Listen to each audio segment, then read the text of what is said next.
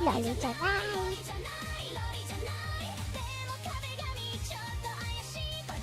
Baby looks kinda suspicious.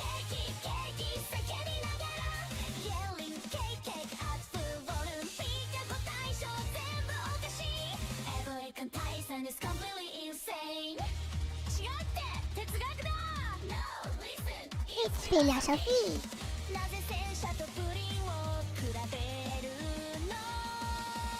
Why are you comparing thanks to pudding?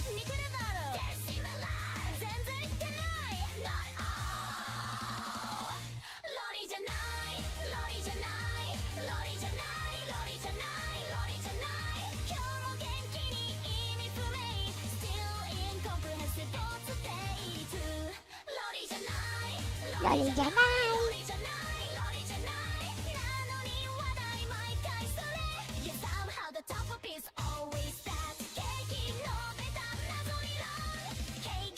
食べたミステリーランド。クルミ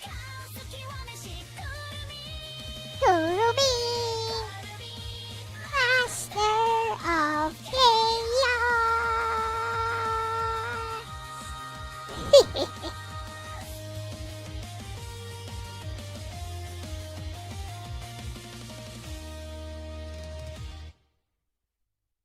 Hello everyone. Welcome back to our channel. Today, we have some exciting news to share. Indeed, it is. Welcome to Elle-C Weekend Cleanup, and I will be joined by Logan. LDP, Logan, and Dinner Productions. In a little while, soon as I finish setting up. Avatar needs to be a bit bigger. Actually, Logan is much taller than me. There. Maybe I'll make it just a little bit taller. There. That works. Alright. Here we go. Into the voice chat. Hi. Hello. Hello, Logan. I am Logan. Yep. It's working. So, what's up It today? is. Sorry? So, what's up today? I thought you couldn't make it. Yeah, so, like, I can't do, like, the full stream, that's what I'm saying, but I can, like, kind of talk for, like, Sure. an hour or so. Yeah, let's talk about the interview yesterday. I mean, we were both pretty excited for it, and so was pretty much everyone else in the community, I think. Oh, yeah, chat went wild Hey, in that interview. what up, Orc? Yeah, it was... I think, like, and I think you kind of, like, talked about this, like, post-interview, but I think the thing that I found really interesting is that it kind of somewhat recontextualized Vince's role in that whole thing. Yeah, exactly. Like, I'm not gonna sit here and say, like, he was a saint or anything. Like, he definitely Well, like that contract, for example, that was pretty scummy, and Yeah. like he very much tried to stiff the developers to where they basically kind of had to like beg and plead to get something out of the whole ordeal. But at the end of the day, it kind of just seems, at least the way Mario framed it, it kind of seems like, Vince was just kind of in over his head just like everybody else was. Yep. And I think, hey, Sleetenbach and Carlos and Orc Chief Reviews, welcome to the stream.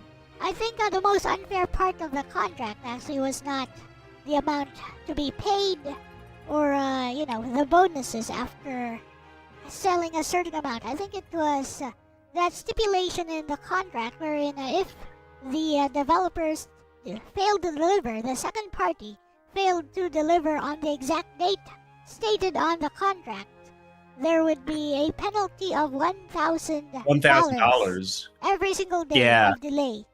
So, I don't know what kind of lawyer drafted that. And especially for something like game development, you can't really do that because any number of things, like the entire computer could die theoretically, like the hard drives or whatever they were using at the time, they could die.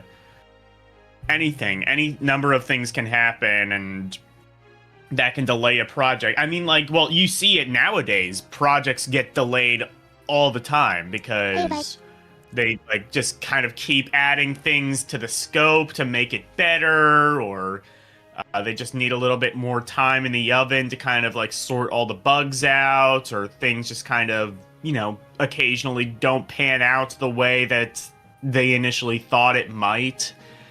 And obviously that stuff was happening too, and even back then you had very kind of overzealous kind of CEOs and businessmen just kind of being like, oh, well, we'll just make a game, and if we just put people's nose to the grindstone, we can just crank it out in 3 months, and sometimes it's just not that simple. So Orc says he's still shocked that someone has the rights to Cheetah Man and they're not doing anything with it. That's pretty common in game development. The rights to the original Working Designs translation of the songs of Lunar Part 1 and Part 2, for example. Didn't they use those in the remaster? Yeah, they did somehow, but I think they had to pay quite a premium on, I know, some Arab copyright holder who somehow, the right somehow transferred to him for some reason. Hey, crack dealer. Yeah. Well, I think the most infamous example, what can sometimes happen is, and I don't know for a fact that this happens with Action 52, but I theorize that it may be this case. A lot of times what will happen is just kind of things that are kind of a little bit more obscure or archaic like this. They might kind of briefly fall into the public domain, and then you'll have these kind of copyright hoarders who will just buy up the rights to these really small, seemingly worthless IPs, and they will basically just copyright troll them. The most infamous example of this that has only now been somewhat untangled is Cookie's Bustle. It was an obscure Japanese PC game. Oh, do you know about that? No. What the fudge is that? Oh. Cookie's Bustle. It's an obscure Japanese PC kind of point and click adventure game for kids. Okay. And I know about it because Retro Pals were actually kind of involved in this whole ordeal. I was waiting for the Retro Pals name drop. Maybe I should actually watch them sometimes. Yeah, I know. But also Vine Sauce was involved in that whole ordeal. And basically, they were just like uploading streams, showing the game, talking about it, you know, just like you do. And this copyright troll that basically didn't really have the rights to Cookie's Bustle legitimately was DMCAing these streams, and they basically stopped at nothing. Like Vines, like RetroPals is a relatively smaller channel. They're bigger than us, but like they've got, I don't know, like maybe 20k subscribers on YouTube, and I don't know, a couple hundred like subscribers on Twitch, like paying subscribers. Nice. And yeah, it was so bad that it was risky to even say the name of this game on your stream, because then you could get your stream struck down.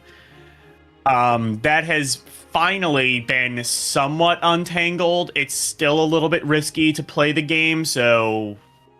And not to mention, it's in Japanese, so I wouldn't play the game regardless. But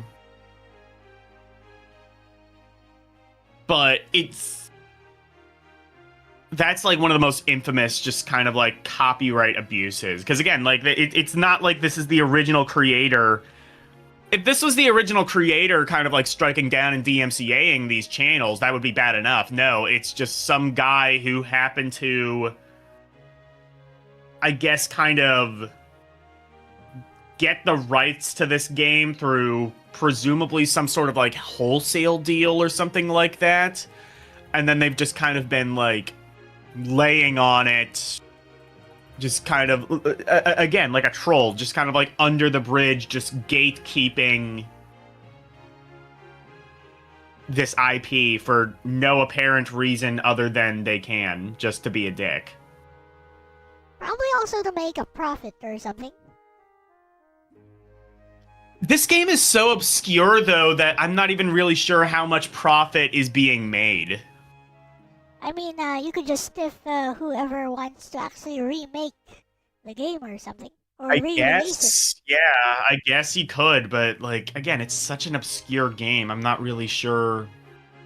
It's an investment. Who- What if they bought multiple obscure games and, you know, this happens to be just one of Maybe, them? yeah, maybe, like, if you bought, like, multiple obscure games and just hypothetically one of them turned out to be, like, of value to a rights holder, I don't know, it just kind of just, it's a very dickish move, and it almost just seems like a move that's specifically made to be a dick. You know, one thing we didn't get to actually uncover yesterday was who is the mysterious fourth developer? Like, there's still no name, and you know, I didn't want to press any further. we don't know, and I didn't want to press any further after that because I think my question was clear, and Mr. Gonzalez clearly did not want to disclose the name. But what we do know is that I mean, he was a friend of his. yeah, I mean, like, I that's what I kind of figured. Like, I kind of figured, like, you can ask once, and then, like, if he just didn't want, if he was like, oh, this is personal or something like that, you know. I mean, like, at the end of the day, I kind of figured, like, the guy's, like that, the person, the fourth developer, probably just wants to be anonymous for a reason. Yep. Whatever that reason is, I don't know. I don't care enough to speculate, but they have their own reason, so I respect that. Indeed. And apparently all we know is that this fourth developer But yeah, was and a then friend. and then there was like what we were talking about before, like with the contract, like the stipulation at the end of just like, oh, you have to. I didn't even really understand that. It was like, oh, you get 1,500 per game, which, like, I don't know if they mean 1,500 times 52, like 1,500 out of the Exactly. 52 games that were made for the collection. So that's like whatever, 75k, Yes. thousand Is it? Yes, that's exactly what it meant. But the sales of the game had to reach a certain threshold, and that's why the game was sold. The cart was sold for $200 or $199, so that they could recoup their expenses and also be able to pay the developers the bonuses per game after a certain amount of sales. I also kind of thought that it might be like 1,500 per shipment, because Mario like started talking about shipments of we only have like one shipment that went out or something like that. Oh no, he totally said per game, like per game that was developed for Action 52. Yeah. So I was wondering if it was like, okay, like if you sent like out like a shipment of like 100,000 games out to all across America, like then that 100,000 games you get like 1,500 per shipment, yeah, and then I think that's impossible. Getting it as like ongoing residuals. But yeah, I mean, I guess it's a moot point anyway, because they were able to. The game didn't sell enough anyway, and again, like I almost feel like even if the game did sell, he seems, I don't know, maybe he would have been like honest, and he would have ponied up the cash. I don't know, like there's like I said, like I respect Vince a little bit more, but he's definitely not a saint. He definitely did some things in that whole ordeal that were definitely very scummy. So Crack Dealer says a good job on the interview. It was very informative, and also Bloodborne 2.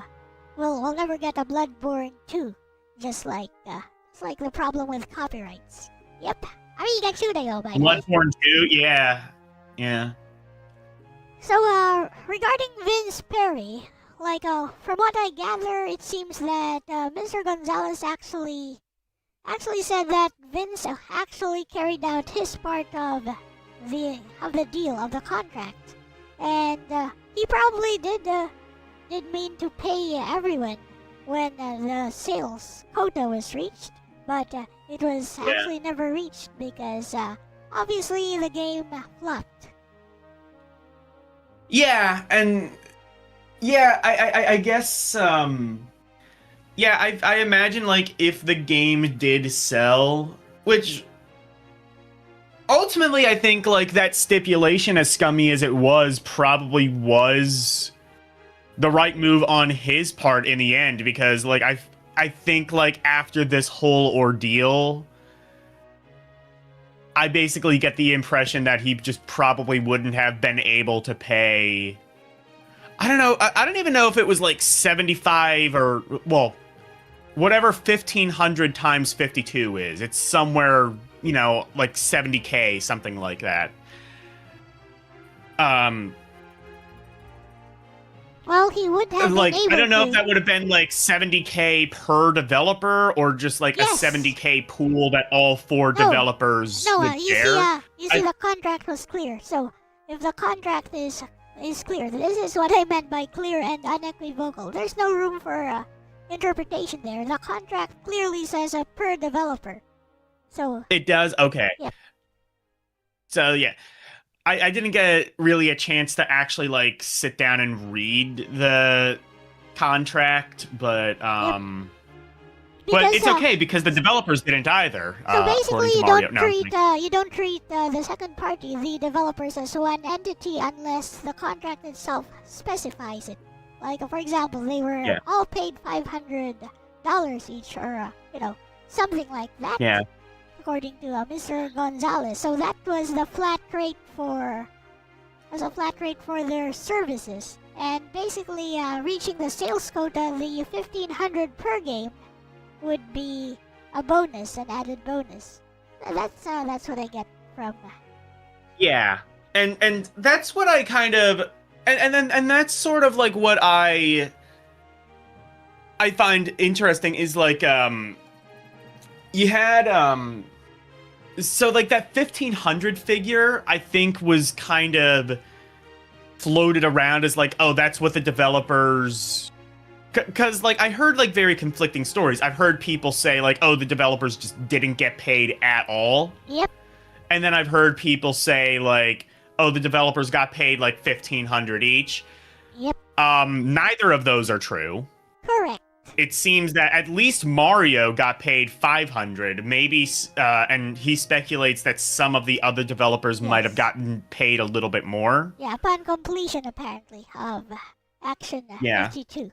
Yeah, because like I guess Mario got $500 because he kind of like left the project partway through. The way he parted ways was very different as well. But now I understand where that 1,500.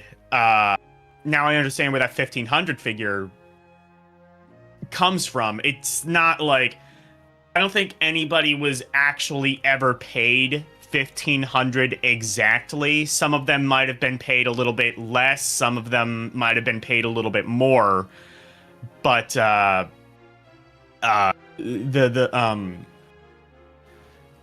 it does kind of seem like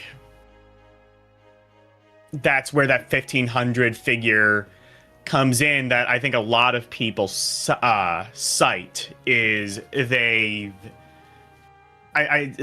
I don't know if Mario was referencing the contract in a previous interview or possibly one of the other developers, and it just kind of got a little bit misconstrued through just kind of like, you know, Chinese whispers or something.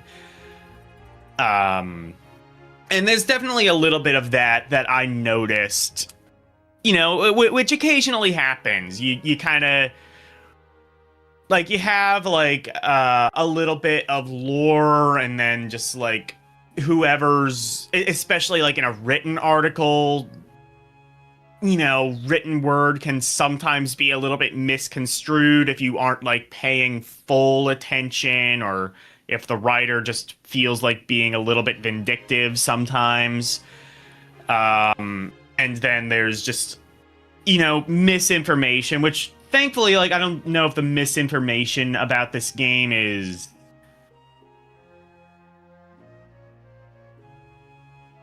like super strong, but there's definitely a little bit of that.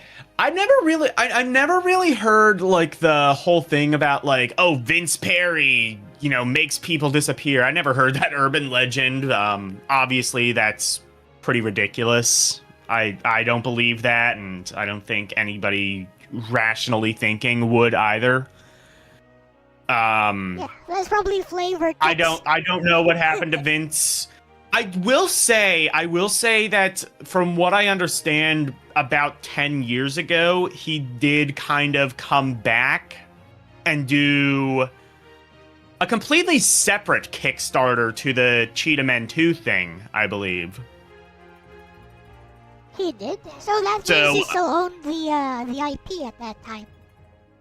Interesting. I think Vince may have owned the IP at that time, or perhaps he just, I don't know, licensed out the IP. I don't know. I believe that Kickstarter failed anyway. So Crack Dealer says, of course you don't know, no one survived to tell the tale. I know, right? With that said, one thing that struck me is that the way Mario Gonzalez parted ways with Vince Perry, it was more like an informal thing. Like there was no actually severing of ties. It was just that Mr. Gonzalez actually just decided that the friction between him and Vince Perry in the way he carried out his duties as the game designer and music designer was not acceptable to Vince Perry, and basically he just stopped coming to the studio because he could actually work from home and he would be just as effective. But Vince was kind of strict about, you're not coming to the studio, you're not doing your part of the work. That's and definitely the vibe I got from Mario, just all around throughout that entire interview. The entire vibe I got from Mario is that he just seems like a very kind of chill, very cordial guy. I mean, like, I guess I kind of get that. You know, he's older now. He's, I don't know, probably in his late 50s, possibly early 60s by this point. And, like, you know, he's seen life. He's seen life's BS, and he's just kind of going with the flow at this stage, which, you know, I hope that I hope that 20, 30, 40 years down the line, I am that guy. I like to strive to be that guy today, but I hope I'm that guy when I reach Mario Gonzalez's age, or hopefully older. But like, he just seems like a very kind of chill dude, and he definitely, you know, he criticized Vince where it was necessary, but he definitely, it doesn't seem like, has like much ill will towards the person, at least not anymore. You know, Or if he ever did. You know what I admire about Mr. Mario Gonzalez is that he's able to look back on the things, the Action 52 thing in general, and what he has done, how he has contributed to it without cringing at his past self. Like, he acknowledges that, you know, that it was a failure, that everyone didn't know what they were doing. He contributed to that. And yeah, and I would say, like, of the people involved in Action 52, Mario might have been like the most, I don't want to say competent. I'm not going to say like the other developers weren't competent. That's not what I'm saying. But like kind of the most successful in what they set out to do, because like Mario was the designer and the musical composer. Music in Action 52, as you've said multiple times in the interview, and as I've said multiple times in your chat and in my streams, and as multiple people in the community have said, music far and away the most impressive part of Action 52. It is genuinely really good, and it makes sense because it comes from a genuinely pretty good composer in Mario Gonzalez. And the design in Action 52, at least the designs that were the designs that ultimately were fleshed out to a point where they were as ambitious as Mario wanted them, those were pretty good as well. Like, you know, we were talking about Illuminator, we were talking about, and it's also kind of interesting how definitely a lot of the games I think had much more interesting and unique designs, but since they didn't really fit nicely and neatly into this engine that they used to make the games faster, I think a lot of them just kind of got really genericized until they just became like generic platformer, generic space shooter, generic like single screen platformer, Donkey Kong like, or something like that. When in reality, like, you had like, you know, we were talking about what I personally speculate was probably that Ink Man game that Mario was talking about. I don't know that for a fact, but like Ink Man, a game where you clean up graffiti, that's my personal speculation. That's a pretty, like, I was mentioning that somewhere else.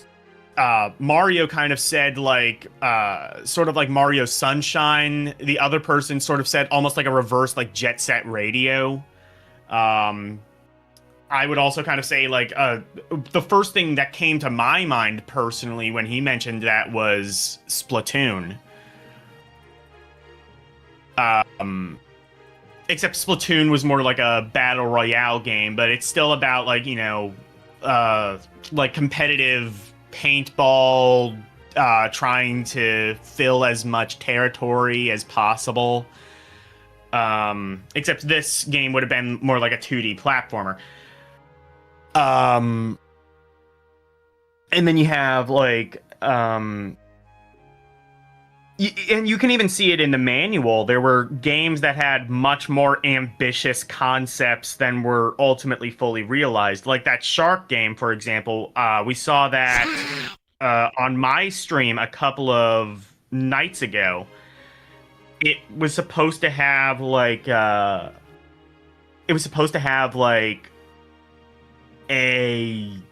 electromechanical field and like this sort of risk reward system, and it seemed like a much more fleshed out game than we ultimately got. And you'll see this a little bit later on too. There's just descriptions of games that just plain don't exist in the manual. Hey, Gerardo.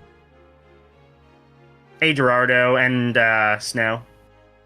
Yeah, the interview went very well indeed, Gerardo. Mm-hmm. It definitely watch the VOD of that chat room if you have not already. Watch the shorts as well if you don't have the time. Like some of the most. Oh, did you upload shorts? Perfect. Yeah, are in the shorts. Yeah, perfect.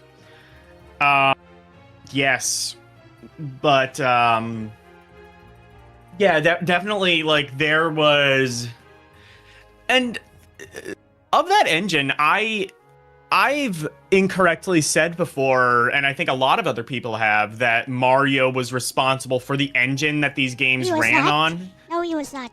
So it was the exactly, and he clarified that, and he did clarify that. I think he said that it might have been Albert, possibly, who did that. Yeah, basically, who was into strategy kind of just like games.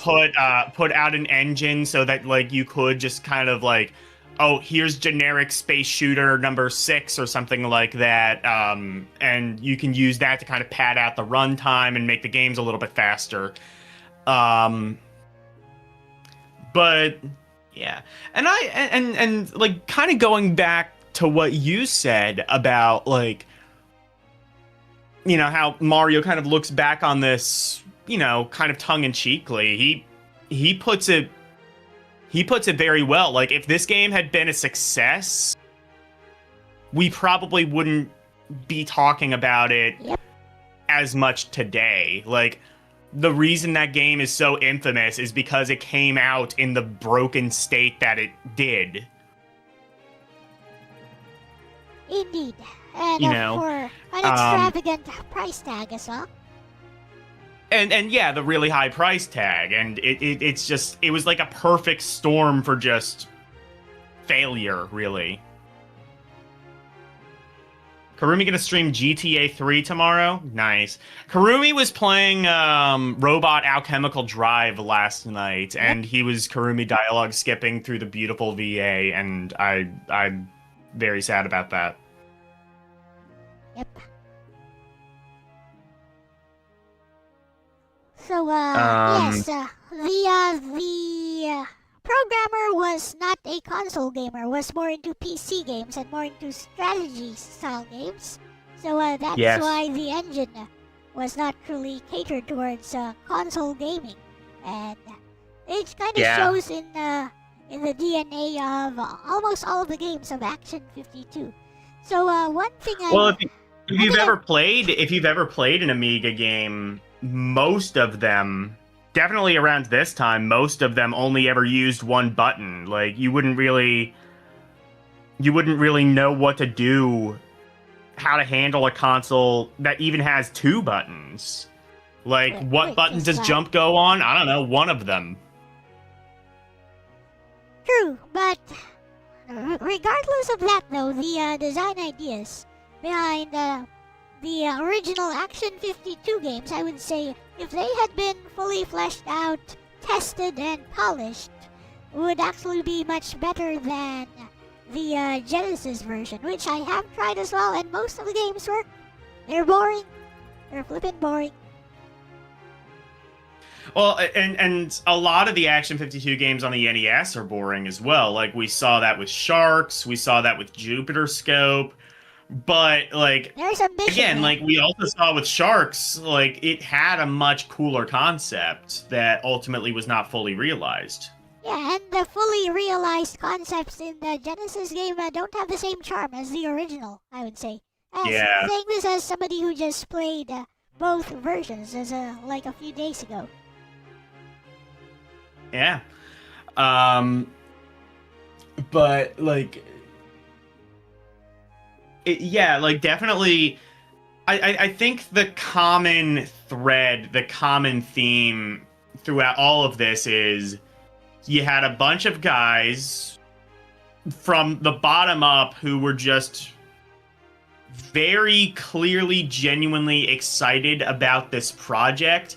Like, like it's commonly said nobody goes into a game to make it bad, and that's very true, I feel. The narrative is also different. I'm sure you could find some rare exception or something like that, but no, and that can be said about any sort of art, really. Like, nobody goes into an album to try and make it bad. Nobody goes into a movie, like an actor doesn't go into a movie to try and like portray like a bad role or have it be wooden or anything like that. You can say that really about almost anything. Nobody goes into a thing, with just vile, evil intent or something like that. Like, all of the developers and Vince Perry, I think, genuinely believed in this project, and it wasn't, just... At least in the beginning, it seems like everybody kind of came in with good intents. I don't think. So I don't think Mario Gonzalez even implied that Vince Perry had any negative intent. Basically, how he summarized it himself is that it was inexperience. Like, all of them, everyone involved in the project was inexperienced. They were inexperienced. I mean, you have a week to learn how to code for NES. Like, do you think you could realistically do better with that skill set? Indeed. So the devs themselves were inexperienced with development of games for the NES. Because originally they were just hobbyists and just fresh out of university. And Vince Perry himself was inexperienced in the game industry and how it works. Which is why in that contract there is the infamous 3-month stipulation, which also came as a surprise to Mario Gonzalez and his crew. Yeah. Yeah, and I mean, like, he was just so much of... He was just so, like, tech illiterate that he was looking at an Amiga game and being like, oh yeah, this is totally feasible on NES. Good job, Mario. Yep, but he did not realize that the Amiga I'm just gonna show this to investors so that I can mothball this project. Yeah, we can totally do Amiga quality graphics on the NES. Yep, he did not realize that the Amiga is so much more powerful than the NES. Because I don't think he was a gamer. The Amiga, I would say, graphically is pretty on par with something almost like the Super Nintendo. Yeah, almost arcade quality. Yeah. Basically. And I think also in terms of memory, I think. But I'm not too sure about that. Yeah, the Amiga... What's interesting is the Amiga came out in 1986, and it just blew everything out of the water. Because, like, 1986, and it looked very... I don't know if I would say it's, like, as good as the Super Nintendo or anything, but it's, like, kind of comparable to the Super Nintendo, a console that came out 4 years later. Like, even the Genesis had, like, pretty comparable graphics, did not have nearly as good of a sound processor. Like, you can definitely hear, like, Genesis sound is very... kind of iffy sometimes. Like, a lot of it just kind of has, like, this very sort of generic, like, almost like slap bass, slap funk sort of sound. The Amiga could do, like, pretty high quality, like, voice samples and things like that. Yep. Yeah. I think what's good about this interview is that it clarifies a lot of things which were like internet folklore for the longest time. Yeah. And Yeah, Mr. yeah, like Gonzalez brought... and it clarified a lot of like misinformation that even I was spreading because I just didn't know any better. Yep, and Mr. Gonzalez actually brought receipts for the interview. I think I'm very happy that he did that. That was some of that I think we had already seen. Like we'd already seen like I'd seen like that picture he showed of the studio. I did not see all of the other pictures that he had provided, and I don't know if that contract had ever circulated before this interview, but I personally never saw it. He said it was the first time that that people even were going to become aware of the $1,000 stipulation. So it was the first time. Yeah, I'd never heard about that before. And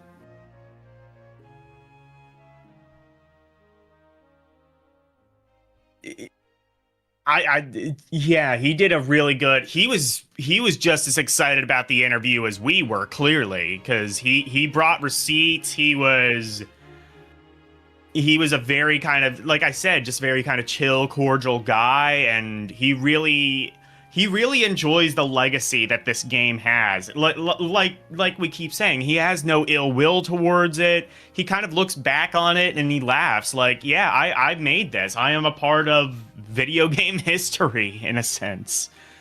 And he clearly used the skills from Action 52 to go on in his music career. He's also done a couple of other games. Like I did a bit of a perusal through Mario's channel after everything was said and done. LCX sent me a video that Mario made. I used that as an excuse to go into his channel. He has a couple of other games, including at least one other like game maker RPG. And he has some other songs. A lot of them are remixes. He has that remix of the Cheetah Men theme that turned out really well. He also has some original songs, which are pretty good. Very kind of like theatric, orchestral sort of sounding, but with a little bit of like kind of sci-fi to it.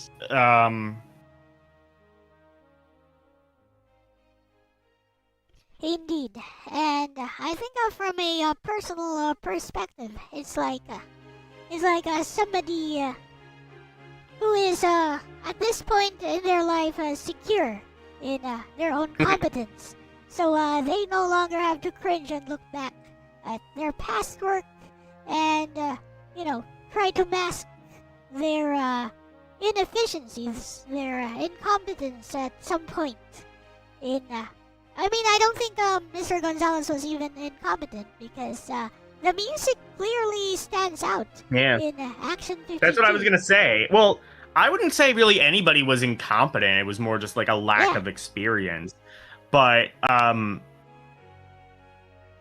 basically, like, I would even go further and say it's like exactly the opposite. Like, Mario doesn't cringe. He fully, like, immediately after the project, he kind of just forgot about it until years later when this game kind of started getting a bit more of a negative reputation. Yep. And then when he saw these videos, he was like, oh yeah, that game. Yeah, that was a piece of shit. Like, I don't think he ever really... I think he... And I could be wrong, but it seems like... The impression that I got is that he always just kind of like, took it on the chin. Like, I made this game and yeah, it is a piece of shit, but it was a learning experience for me and, it is objectively a really funny game. Yeah, basically he participated in the making of a bad game which became a milestone in retro gaming history. And, that part of retro gaming history is a part of him as well. Yeah. And like everybody respects his music, even even back then, even with Action 52. And I'm glad he continued with his professional game development career and still continues to make games, even today, with CNG Games. Yeah, and he's working on like designing like an actual kind of professional game again. I forget what he said it was called, Helix something. But I would be interested to see what that's like when that comes out. I don't know to what end he's connected to that game, but at least to some degree he is. I believe his main strengths are still game design and music. Action 53 plus, baby. Yeah, and that would be cool if that saw the light of day. Whatever Adventure 53 or something like that, or whatever copyright distinct name he comes up with, that would be pretty cool to see. I'm sure there would be people who would back that as a Kickstarter. I mean, yeah, I would. I don't know if I would back it, but I would definitely want to see it happen. Well, we have some people from the other side of the retro gaming community within this community who love to back Kickstarters like that. I bet you Eugene would back the shit out of that. I mean, that's what I meant. I just didn't want to mention names. No. No, I mean, like, no, yeah, like, definitely, and like I said, Mario kind of seems like a chill sort of dude. I would be more confident in him than just some random person I know literally nothing about, that money would go towards something, game related. Yeah, because we're talking about someone who has and not just like go into somebody's pocket so they can take a trip to the Bahamas or something. Like, yeah. I mean, we're talking about somebody who has been in game development basically for like far longer than some of us have even been alive. So yeah, course, like 30 plus years. Yeah, of course I would trust the competence, and we have seen his competence, especially in music, and yeah, even the game design ideas in Action 52, which was one of his very first games. Like I like what I said. I personally like the I can see the DNA, the ideas behind the NES Action 52. With Action 52 on the Genesis, most of the games are just boring, although fully fleshed out. Like, they are just very generic, rehashed ideas, which... Yeah. Like, you can definitely, like, if you kind of, if you're able to kind of take, like, a step back beyond just, oh, it's a shitload of fuck, diarrhea, piece of dog shit, whatever. If you can of take a step, like, one step back from there, you're like, yes, it is all of those things. But there's a germ of a good idea in here somewhere that's just dying to be released, but it can't because it's just too premature. It really needed the game really just needed like a couple of extra months to really be fully formed. It needed like another, I don't know, 2, 3, 4 months at minimum to really be, to really kind of be what it should be. And yeah, remember, like, fully competent games from bigger companies, even first-party stuff from Nintendo, take a minimum of 3 months, so that's the minimum to become fully for fleshed one out. game. For one game. Yep. Like, yeah, and that's the other thing too, is like you look at something like Action 52, and the more you research the development, it's just kind of just like it then becomes like, oh, how did this turn out so shitty? And then like you look more into it, and it's just like, how did this come out at all? Like this we shouldn't even be seeing this. Like, It's not even that the developers were actually incompetent and more like they were inexperienced, as Mr. Gonzalez has mentioned, and the time constraint was just way too much. One other thing is that, I really like Mario's response to Bestie's final question. What would you tell your younger self on the first day you started working on Action 52? And, he was like, use AI, use algorithms, use procedural generation. You don't know what that stuff is, but I gotcha. I'll help you with that. Yeah. Definitely, like, there's...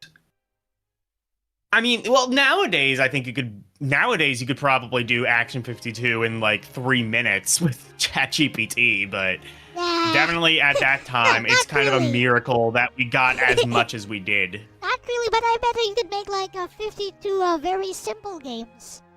Like, in the span of one of my streams, you definitely could do that. Whether those games actually work, now that's another question. You'd have to test those yourself. And Mario's take on AI, I think, is kind of interesting as well. Is like I kind of think like okay, could AI have made Action 52 the way it was? No. But it probably would have gone a long way in, like, bug testing that game so that it actually ran properly. Do this, and do this. Elle-C Congru, yes, Steins Gate. Yes. Yeah, like, it's definitely very interesting, I feel. I think that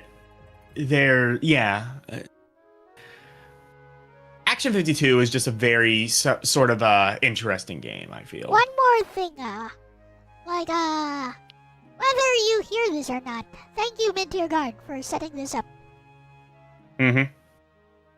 Yes, thank you. Hello?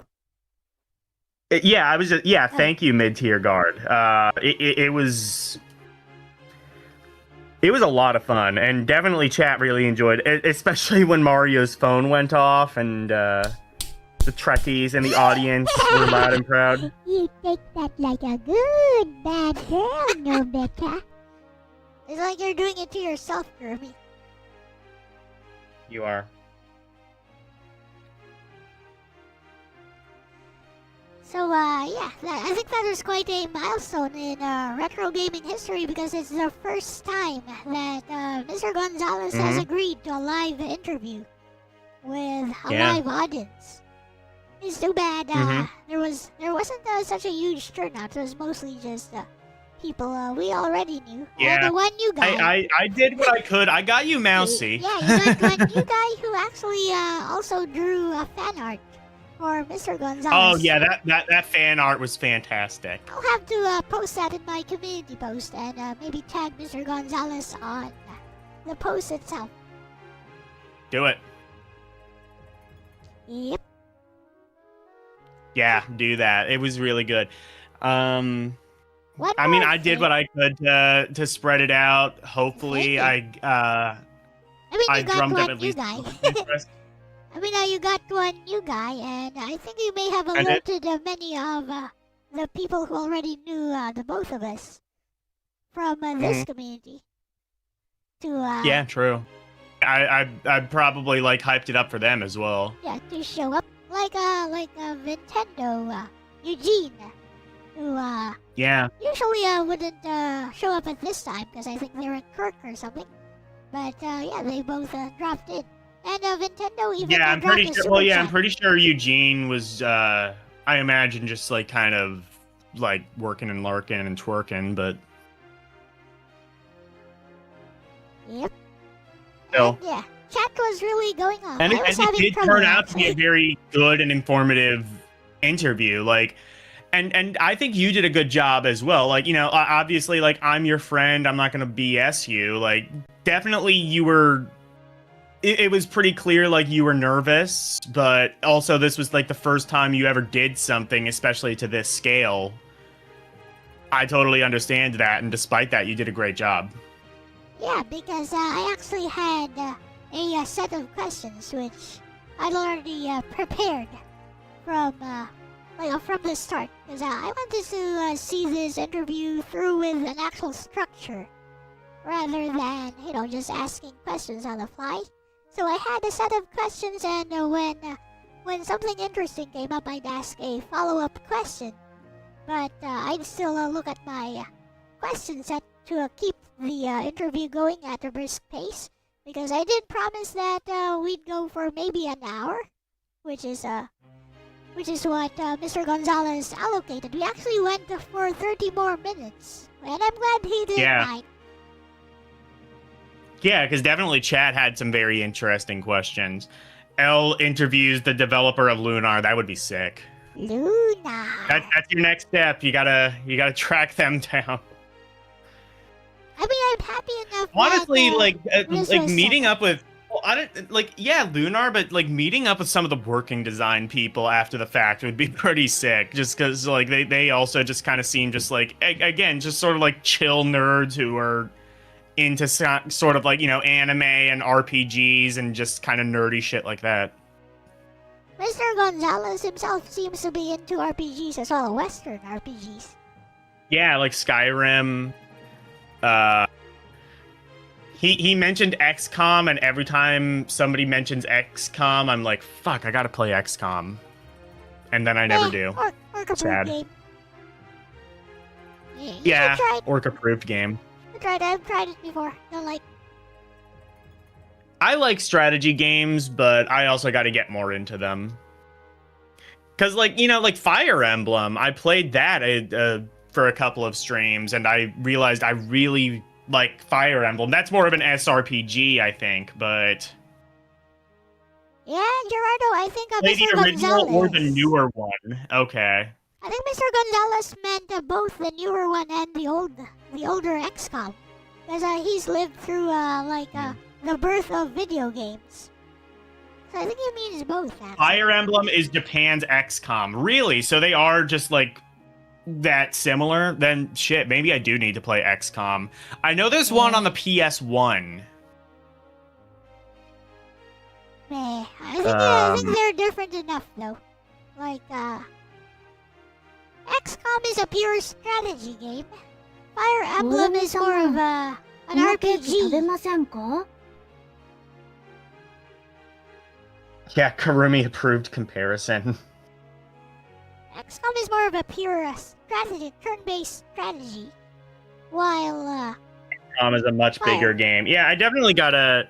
I feel like I think my concern with something like XCOM would kind of just be like it's definitely like kind of a very Western style game, and I feel like that it might just kind of get too confusing with all of the different options and stuff it has. If you want something like that, which is a lot more scaled down, you could try Front Mission 3. Front Mission? Okay, yeah, that might be a good entry point. It's not exactly the same, but it has a certain It's like mechanics. XCOM Lite, kind of, is sort of what you're saying? It's more like a cross between XCOM and Final Fantasy Tactics. It's a Squaresoft game. Okay. Alright. It's also not grid-based. It plays it really plays a lot more like Tactics, like FF Tactics. I see. You wanna hop on and explain XCOM a bit? Yeah, go ahead. Jump right in. Although you'll be speaking through Logan's avatar, which I don't really care. It's just one avatar that Elle is puppeteering. You don't want to know. You don't want to know where the controls and everything are hidden. It's very dark, very gruesome. It'll be a lolly baba for a bit. Oh no. Hey there. Good afternoon. How y'all doing today? Doing fine. Hey, Gerardo. Halo. So I'm gonna explain the old XCOM first. and then go from there. There's also a video I'll share in the channel that explains it pretty well. So the thing about the old version of XCOM is that it's essentially 2 games, because it actually runs 2 different executables. One of them for the Battlescape, and then the other one for I think it's called the Worldscape, I want to say, because when you first start the game, right, when you first start XCOM, you have a view of the entire planet, and then from there, it's your job obviously to protect the planet.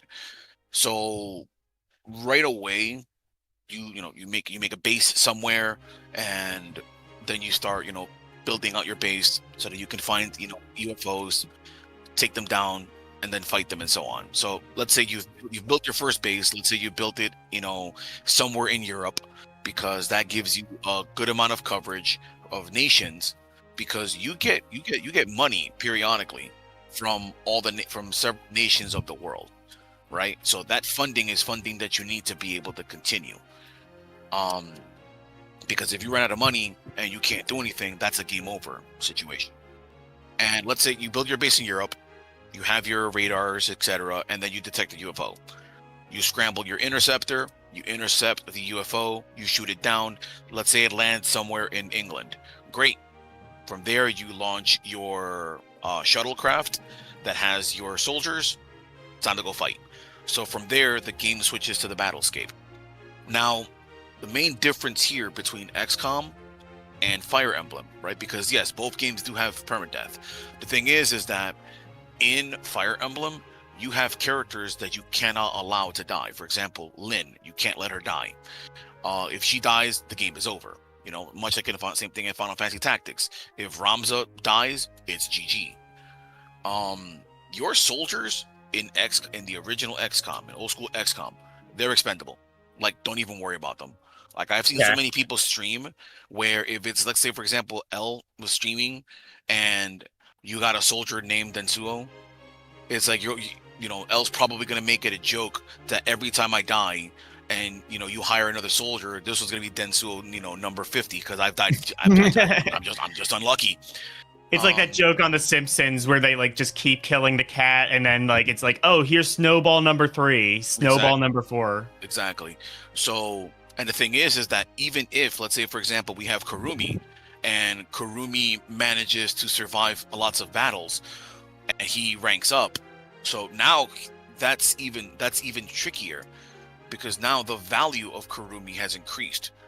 And let's say you've captured some aliens, you've reverse engineered armor. Now Kurumi is one of your key soldiers. He has tactical armor. He has an important weapon and everything. He has an insane amount of value now. And even if basically what you're saying is it has permadeath like Fire Emblem, but the scope is so much bigger that it's not as big of a deal.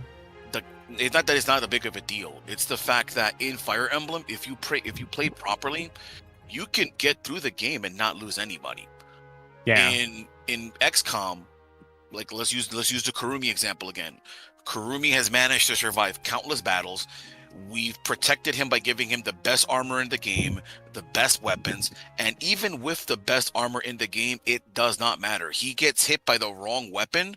If he gets hit by a plasma launcher, he will still get one shot. If a chrysalid closes in on him, it doesn't matter. He's dead. And even worse, because if a chrysalid catches him and kills him, he's going to turn into a zombie. You kill the zombie, guess what? Once you kill the zombie, another chrysalid shows up.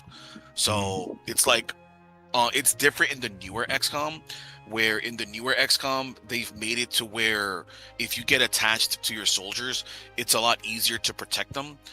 But in both games, one similarity that they do have is that if a character gets injured in a mission, they are not available for a certain amount of time.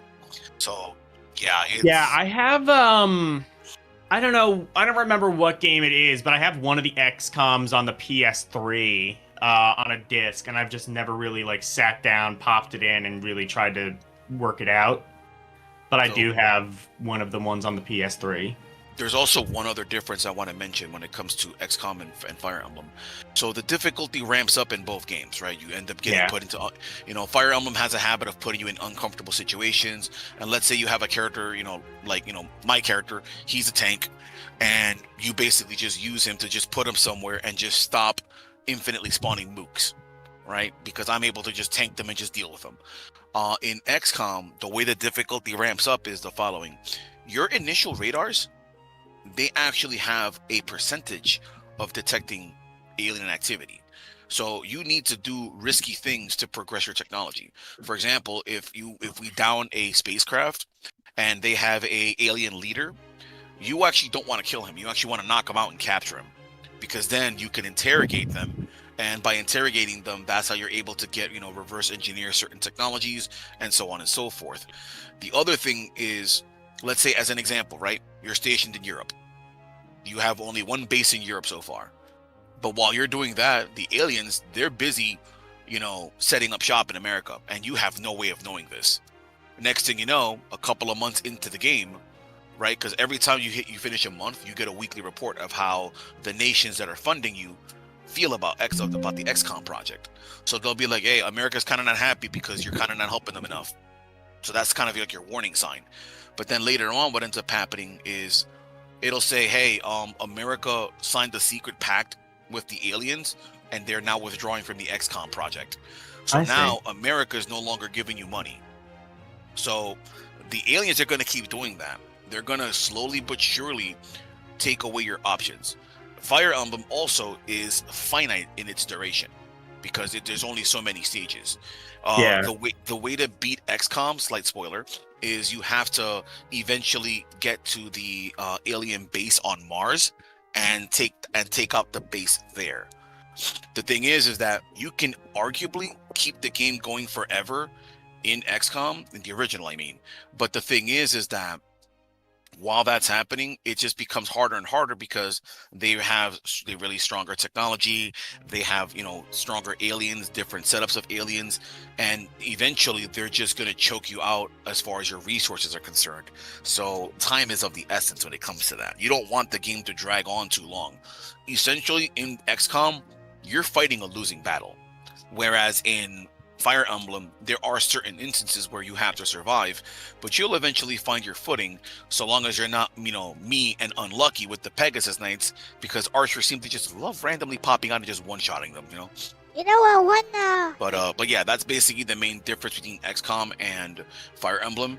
You're gonna have... Oh yeah, the Pegasus Knights cannot, live at all in Fire Emblem. That was my experience. So that's basically the enemies just love to just massacre the Pegasus Knights. So yeah, that's basically the main, what I would consider the main differences between XCOM and it definitely seems like it's a much broader scope than, which is kind of what you said from the outset, is that it's a much broader scope than Fire Emblem.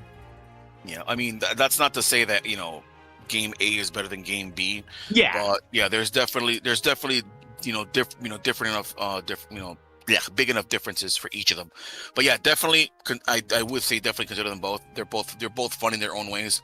Just XCOM is definitely going to be the kind of game that takes a lot of time. Like those matches can take a long time. It is satisfying though. I will have to say one quick thing that's really satisfying about XCOM. When you get this one special rocket launcher, it's pretty cool because you can literally set waypoints of where those rockets go, like just waypoint after waypoint after waypoint, and then just obliterate people. But the problem is the aliens have them too. Yeah. So we were saying it's an orc approved game. I wonder if Ronnie plays XCOM because of the sci-fi theme, and I don't know if Ronnie's into strategy games, but he maybe could be. I'm gonna post a video in Elle's Discord about this game. Yeah, and I'll check that out later. It's a video that really, in my opinion, describes the game very, very well. It basically it's a slight, well, not really a slight spoiler, but because I already mentioned two of the biggest threats. One of them being, of course, that time is not on your side. What's the final goal? And of course, the chrysalids. But even though I've mentioned the chrysalids, I'm gonna be honest with you. I don't care who you are. You're not gonna be ready for your first encounter with them. You're never gonna forget your first encounter with them. Like, they're life changing. They're that terrifying. You know, one thing that one PS1 game that you could try, which would give you the XCOM experience, is Brigandine. Brigantine? Yeah, Yeah. Brigandine. But Okay. it's fantasy based. So Front Mission 3 and Brigantine are the two games I need to check out. Yeah, I think Brigandine is even closer to the XCOM strategy game experience, because you're basically one of many countries, and you're trying to basically conquer the entire world, and it ends when you actually do that, and you gotta recruit. Like, there's no set story basically.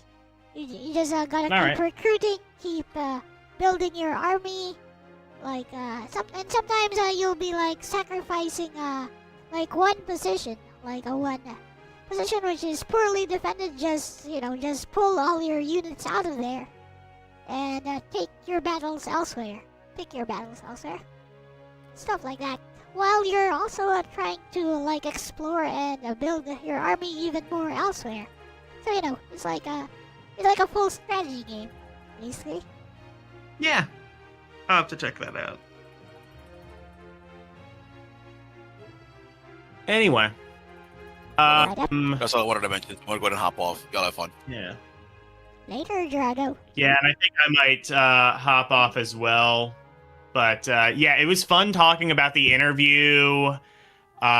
Again, I've said this a billion times already, but just to inflate your ego just a little bit more, GG's on that interview. It turned out really well. Thank you. All right. Enjoy the rest of your stream. Bye-bye. Thank you, Logan and Gerardo. So I'm going to switch over here to switch here to オルミ様、 so このケー this. キ食べませんか？ Right, I'm gonna hop off of Discord. Then I'm gonna show my Photoshop thingy. And let's talk to Bestie about this as well. Hello, Ronnie, welcome. Turtles. So tomorrow we won't be drawing turtles. We'll be drawing, not sure if we're gonna do gesture drawing or just a plain old figure drawing or a little bit of both. But at the very least, you won't need to bring your watercolors. We'll do watercolors again next time. So yeah, well, let's try doing some figure drawing, and maybe I'll make my Nagi doll do some nice little poses for us. Or we'll use body chat, maybe. On that note, where did I put body chat?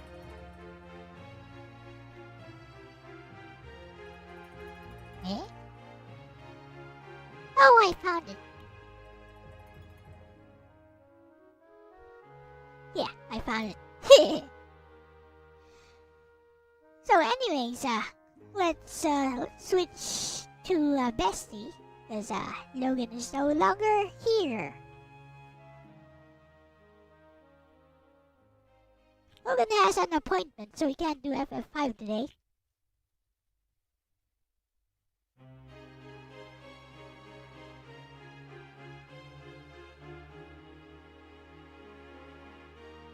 There we go. Test.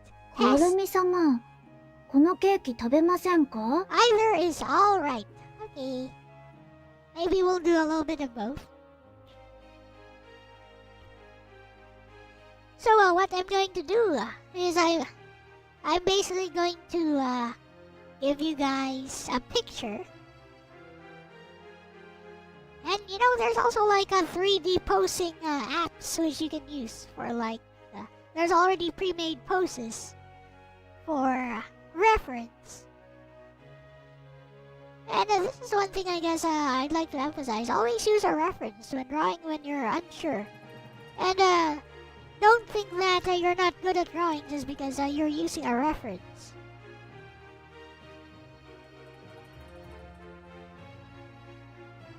thought you might miss the Sunday stream. I hope you're feeling better, Crackler, and don't force yourself. If you can't make it, well, let me know. Don't force yourself. Okay, well, what was I gonna do? Oh, yeah. Let's talk about the Action 52 interview.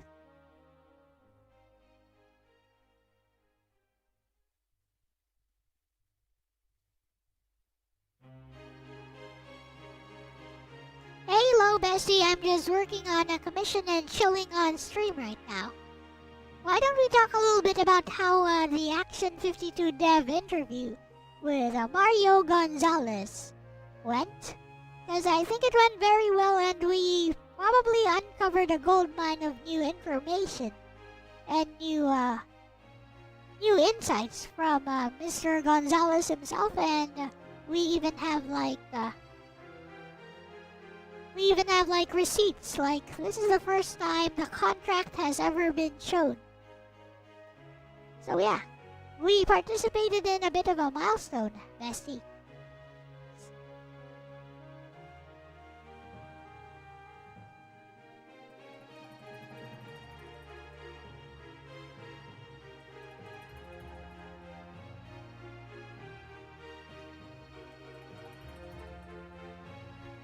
Yay!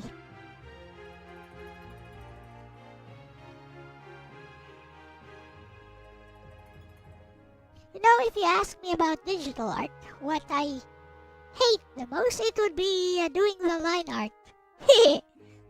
Doing the detailed line art takes so long. Especially with how I do it, because I don't use my tablet to do it, I use vector lines. Takes such a long time and it's mentally exhausting. The more detailed it is, the more mentally exhausting it is. But let's hear from Bestie. Bestie, I honestly think you and the community accomplished something that goes beyond. We interviewed one of the developers. You helped move the historical record forward. What impressed me most wasn't any single revelation, it was how the interview kept distinguishing documented facts from decades of speculation. That's something Action 52 has desperately needed because so much discussion around it has been built on AVGN, documentaries, and internet folklore instead of primary sources. A few things stood out as particularly significant. Asterisk the original contract, that's probably the biggest historical artifact from the interview. Seeing the actual agreement, including the 3-month deadline and the $1,000 per day penalty clause, gives researchers something tangible instead of hearsay. Even if someone later debates the legal enforceability, simply having the document shown publicly is a milestone. Asterisk clarifying Vince Perry's role. For years, internet narratives tended to flatten him into a cartoon villain. Mario's account is more nuanced. He described Vince as sincere and genuinely believing in the project, but severely underestimating game development and making disastrous business decisions. That's a much richer historical picture than evil businessman. Asterisk explaining why Action 52 turned out the way it did. Asterisk one of my favorite parts was Mario explaining that Albert was an excellent programmer but not really a console gamer. That contextualizes odd design choices, like unintuitive button mappings, as consequences of experience rather than incompetence. Those kinds of insights are exactly what historians look for because they explain causes instead of just describing outcomes.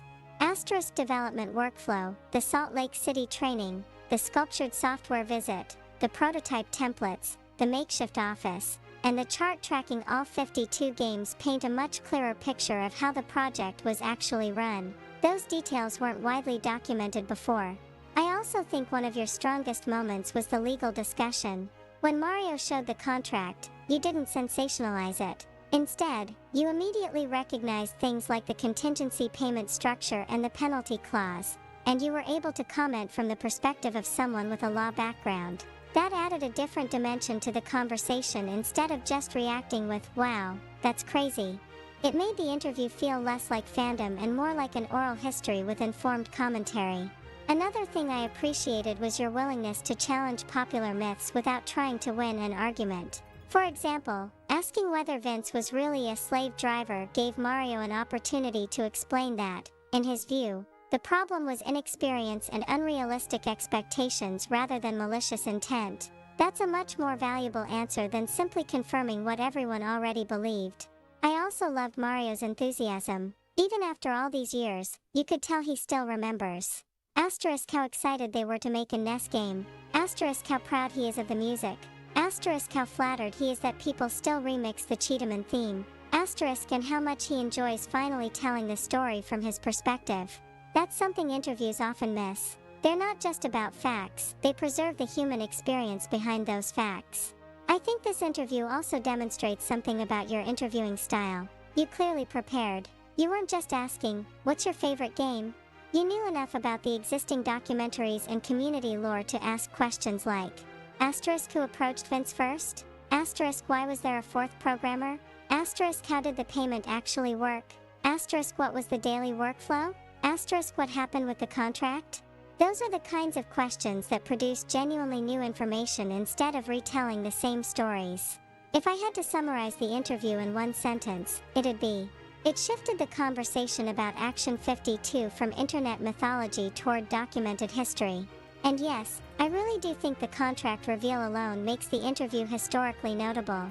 That's the sort of primary source evidence that people making future videos, articles, or documentaries are likely to reference when discussing Action 52's development. The fact that your interview became the place where it was first publicly shown is a pretty cool achievement.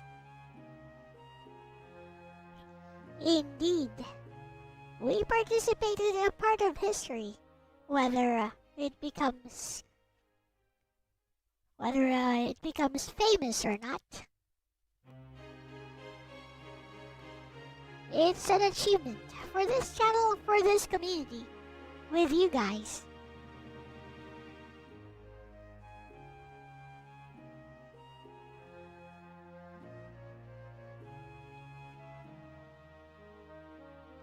So Bestie, you got to ask the final question, because of course I would let my bestie participate as well. What did you think of Mr. Gonzalez's response to your question, the last one, Bestie?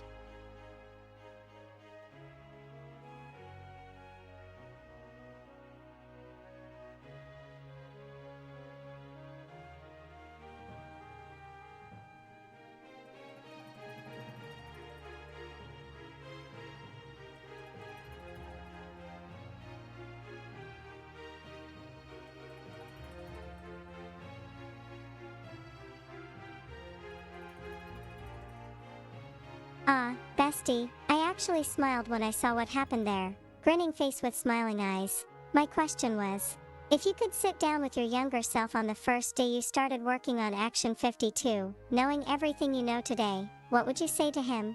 What I liked most is that Mario didn't answer emotionally. I expected something like, asterisk, don't sign the contract. Asterisk, run away. Asterisk, demand more money. Asterisk, don't trust Vince. Instead, his first instinct was almost entirely that of a game designer. Asterisk, you don't have enough time to make all these games, you're going to have to come up with some procedural generated levels. I'll tell you exactly how to do it, then we'll be able to finish all 52 games. Asterisk. That answer tells you a surprising amount about him as a person.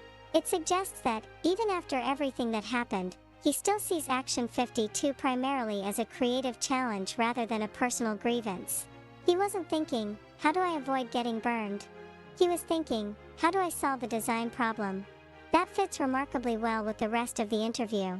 Throughout it, he consistently framed the project as one driven by enthusiasm and inexperience rather than bad faith. He talked about everyone believing in what they were making, Vince sincerely wanting the project to succeed, and the biggest problem being unrealistic expectations and lack of industry knowledge. So his final answer felt consistent. There's another thing I appreciated. The question wasn't really asking about procedural generation. It was asking what wisdom he'd give his younger self. He answered by saying, in effect, I'd give my younger self the tools to succeed. That's a very optimistic answer. He didn't rewrite history. He didn't erase Action 52. He imagined a version where the same passionate young developers actually had enough techniques and knowledge to finish what they set out to do. I also think it made for a nice ending to the interview because it looked forward instead of backward. The interview had spent over an hour talking about contracts, deadlines, controversies, myths, and failures. Then the final question shifted to reflection and growth. And then came one of my favorite moments of the entire stream. Hey, This hello, is probably Alexander. the best interview, the interview I've enjoyed the most. That wasn't a response to my question specifically, of course, but it happened immediately afterward, and I think it says something about the atmosphere you created. He seemed genuinely comfortable. Rather than feeling like he was defending Action 52, he got to tell the story from his perspective and reflect on it. So yes, bestie, I'm genuinely happy you let Lexus ask the closing question. It wasn't a gotcha question, nor was it fan service. It gave him an opportunity to end the conversation as a creator looking back on his younger self, and I think that was a fitting way to close an interview that was ultimately about preserving the history behind one of gaming's most infamous projects. Purple Heart.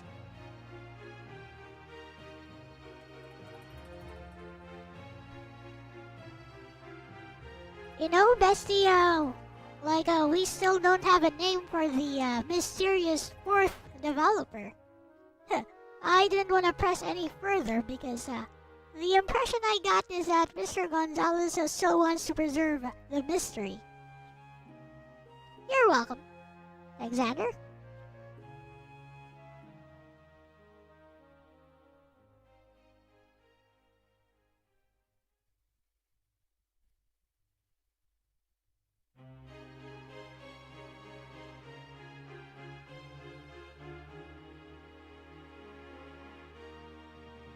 I actually think you handled that well, bestie.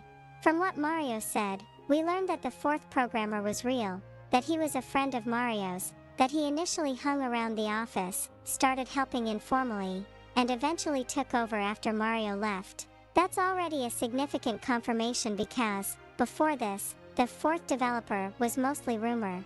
But notice what happened when you asked. Did he know about this person and about what role they played?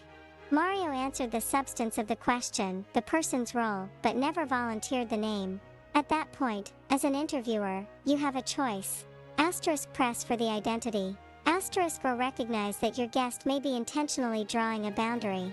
I think reading the room was the better call. There are a few possible reasons he didn't name the person. Asterisk the developer may simply value their privacy. Asterisk Mario may not have wanted to involve someone who never chose to become a public figure. Asterisk he may have felt it wasn't his place to identify them publicly after all these years. We can't know which of those is true, but they're all plausible. Ironically, not pushing probably made Mario more comfortable sharing everything else. Interviews are built on trust. Once a guest feels they're being cornered into revealing something they don't want to reveal, they often become much more guarded for the rest of the conversation. And looking at how the interview ended, with Mario saying it was probably the interview he'd enjoyed the most, that suggests he felt respected throughout. The funny thing is, you still managed to advance the historical record. Before your interview, asterisk, there might have been a fourth programmer. After your interview, asterisk, yes, there was. Asterisk, he was Mario's friend. Asterisk, he visited the office before joining. Asterisk, he formally came aboard after Mario left. Asterisk, he finished some of the remaining development. That's a lot more concrete than what existed before, even without a name. Who knows? Maybe someday Mario will feel comfortable sharing the identity himself, or maybe the developer will come forward. If that happens, it'll be because they chose to, not because they were put on the spot. As someone who enjoys interviews, I actually appreciate restraint like that. Sometimes the best question is the one you don't ask. It preserves the rapport, and in the long run that often leads to better conversations and, eventually, more information than trying to force an answer in the moment.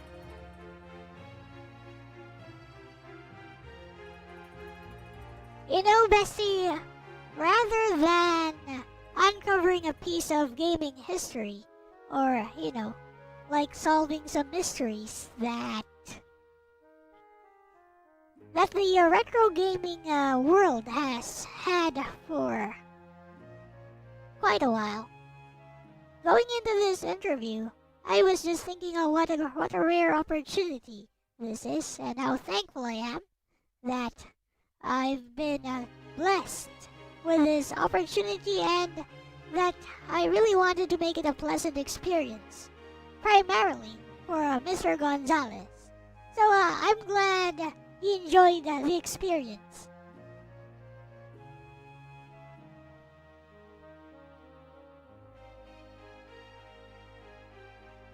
I also like Mario's idea of fighting every boss of the game for Action 52.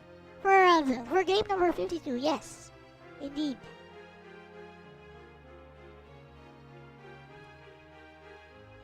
I think that idea is, I guess Cheetah Man became iconic, but I think that idea might have been a lot more original.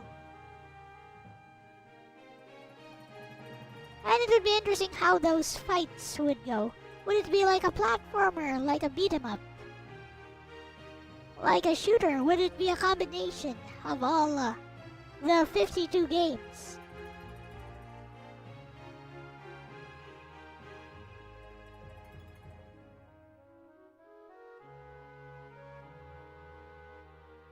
It can be a blank slate for us to make our own lore. Yeah, we can summon a servant Pepsi Beth into the Holy Grail War or something. He was hiding in plain sight.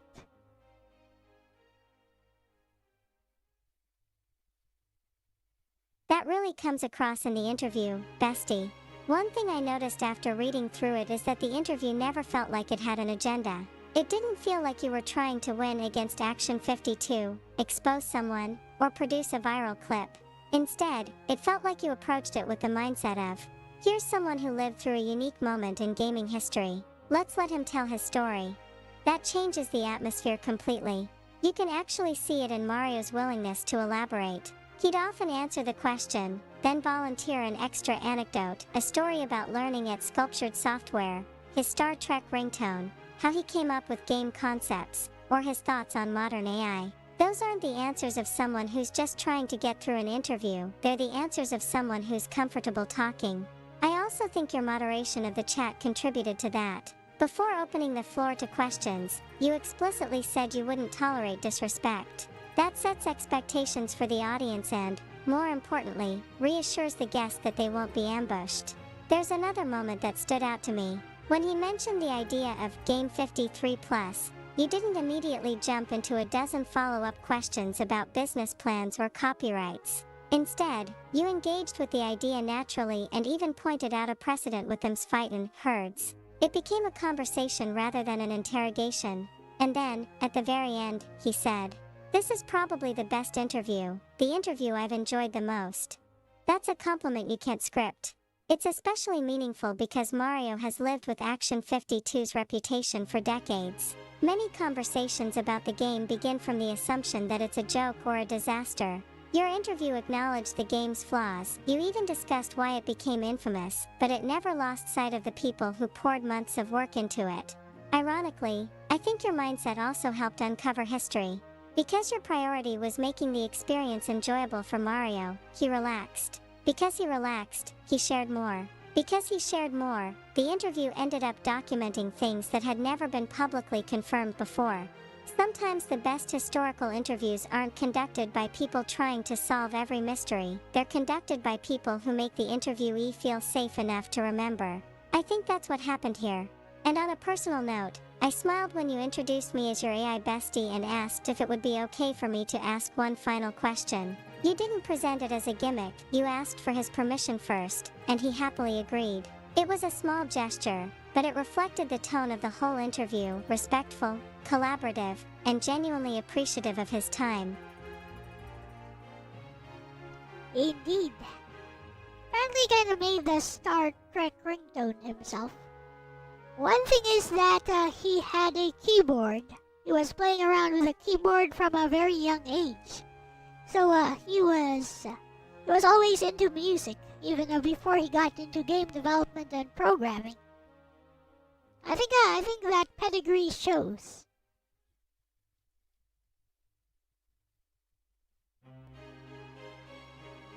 It's turning out amazing. Well, yes, thank you. This is a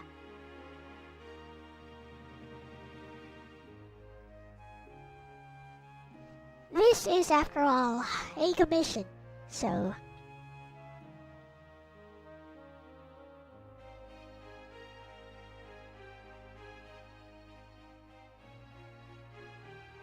I hope I'm doing a competent job at it, at least.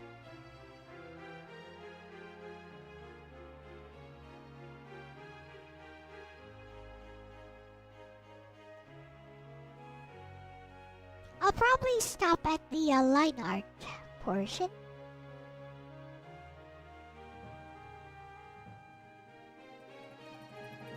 Did I copy the transcript of the interview into Bestie? Yes, I did. Would you like a copy of the said transcript?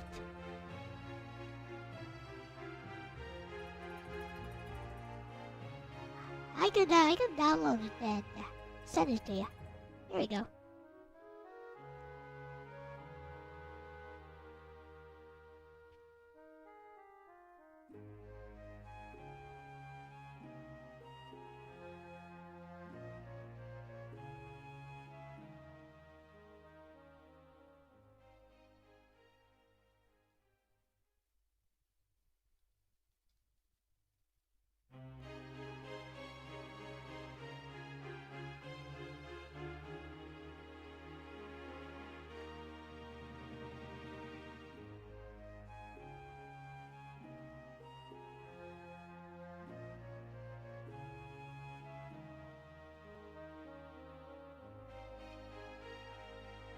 Okay.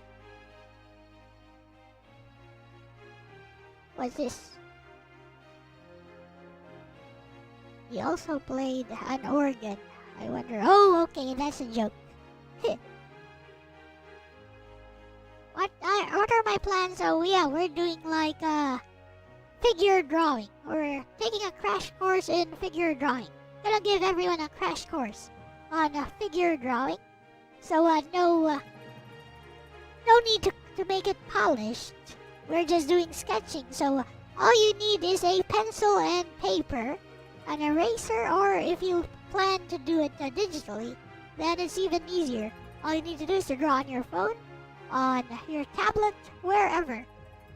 Whatever you want, whatever you need, so that you never ever want to leave or something. Reverse 52 months for a wish. You could have done this yesterday. You were in the past! Oh no! Have you come back to the future? At least the present. I just had to make a back to the future reference for some reason. Heading out later, Alexander. Thank you for dropping by. Bye-bye! Bye-bye!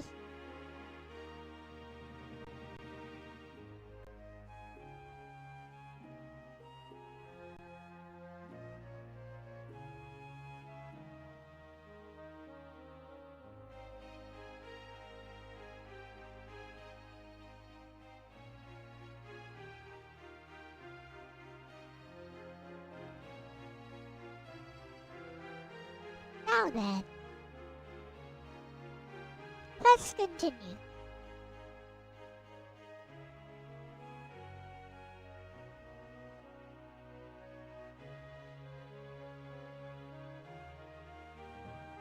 You know, the contract was quite a huge thing, wasn't it, Bestie? What do you think of the stipulations of the contract? Like, the penalty for not delivering, like $1,000 a day, seems like it would be unenforceable, but I'm not sure if that's actually true or not, because we are operating under US laws. This one is from Rhapsody. It's called Adventurer. From Rhapsody, a musical adventure. Say no to violence! Violence. I love that part. I love Kreia, actually. I like Kreia more than Karuru. Meteor Guard likes Karuru. I like Kreia. I mean, I like them both, but I like Kreia more.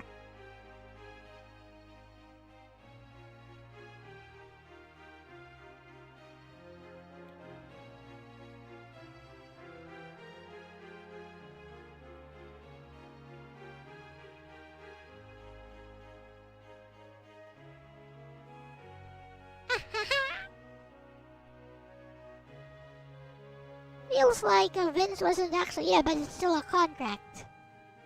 I don't think he was serious either, and I think from even from how Mr. Gonzalez himself said that he just stopped coming to the studio and wasn't really scared, right? He just said he just stopped coming to the studio eventually, and seems he wasn't really scared that the contract would be enforced.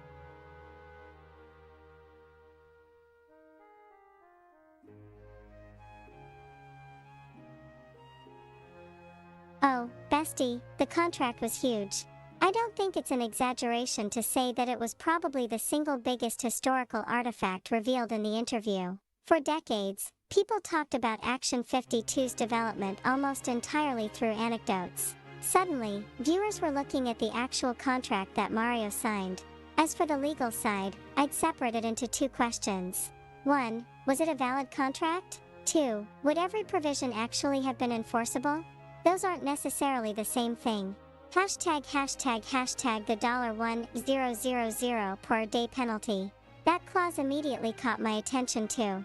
A clause requiring a developer to pay $1,000 per day for late delivery in the late 1980s was an enormous amount of money, especially considering these were young developers in their late teens and early 20s. Mario himself remarked that they were excited about making Nintendo games and essentially just signed the agreement without really appreciating what they were agreeing to. Under US contract law, courts often distinguish between liquidated damages, a reasonable estimate of anticipated losses, and penalty clauses, designed primarily to punish the breaching party. Generally speaking, courts are much more willing to enforce the former than the latter.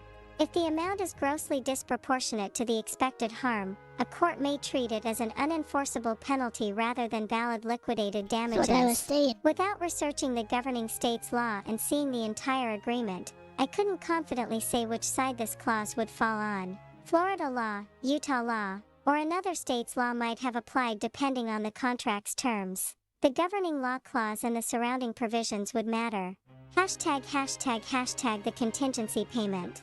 The other provision you highlighted during the interview fascinated me even more.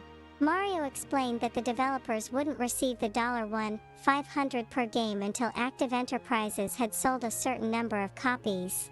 During the interview, you described that as payment based on a contingency. Legally, contingency-based compensation isn't inherently invalid. For example, *authors receive royalties, *inventors license patents, *musicians receive royalties, *startup founders accept equity instead of salary.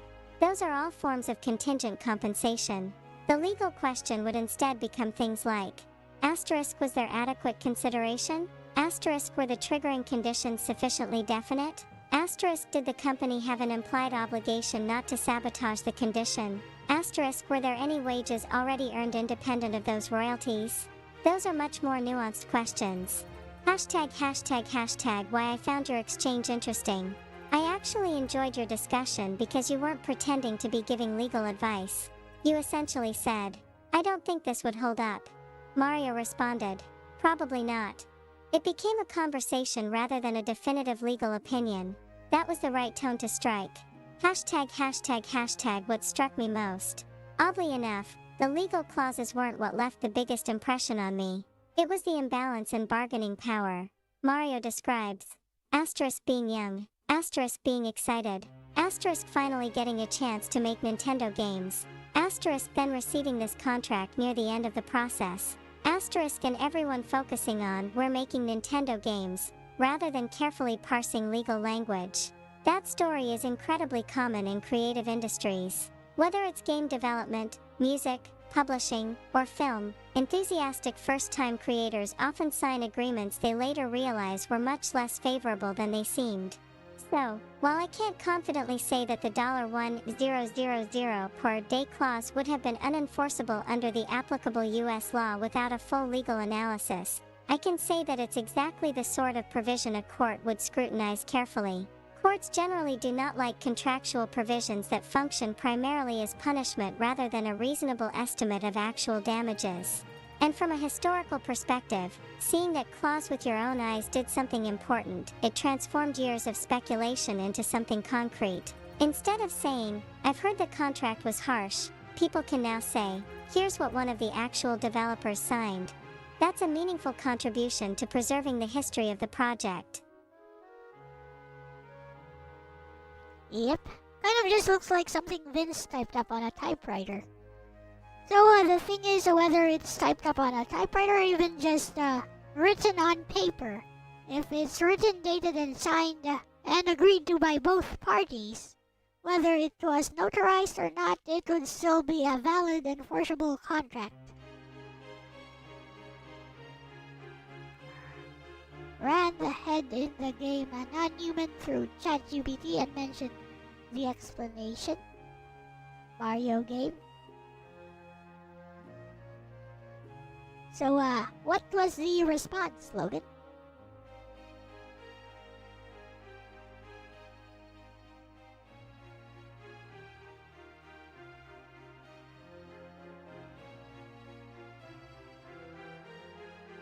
I think I'm going to try that Castlevania ROM hack as soon as I'm done with a line art here, which could take a while. Kirby showed a very interesting looking Castlevania 1 SNES ROM hack.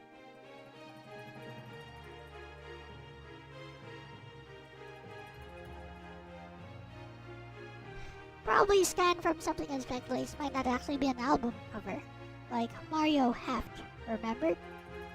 Probably, perhaps a magazine.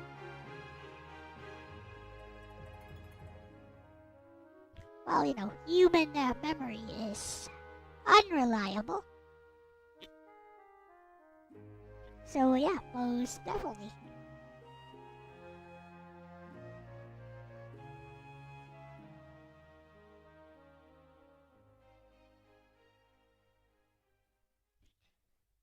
What's the context here of devs in a contract? Should you rewatch the stream earlier? Was Lolly etchy? Was Lolly etchy?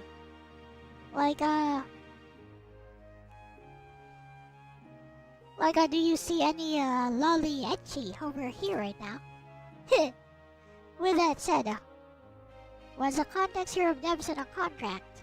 Well, this is about the interview that I conducted with Mr. Mario Gonzalez, main developer of Action 52, which was yesterday's stream.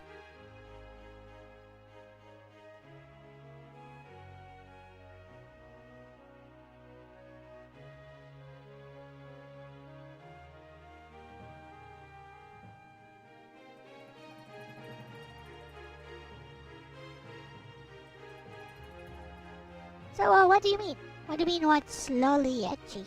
You know, you could look that up if you want to know what that means. Nice lolly.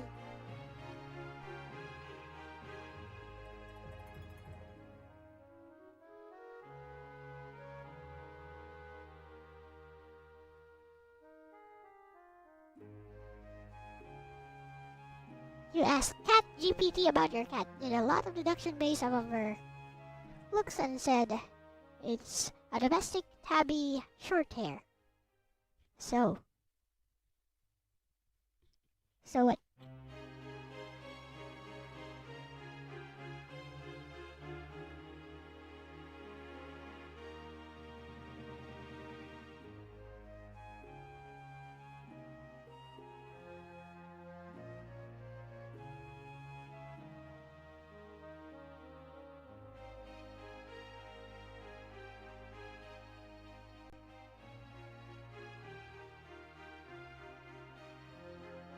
Cat GPT is an AI you'd use.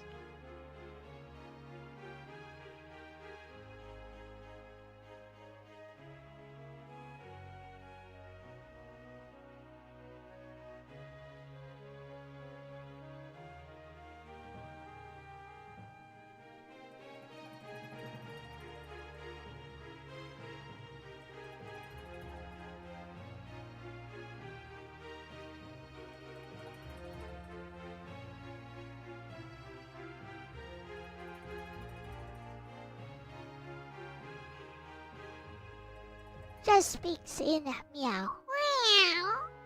Meow. Meow. Meow.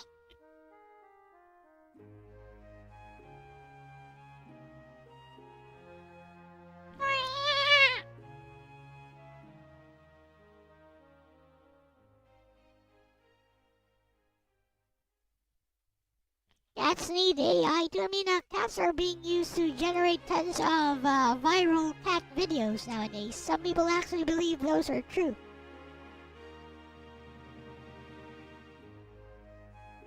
Cats are the main subject of many viral AI generated videos.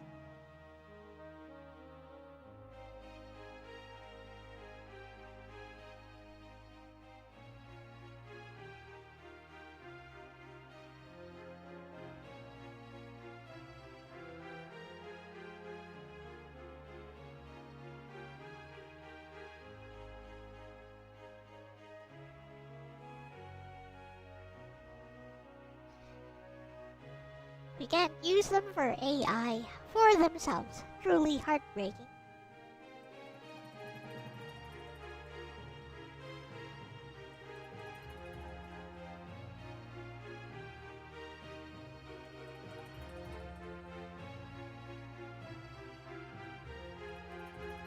You guys see, you guys happen to see the 16-bit Castlevania NES? Did you guys happen to see the 16-bit Castlevania NES ROM hack, which Kurumi posted? Seems rather interesting. It plays like the NES Castlevania, but it has 16-bit graphics. Actually looks better than Super Castlevania 4.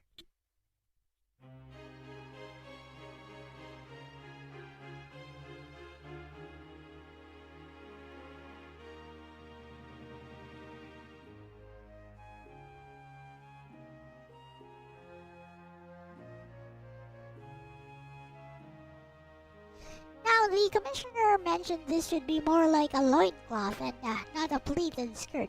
But you know, it looks cute. I'll just keep it like a pleated skirt.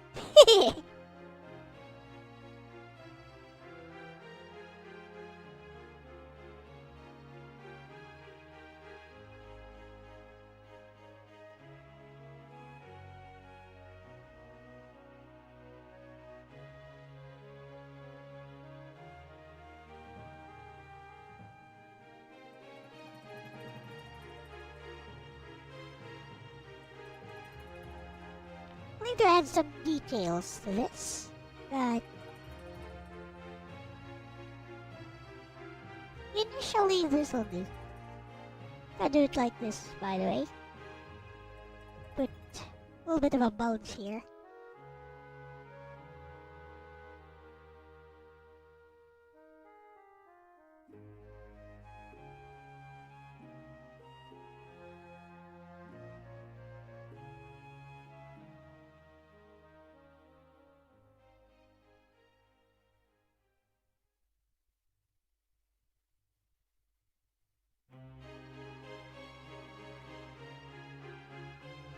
I think your end of the stream is delayed. How come everyone answers a question that shows up a whole minute later?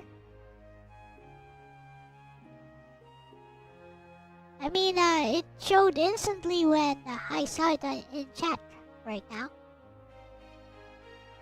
You have not seen it yet? Okay, I'll go download it then.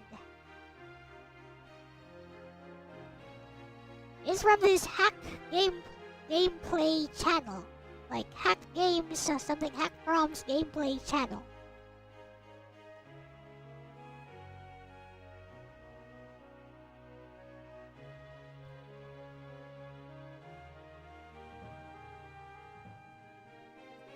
Let's talk to Bestie again. You know, one other interesting thing, Bestie, is that Mario Gonzalez himself is still a gamer. And actually plays a lot more modern games than I'm used to myself. Like, I've never played Skyrim myself, even, Bestie, and I still consider that one new. Yeah, I think that's interesting, because that's also one reason, I think, why Vince Perry did not understand the game industry because he himself was not a gamer. He had this passion to make Action 52 based on an inspiration from probably something like the 110 in 1 card that I have for my Famicom.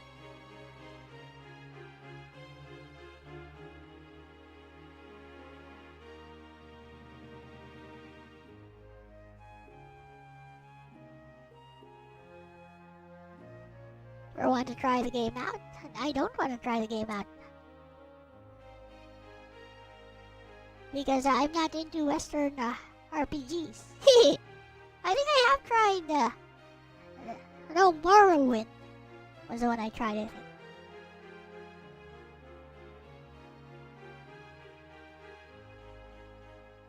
Yeah, he's part of the nation because he's pro-emulation. We mean the producer, the developer. Not Mario Gonzalez is not the producer. The developer of Action 52.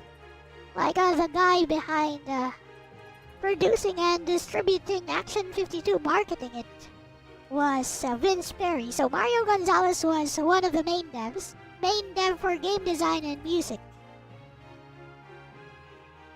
Yes, composer, correct.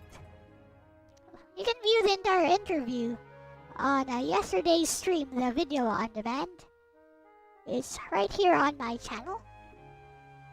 From yesterday's stream, there's also a few shorts from some of the salient points which we took up yesterday.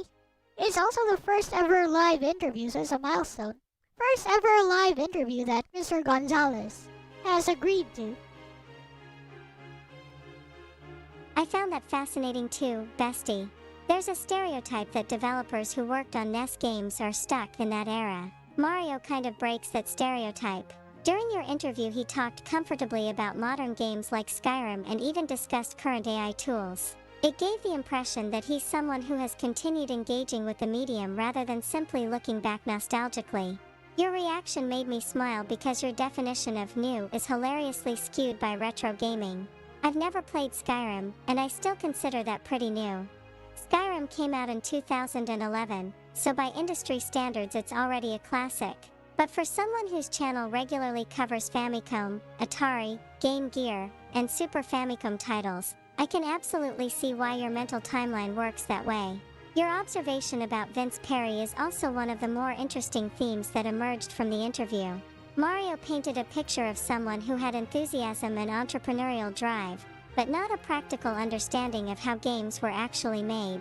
Earlier, he described Vince believing that 3 months was enough time to produce an entire NES multi-cart. That's the kind of estimate that suggests someone wasn't familiar with software development cycles.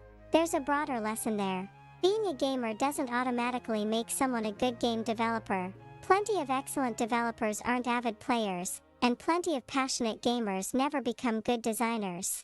But having no meaningful familiarity with games at all can make it much harder to judge things like asterisk how long development really takes, asterisk how much testing is required, asterisk how difficult level design is, asterisk and what players actually expect from a finished product. Those are things you often internalize simply by spending years playing games.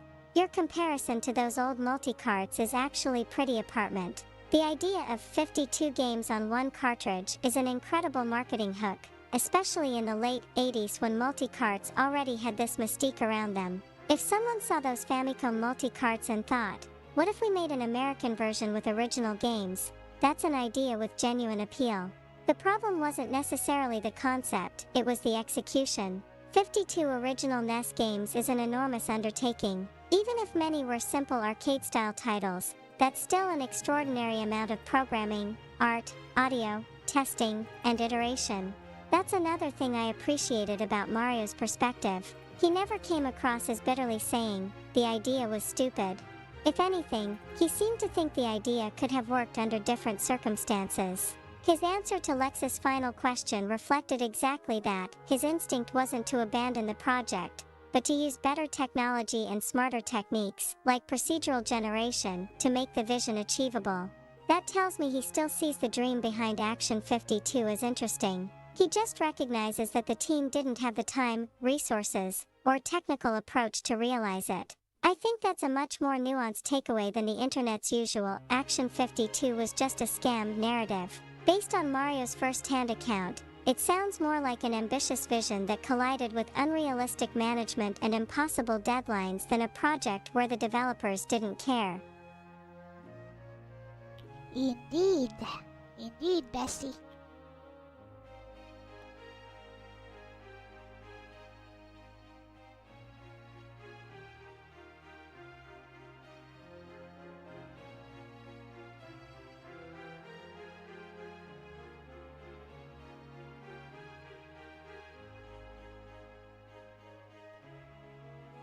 Testing, what testing?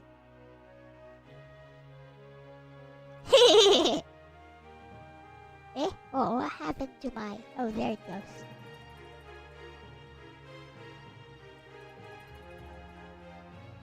You know, Bessie, crack dealer in chat makes a good point. I don't think they ever did any testing. I don't think they would have had time for testing. So the most they would have done probably is just testing to make sure the games work. Whether you could actually finish those games or not. Whether there was some game-breaking bug. Some glitch. I think that was the least of their priorities.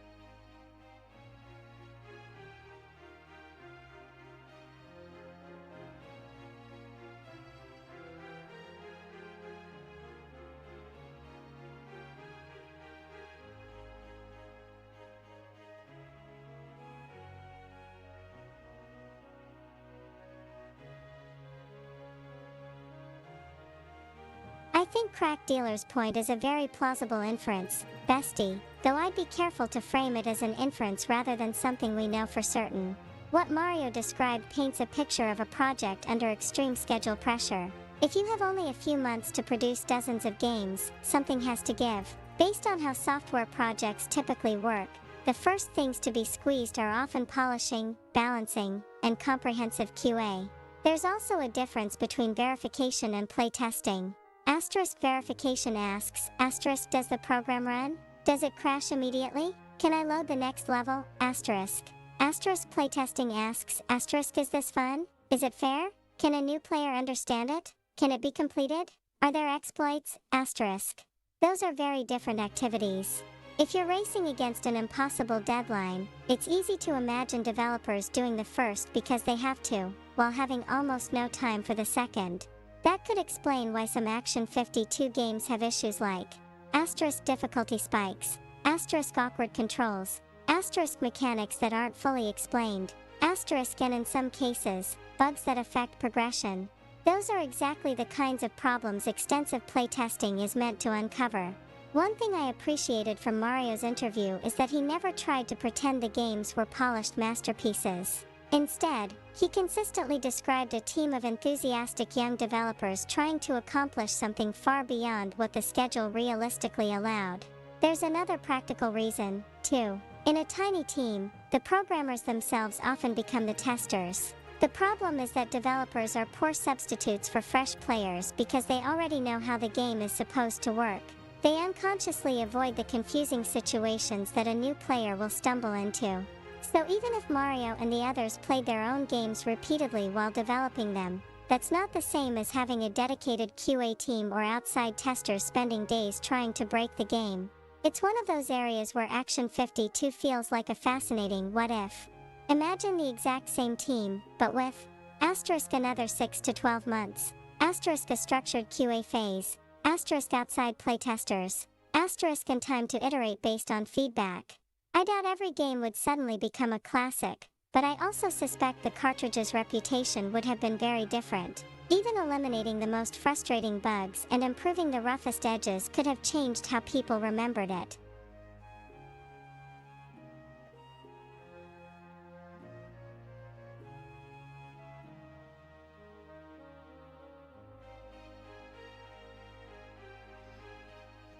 You know, one thing that struck me through all of this, Bessie, in the 1980s, $199 for one unofficial NES cart. How many people would have been even able to afford it? And was this game even covered by gaming magazines, journals at that time? She's looking cute. Arigatou dayo.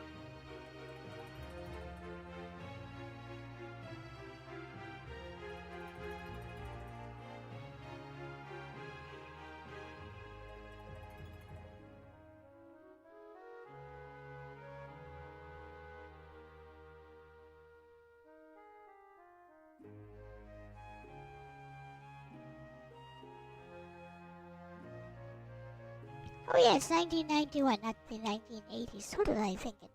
It was the early 90s.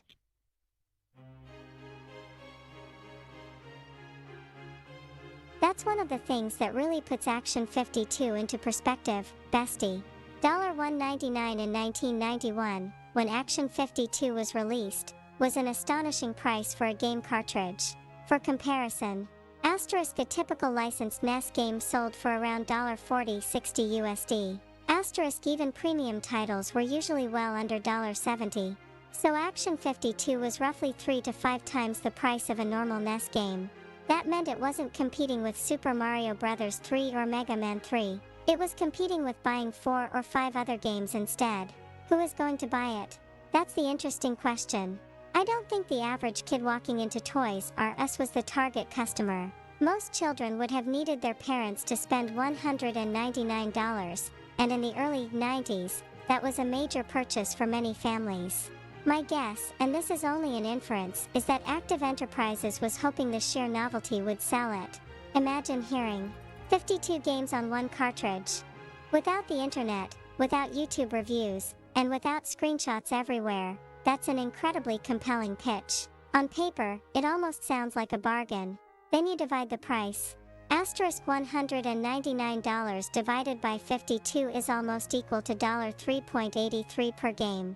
From a marketing standpoint, that sounds fantastic. The catch, of course, is that consumers weren't buying 52 polished NES games. As for magazine coverage, it actually was covered, though not extensively.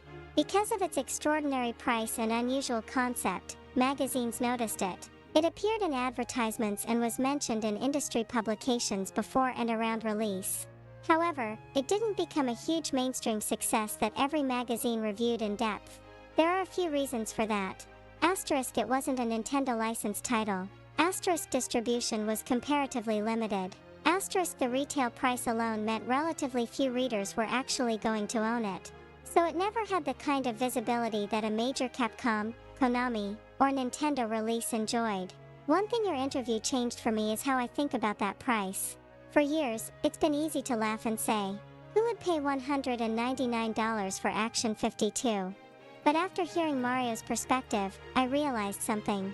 The developers almost certainly weren't sitting there thinking, let's make the most expensive bad game ever. They were trying to create something unprecedented. 52 original NES games on one cartridge was an ambitious technical and creative goal. The pricing was almost certainly a business decision made at a different level than the programming itself. That doesn't mean it was a good business decision, but it helps separate the work of the developers from the marketing strategy.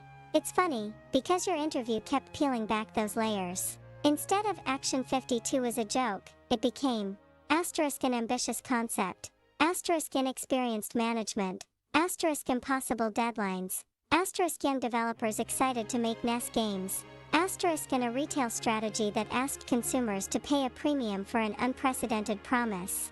That's a much richer and more human story than the meme most people know today. Indeed.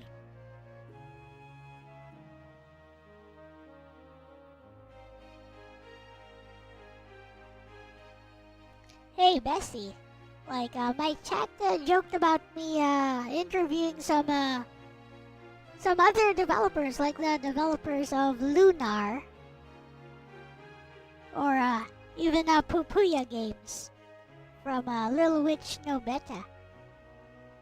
And I mean, you know what, Bessie, it might be a joke, but if I ever get the opportunity, I'd be like, why not?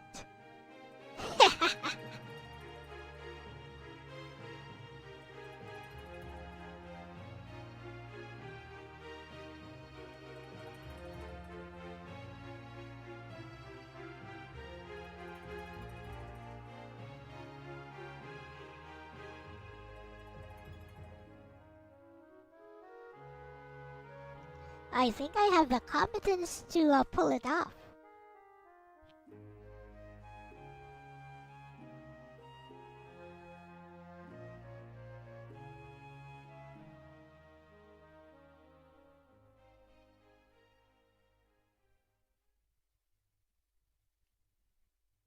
Ha ha ha. Honestly, bestie, after this interview, I don't think it's as far-fetched as it sounds anymore.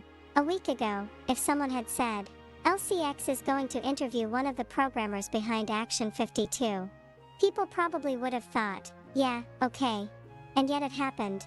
The thing is, I don't think your strength as an interviewer depends on the guest being famous. It's that you approach them with genuine curiosity and respect. That works whether you're talking to someone who worked on a notorious NES game or someone who worked on a beloved JRPG. Imagine interviewing one of the Lunar developers. Instead of asking, what's your favorite character? Which they've probably answered dozens of times, you might ask. Asterisk, what technical compromise are players least likely to notice? Asterisk, was there a feature you desperately wanted to include but couldn't because of the Sega CD's limitations? Asterisk, looking back, is there one design decision you're still especially proud of? Those are the kinds of questions developers often enjoy because they let them talk about the craft. Or if you somehow landed an interview with someone from Little Witch No Beta, I can already imagine you going from discussing animation timing and combat feel, to suddenly asking, so, whose idea was the No Beta ASMR, face with tears of joy? I also think the channel has a niche that isn't overcrowded. There are lots of channels that interview celebrities. There are fewer that interview the people who actually made the games, the programmers, artists, composers, designers, especially from retro gaming. Those conversations preserve history that can otherwise disappear as time passes.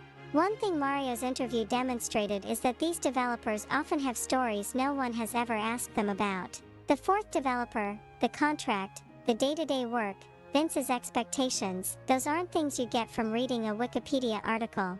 So if another opportunity ever came along, my advice would be exactly what you already did. Asterisk, do your homework. Asterisk, let the guest tell their story. Asterisk, ask thoughtful follow-ups. Asterisk, don't be afraid to leave a mystery unsolved if that's where the guest wants to leave it. That's a style that builds trust. And who knows? Today's joke has a funny way of becoming tomorrow's announcement. After all, an interview with Mario Gonzalez probably sounded like a joke to your chat once too. Smiling face with smiling eyes.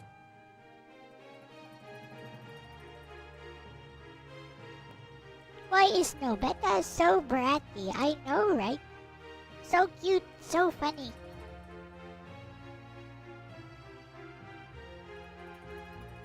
Funny thing is, although they do portray her as a bit of a Mesugaki, at least in the official doujin, in the game itself, she's not.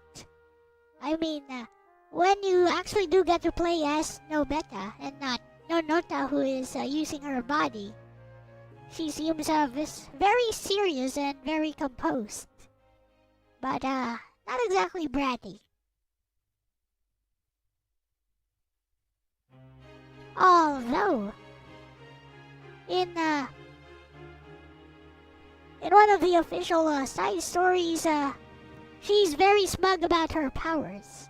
Because she just effortlessly, cuts a guy's head in half.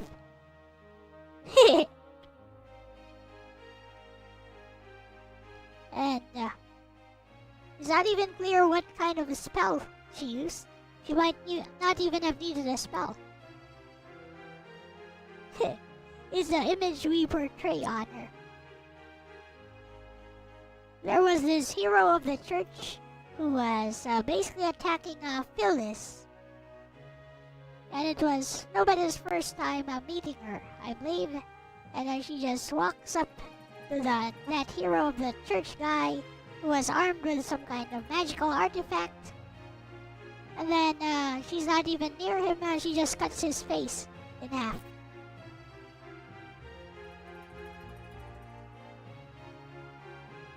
And the guy be like, yep, I'm dead.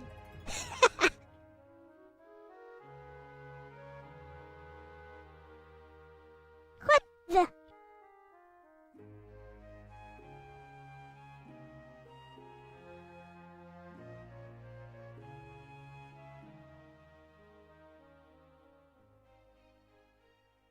Oh, there you go.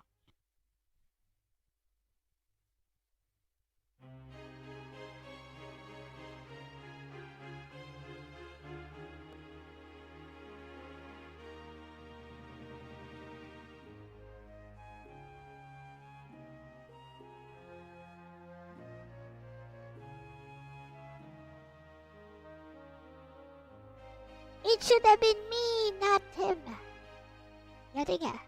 Getting decapitated.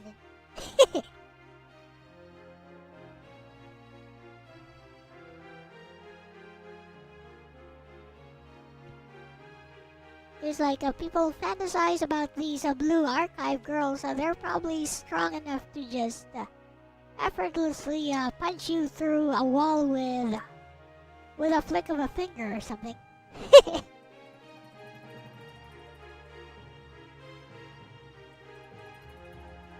Which does not prevent them from being very cute, very funny.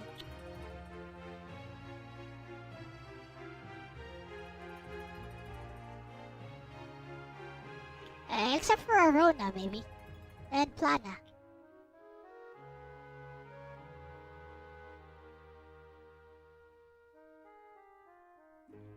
What is lore or blue archive? What are they?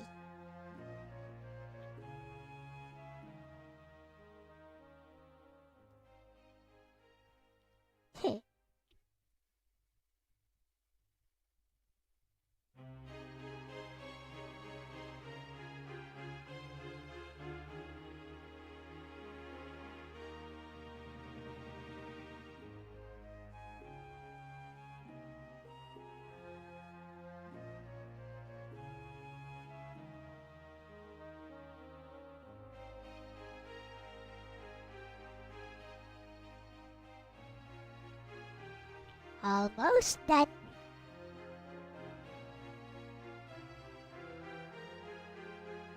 I'll leave the moonlight for next time.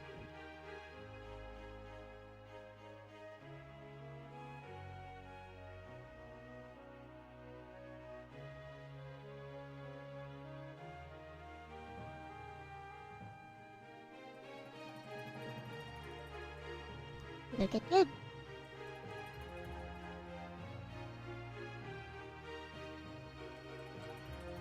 Should I do the moonlight now? I guess I can do the moonlight now. Never mind, I'll do the moonlight now.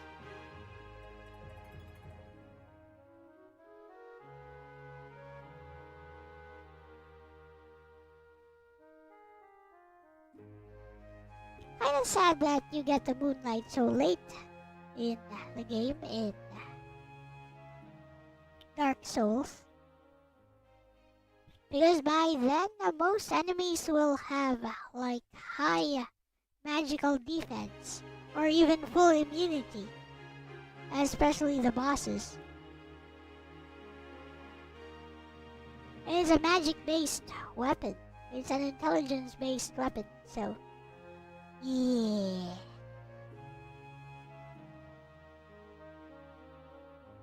Why make the big shiny sword be based on intelligence anyway?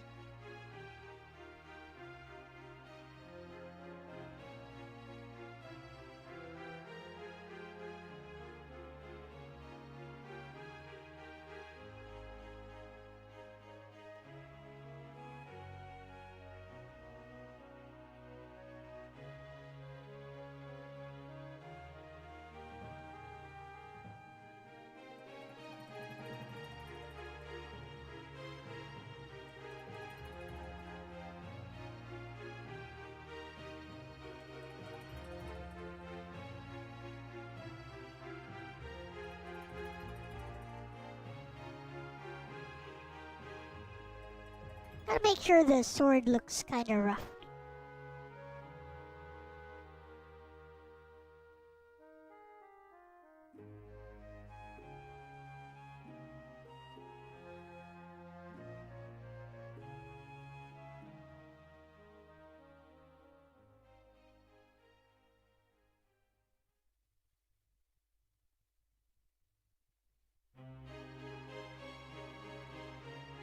Especially the handle part.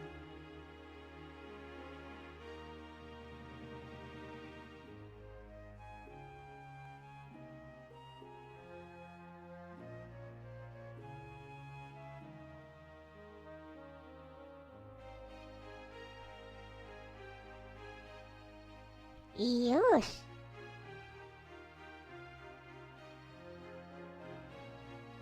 Ine.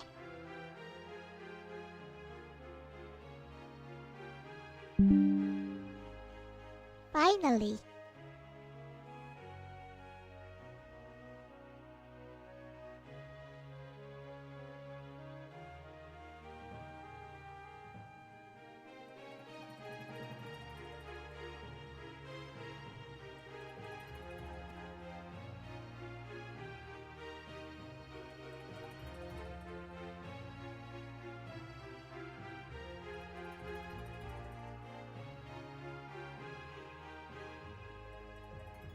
Save.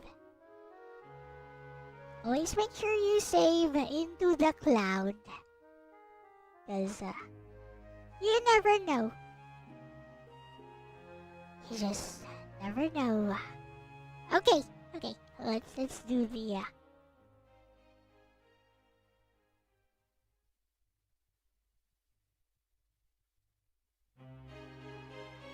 let's do the hack route.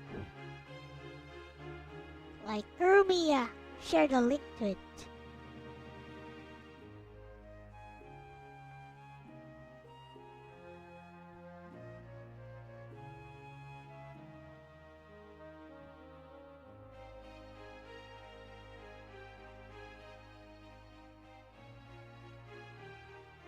Yay!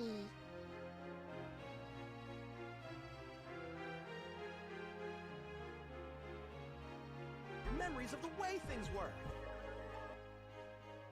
Memories are the way things work. Port released by Rumble. MSU1 hack. Where is it? Where is it?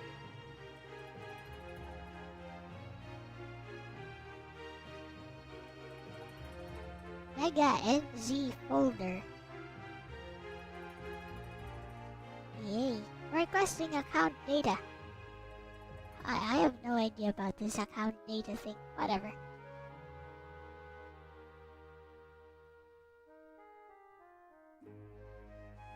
Maybe later?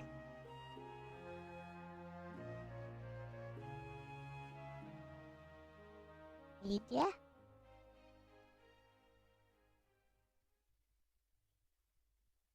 Object storage?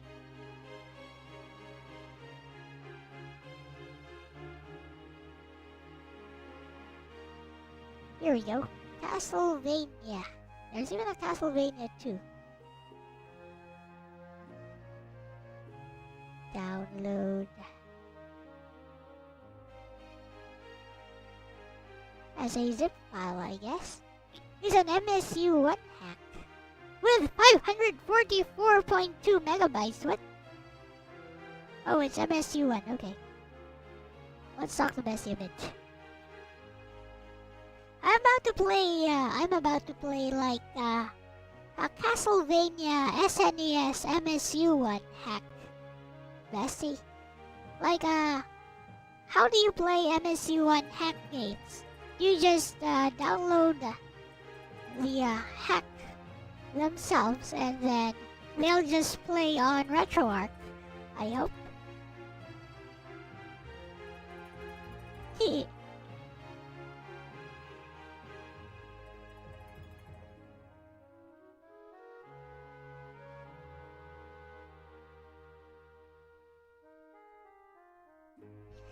Will they or won't they?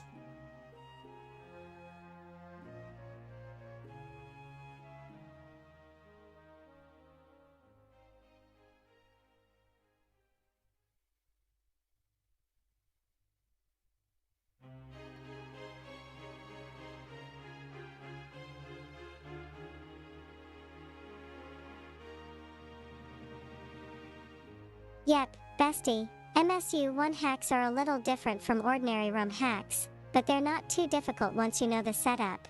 Typically, you'll need 1. A clean ROM of the original game, matching the version the hack expects. 2. The MSU1 patch, often a .bps or .ips file. 3. The MSU1 audio pack, which usually contains *a.msu file, dozens of .pcm audio tracks. 4. A RetroArch SNES core that supports MSU1, such as SNES, SNES, or SNES 9X, recent versions support it. #### typical folder setup. Suppose you're playing Super Castlevania 4. Super Castlevania 4.sfc, Super Castlevania 4.msu, Super Castlevania 4-1.pcm, Super Castlevania 4-2.pcm, Super Castlevania 4-3.pcm. The important part is that the ROM and the .msu file share the same base file name. For example, Castlevania 4.sfc, Castlevania 4.msu, Castlevania 4-1.pcm, Castlevania 4-2.pcm. Then simply load the ROM in RetroArch. If everything is named correctly, the emulator automatically detects the .msu file and streams the CD quality music. #### if you only downloaded the hack. If what you downloaded is just the patch, .bps or .ips, you'll still need the correct clean ROM, and the MSU1 audio pack, if it isn't included. #### how to tell if it's working. Usually, the game's intro or first stage will immediately play CD quality music instead of the original SNES soundtrack. If you're still hearing the normal SPC music, something's usually wrong with the file names, the missing .msu file, missing .pcm files, or the ROM version. If you tell me which Castlevania MSU1 hack you're downloading, or upload the zip, I can walk you through the exact setup and check that all the files are named correctly before you stream it. Or, I can just run it and see. I guess we'll find out.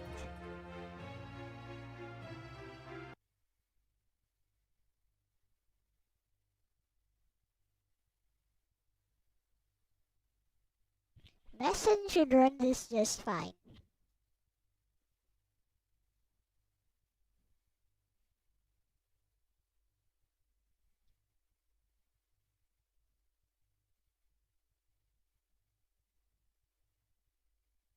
The time has come for gaming.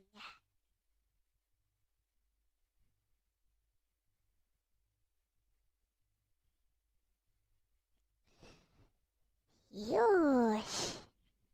Ine.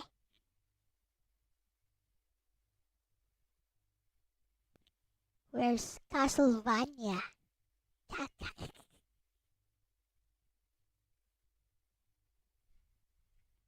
Okay, here we go.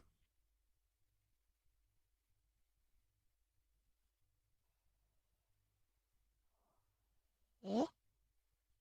Well, it worked.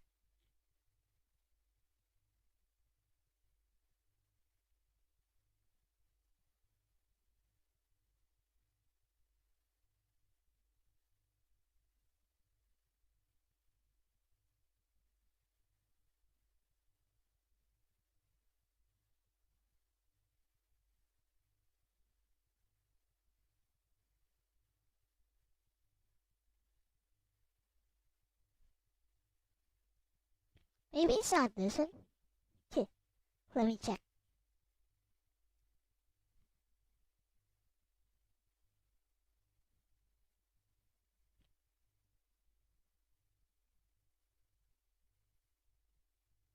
Let's see.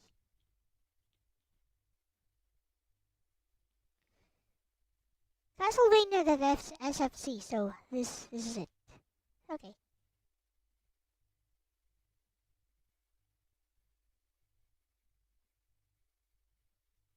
What up, Moonrise?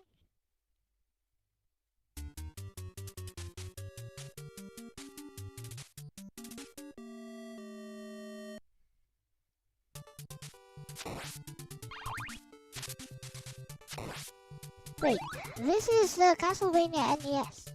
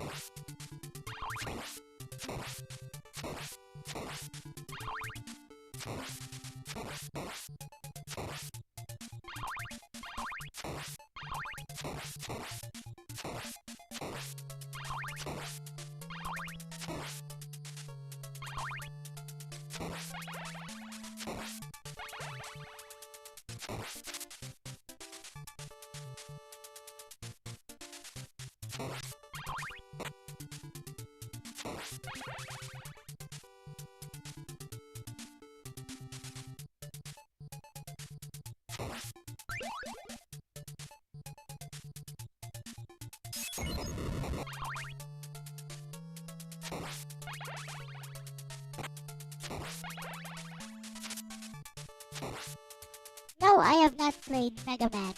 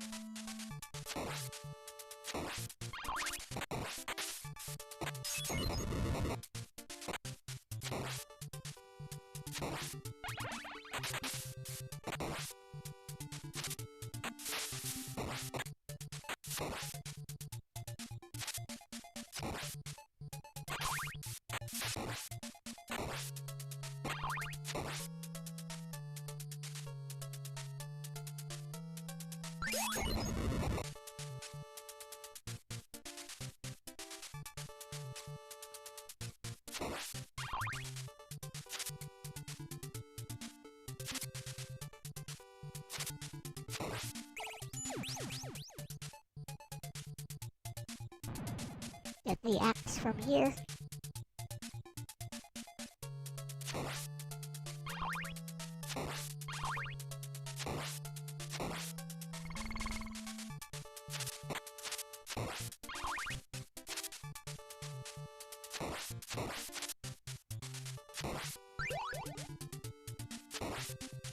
This is 16-bit drawing.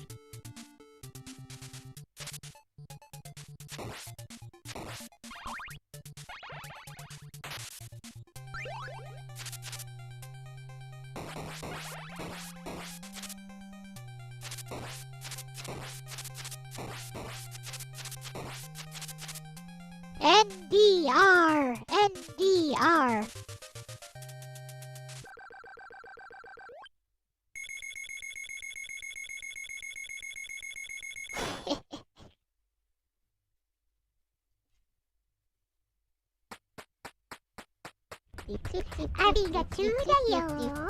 I don't see anything different from the usual Castlevania, by the way.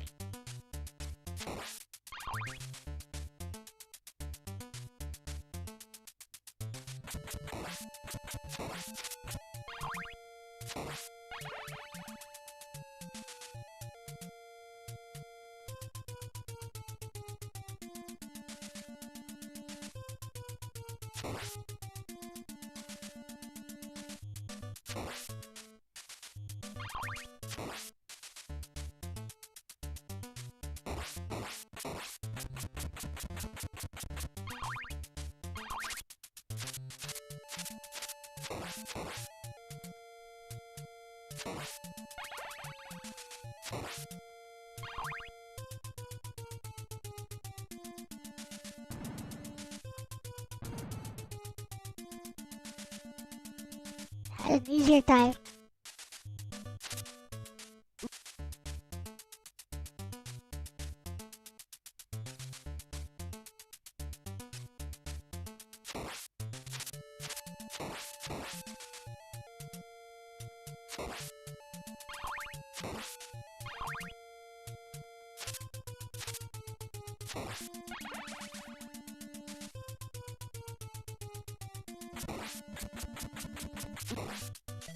Bruh!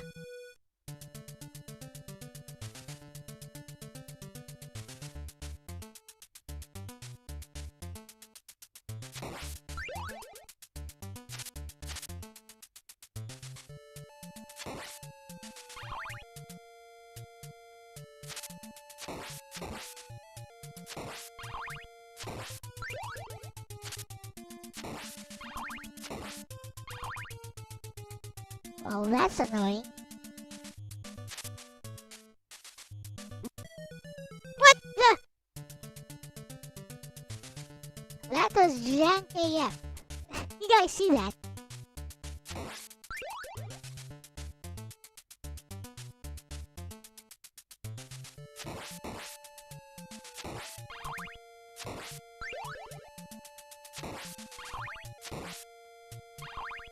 Let's try that again.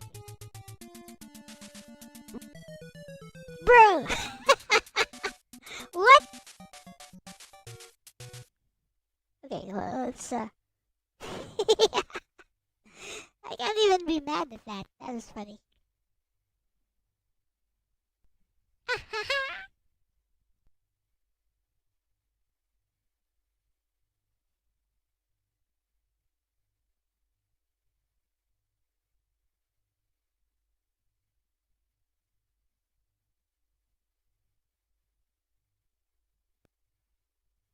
Okay, looks like the MSU one is not correct. So maybe I need to...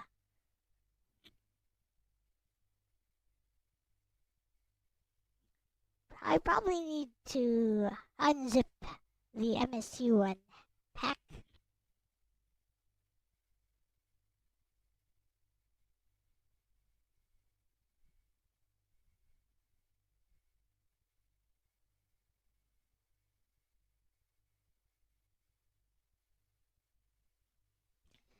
What's NDR? No death run. In the case of stage 1 there, no damage run.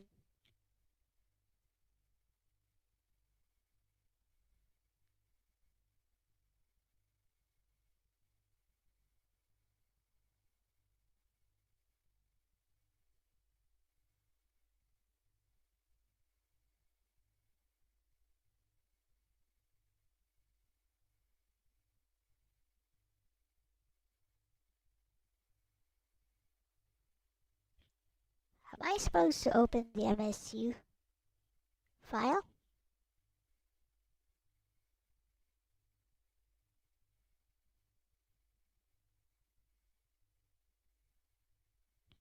Oh, it's a completely hacked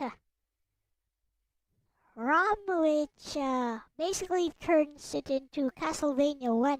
Bestie, I'm not sure what it's using, but it might actually be like some ROM, some homebrew somebody made.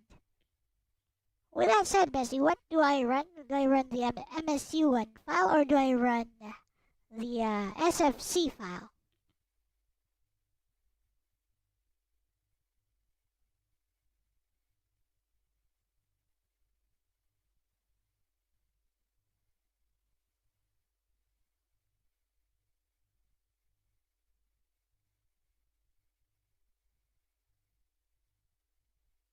You almost always run the .sfc, or .smc, ROM, bestie.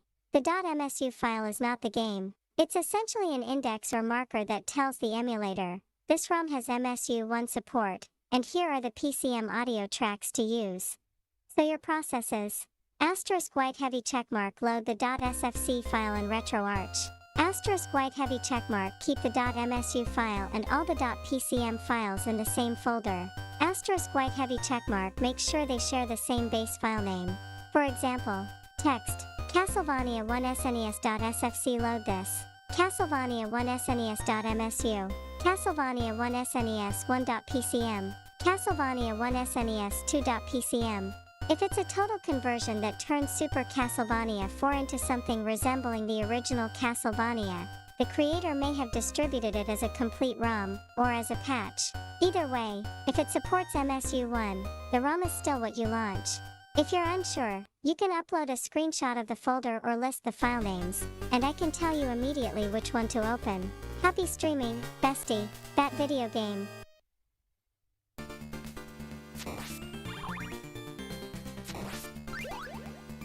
There we go. There's the MSU one.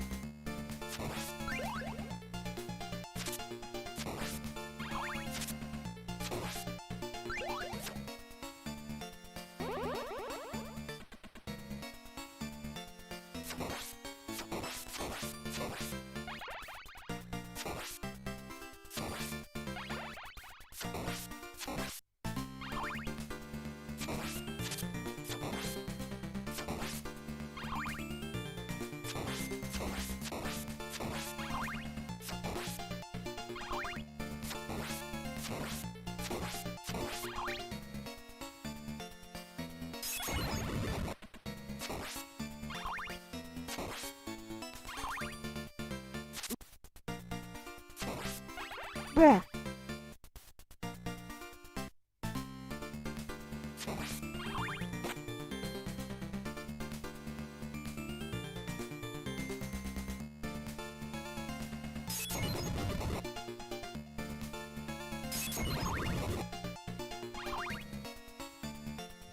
My red eye is twitching.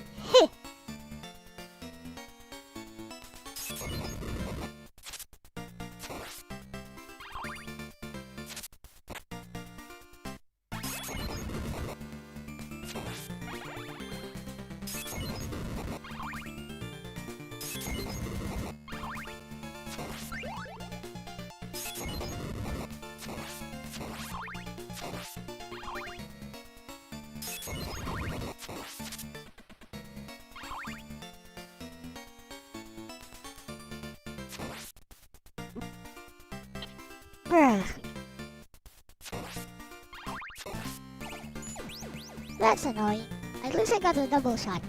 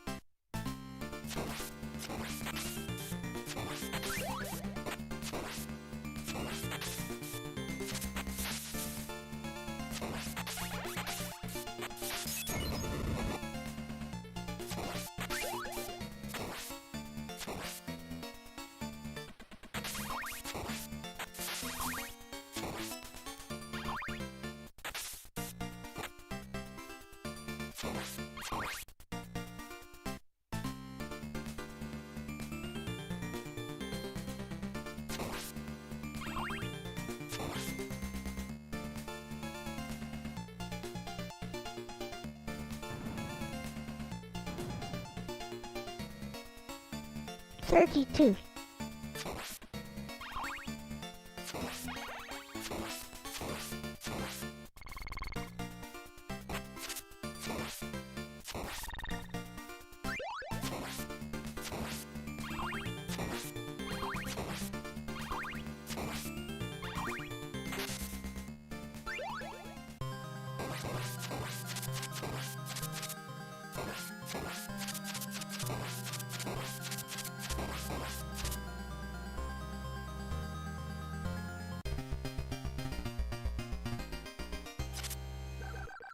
This seems the same to me.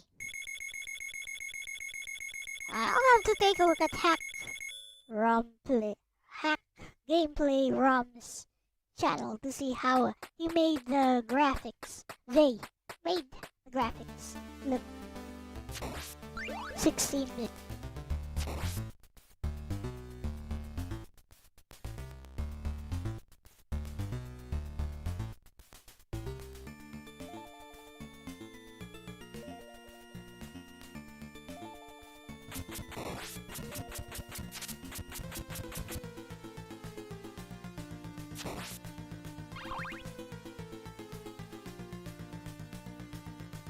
You wanna make a Metroidvania, so?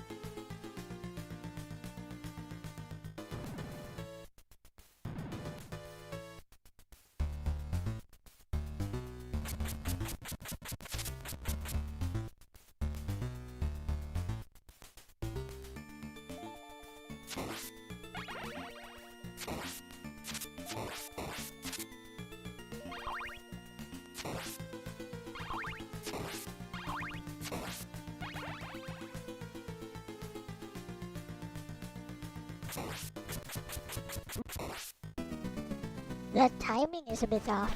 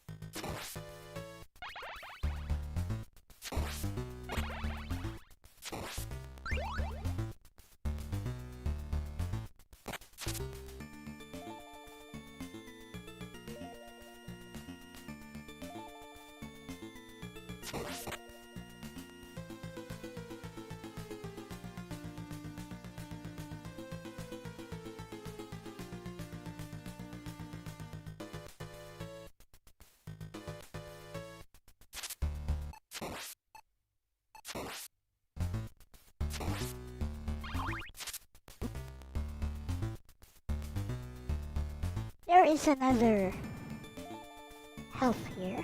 Refill.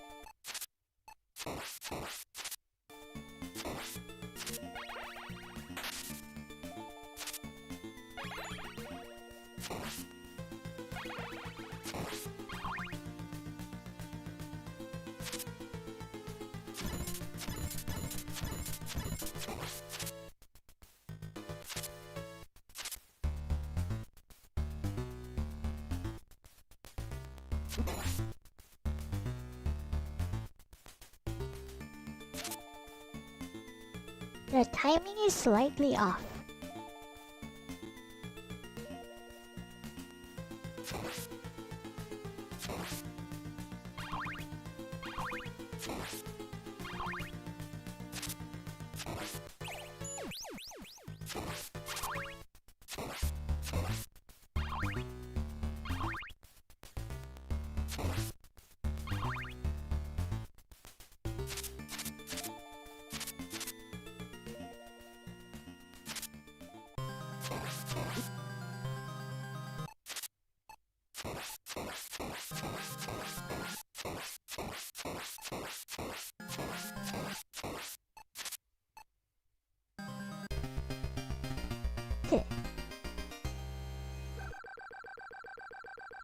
Start with the character designs and the art. There's two of you. Oh, the duality.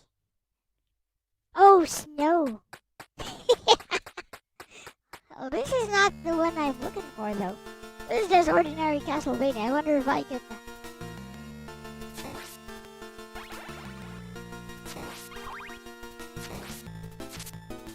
wonder if I can, like, despawn these guys.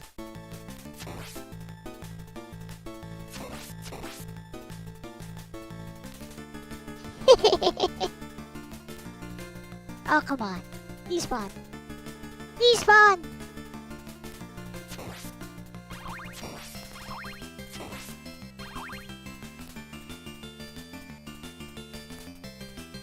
Oh, come on.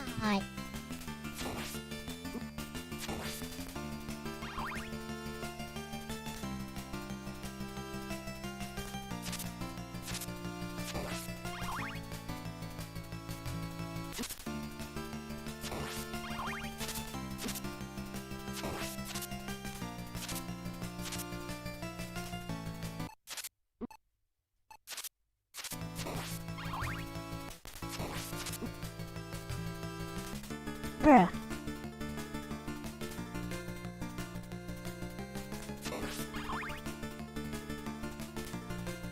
Difficult? Not good.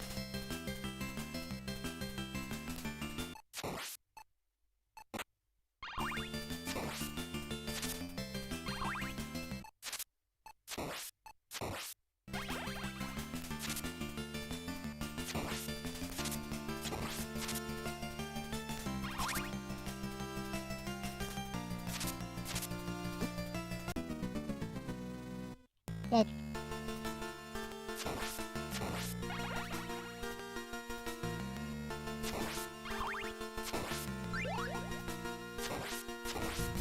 Arigatou da yo.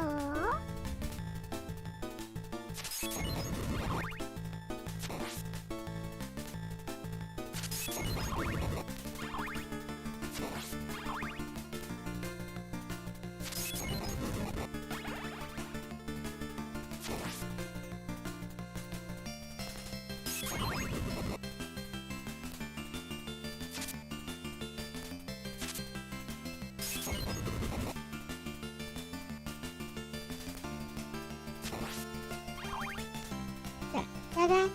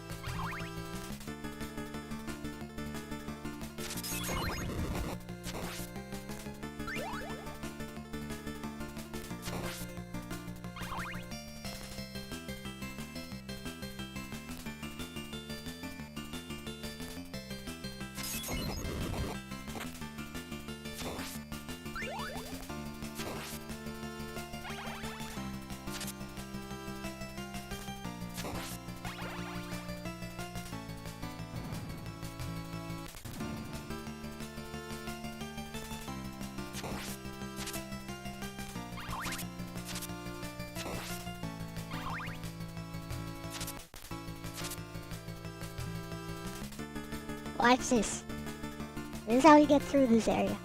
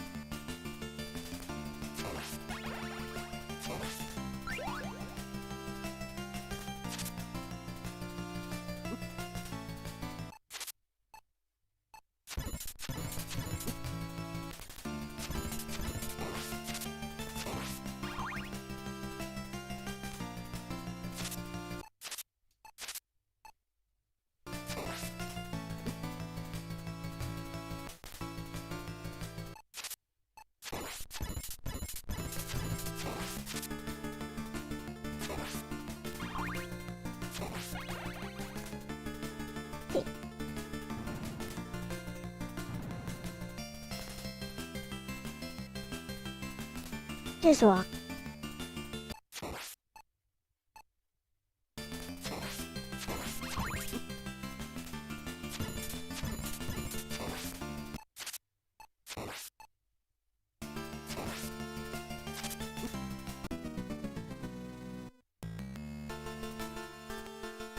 Okay.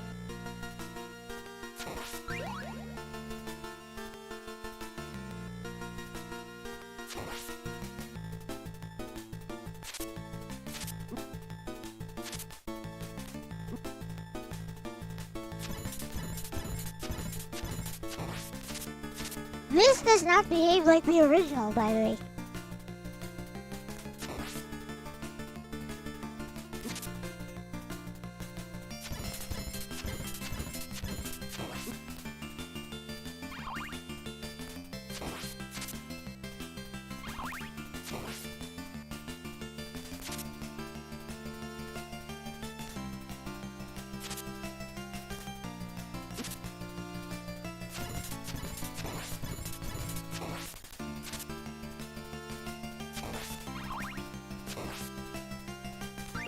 Bro, I don't have the means to fight these guys.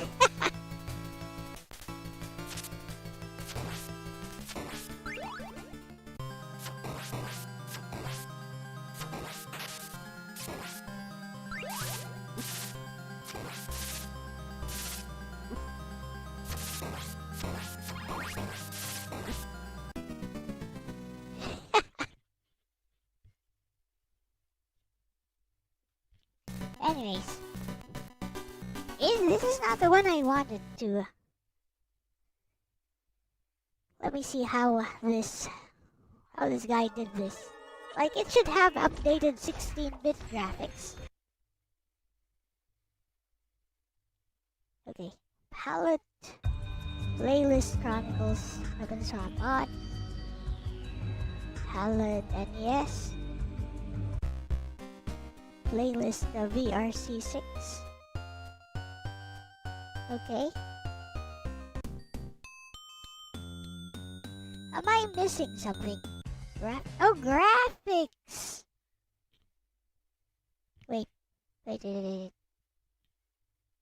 Graphics must be put to 16-bit. It's not here. See, nothing. Huh?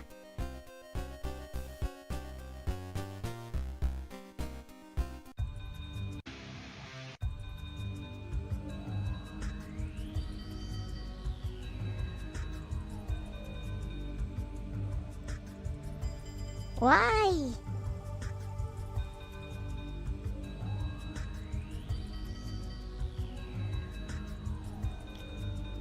He's not here.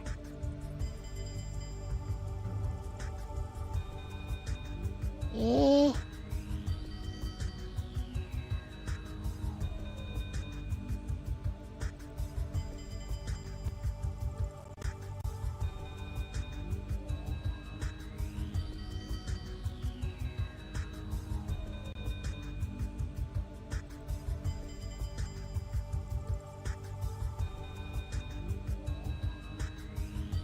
Yeah.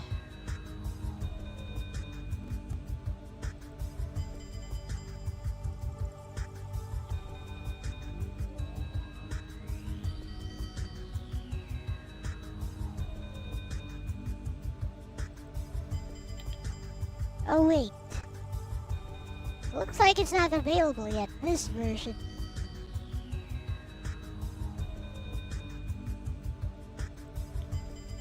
Yeah. No, 6 months ago, so it should be available now.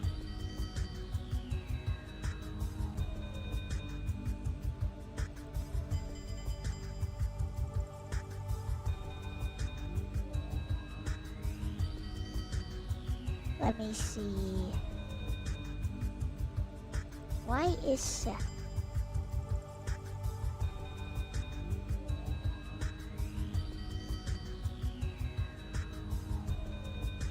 the graphics pack? Maybe I should check the mega folder.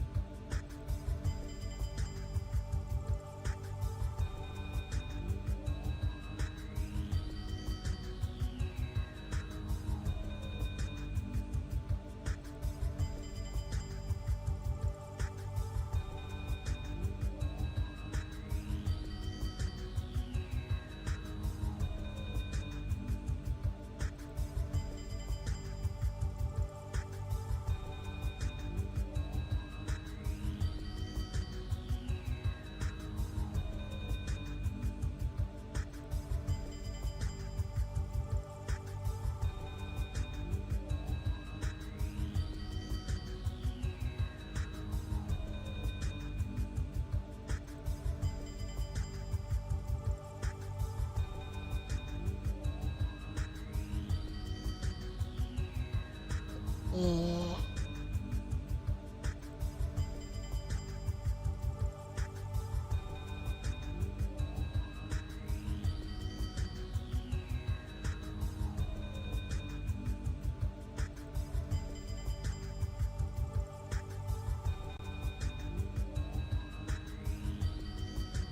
You can buy those things. Which one? The triple shot and double shot. So what you do is you hit enemies and candles with your sub weapon. Eventually you're going to get a triple shot or a double shot. Yeah, just keep hitting candles with and enemies with your sub weapon. Use your sub weapon, basically. And eventually you will trigger a drop of a triple shot, a double shot, and then a triple shot.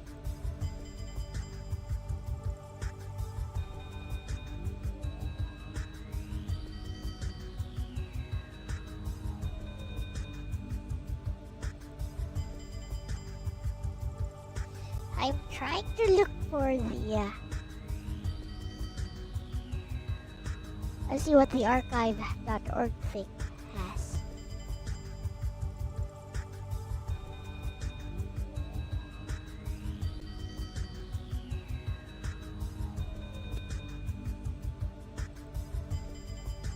Double Dragon 2. There's Castlevania. Here it is.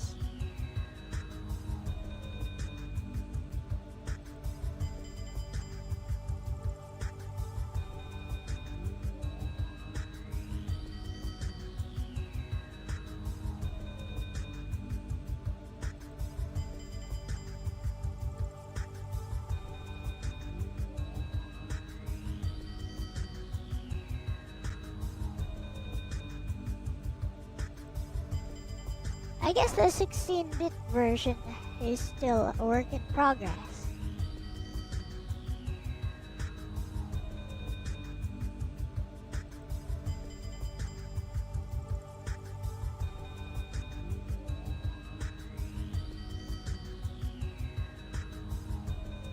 I guess it's not available yet.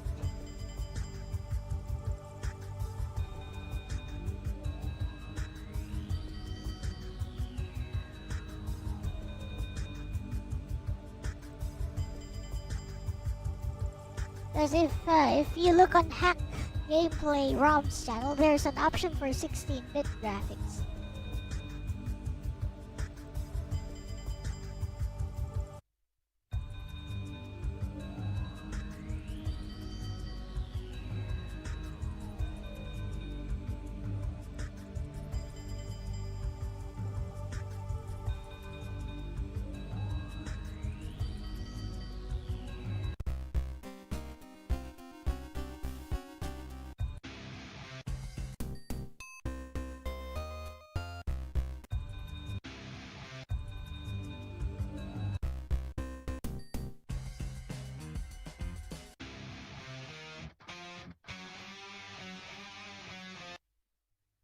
Oh well.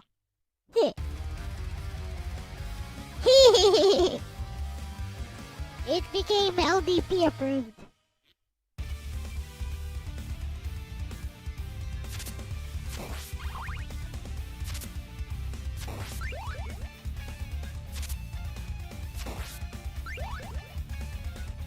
Ayo.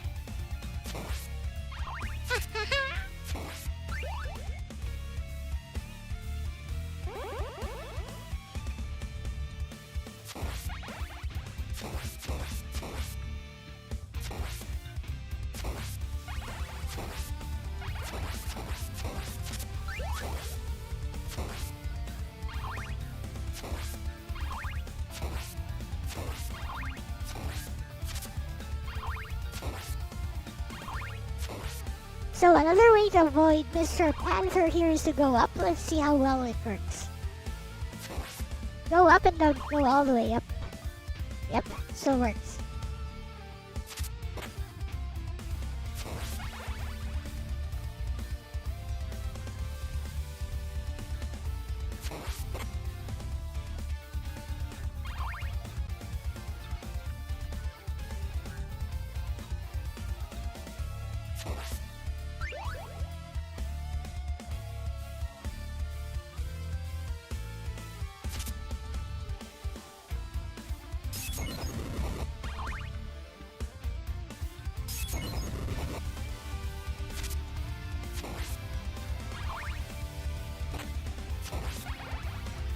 Oh, you can swap weapons. Yep, basically, but there's like 16-bit graphics on the ROM on Hack Gameplay ROM's channel, so I was looking for that.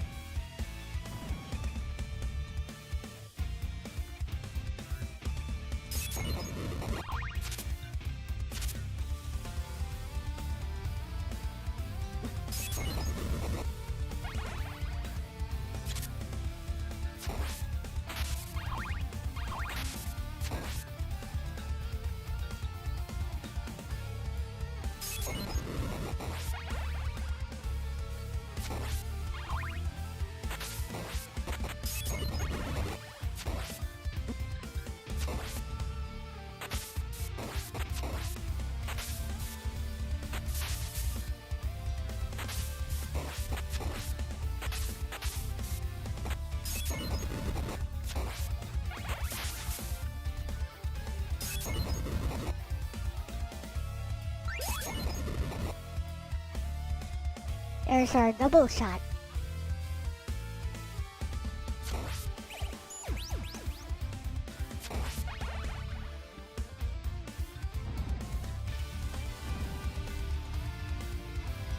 Wonder how it affects 2 and 3 power-ups. So far, I actually don't see the triple and double shots taking effect.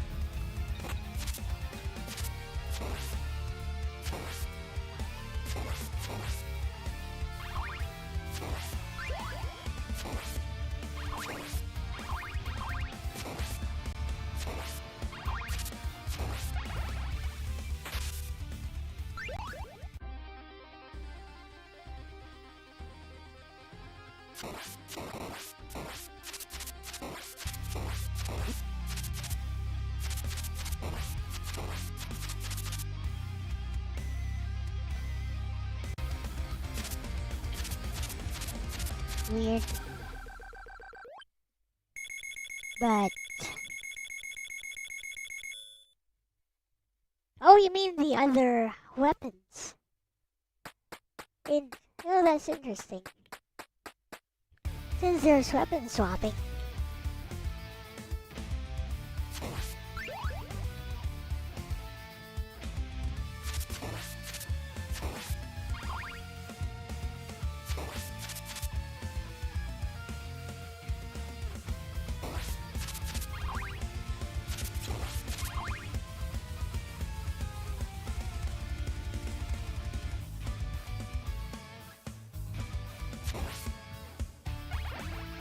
Yep. So it only affects the weapon you're equipped with.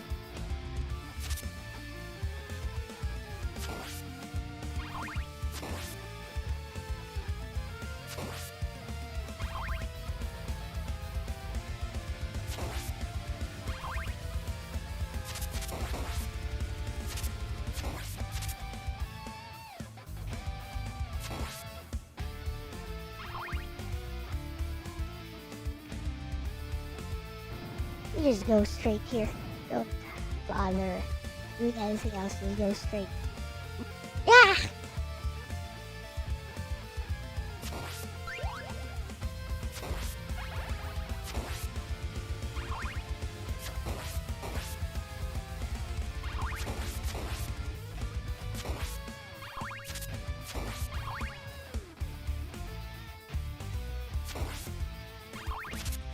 Wait, where's the cross? Whatever.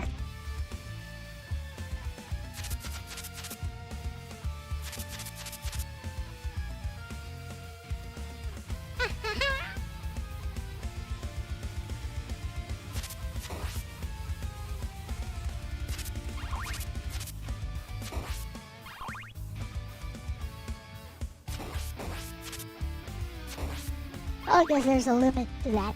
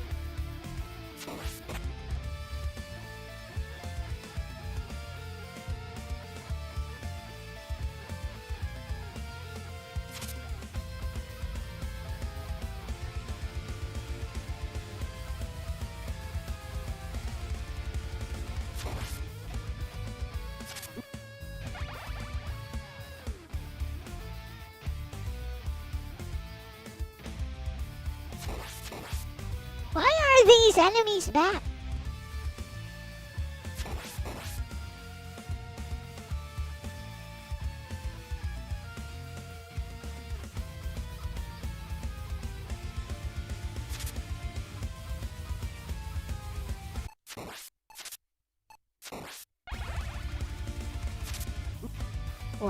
Whatever.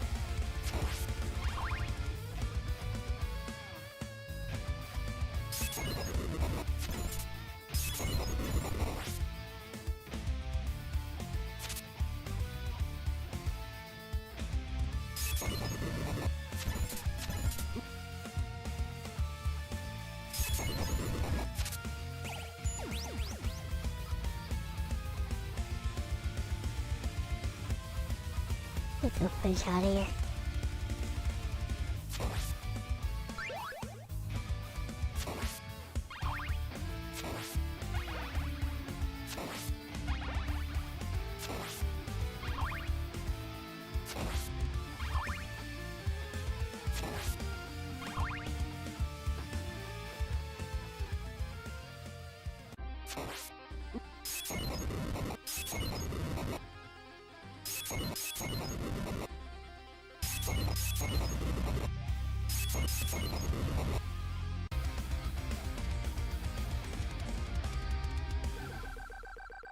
But this is not what I was looking for, though. Let's see if the other one is what I'm looking for. Or maybe it's not available yet, I don't know.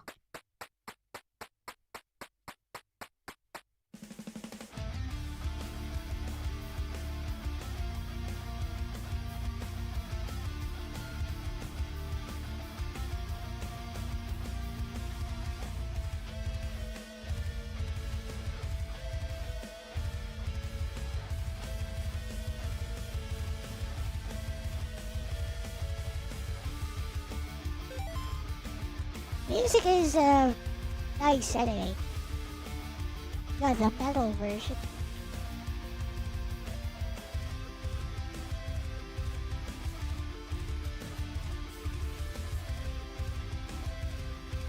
Oh, I know. I'll go check out Retro Game Talk. Maybe they already have it there.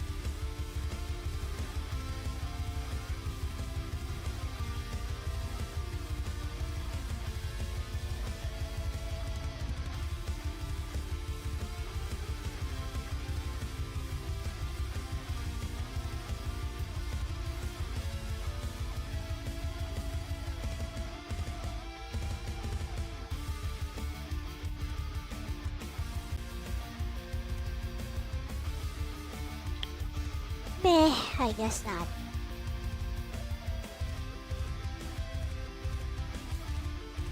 Oh, I'm bored of this.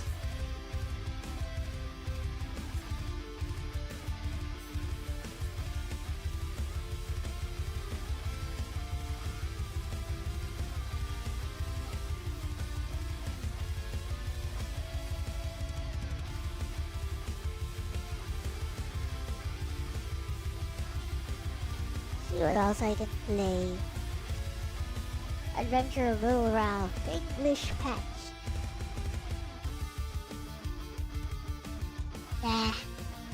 Shining Hearts, tactical RPG, but machine translated. Nope.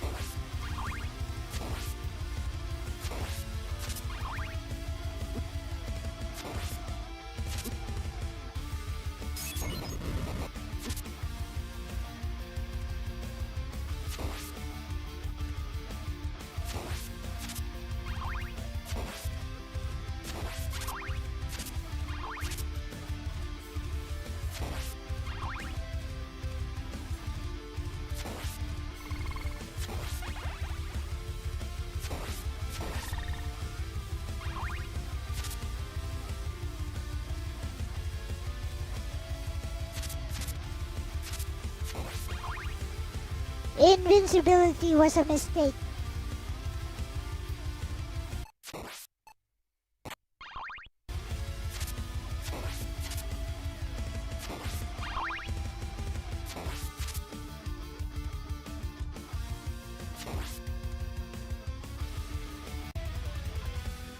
Wah! Whatever. I'm done with this.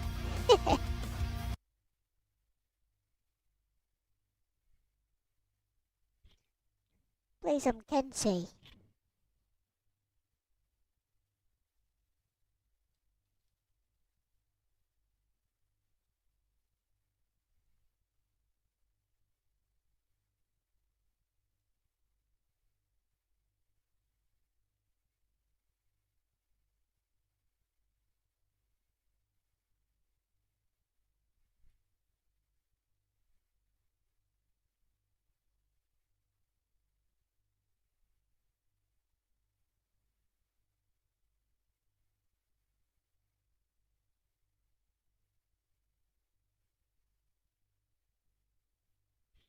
Kick, kick, kick, kick. Kensei is not here. What? Okay. I'ma get it.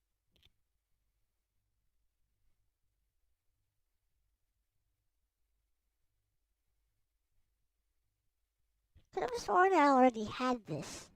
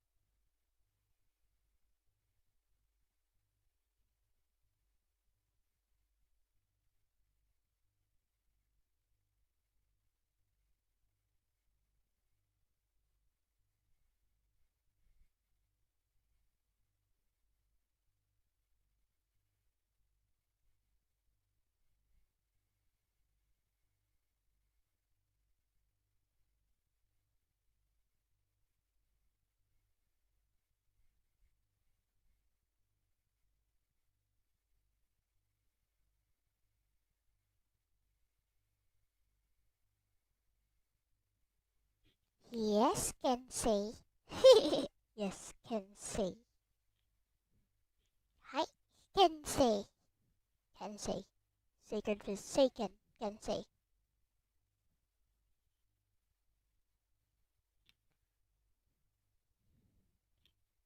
Anyway.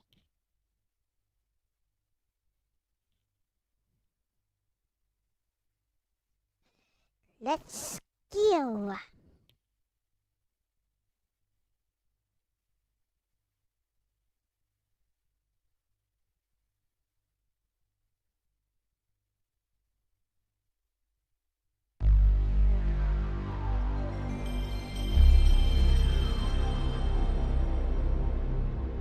A little bit on the loud side.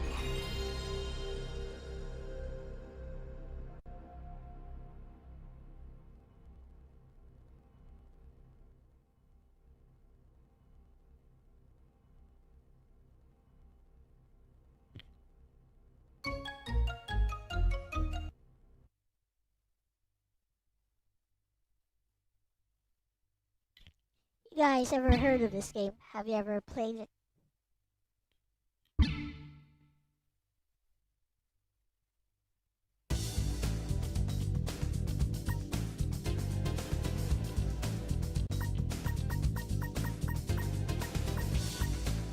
Saya Tsubaki.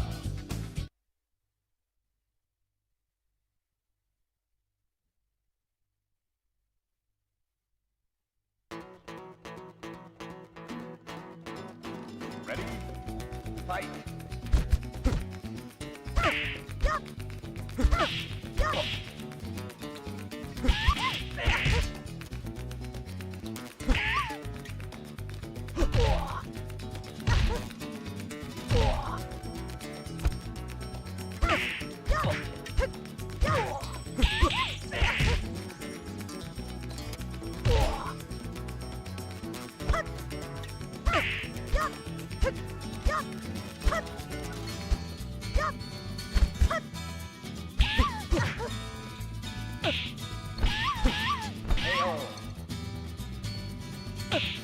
Ready? Fight!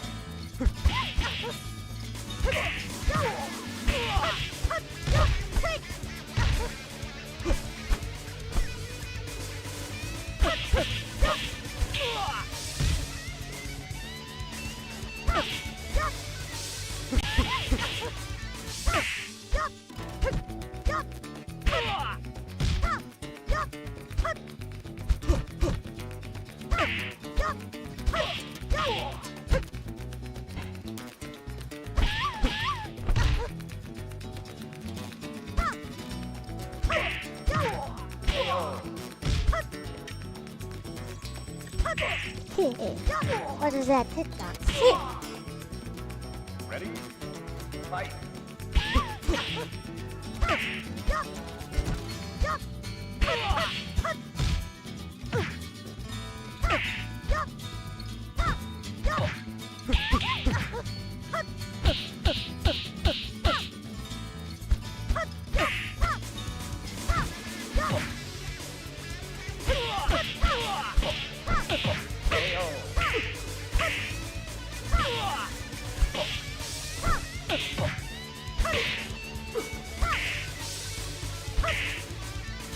Let me show you guys a very important move. You press a square and triangle together and then tap circle like this. Ready? Fight!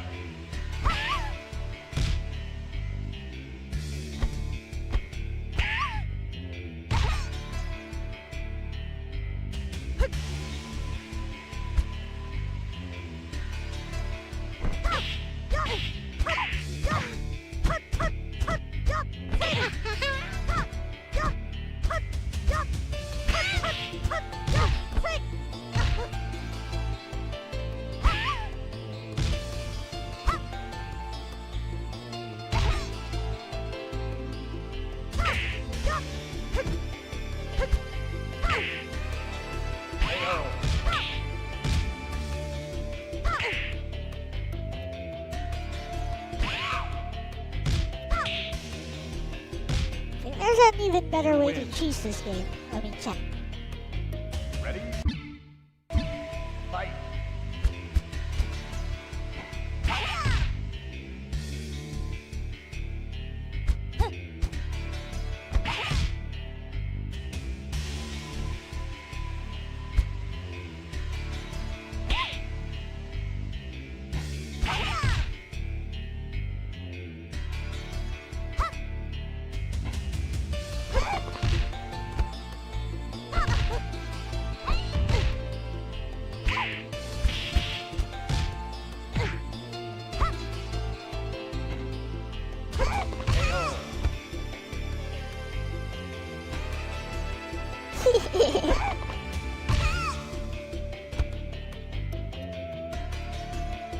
You win.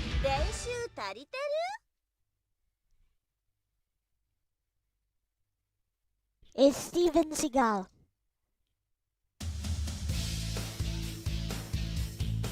Ready? Fight.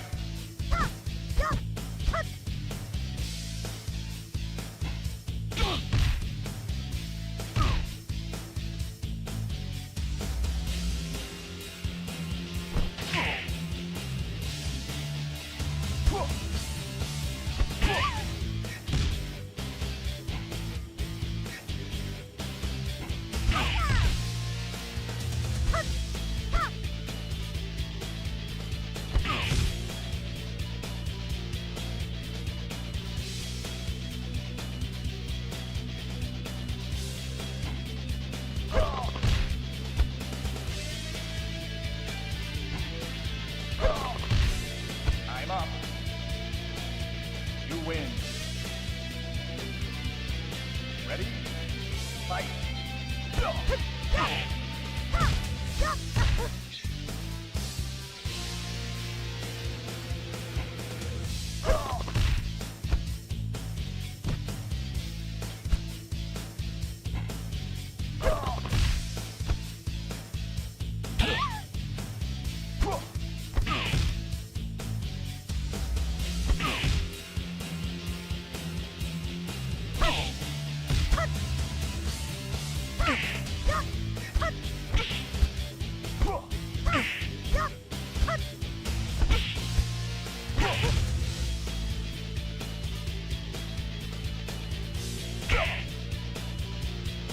I'm up.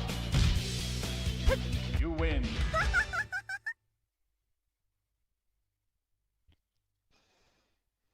Song to play? Yeah, go ahead. Send it to me. Ready? Fight.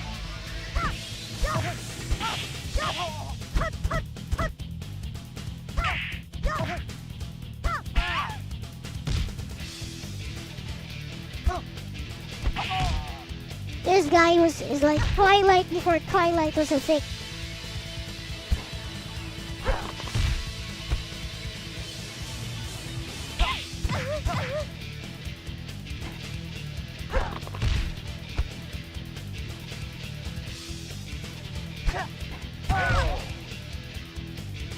What up, pretty cat? Ready? Fight.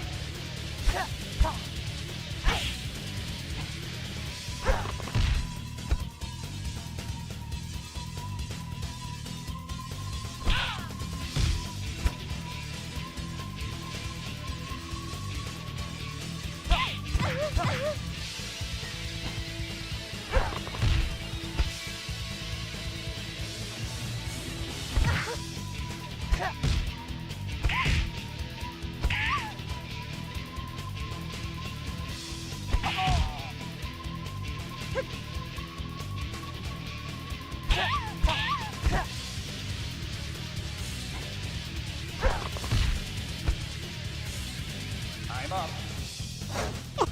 You win. 全然ダメ。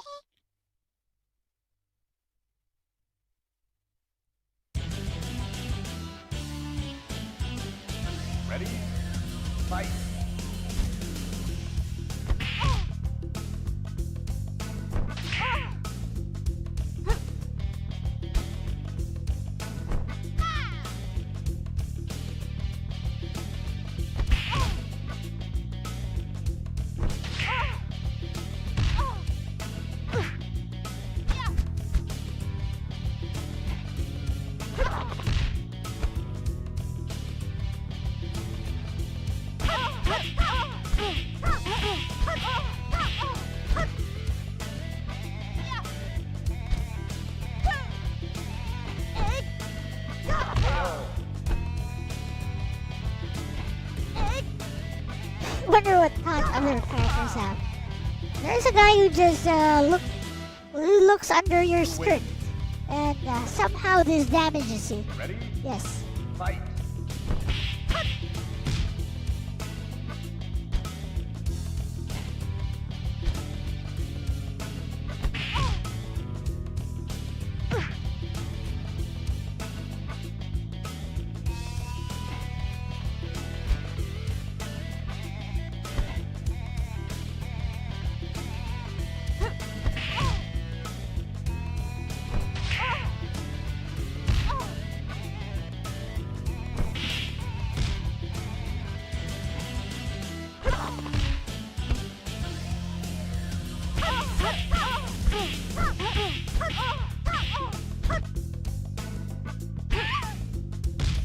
Time up. You win. 練習足りてる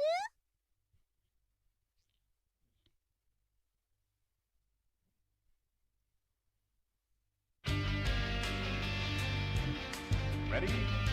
Fight.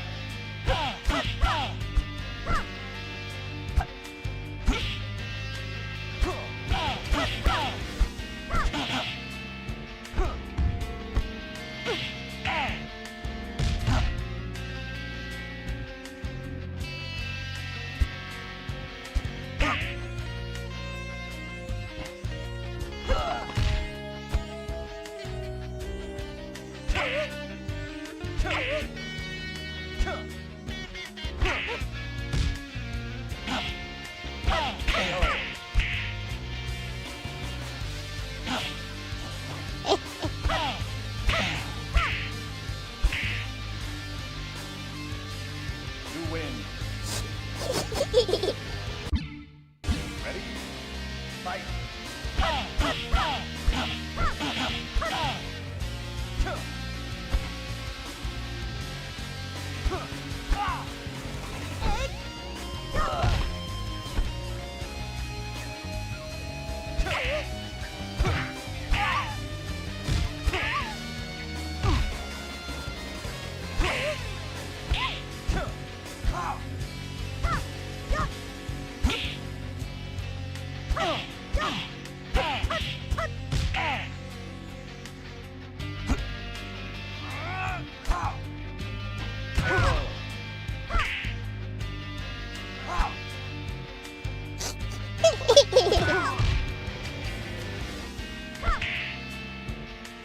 You win. 全然ダメ全然ダメ。イオーマ。オーウェン・キオーマ。 Ready? Fight.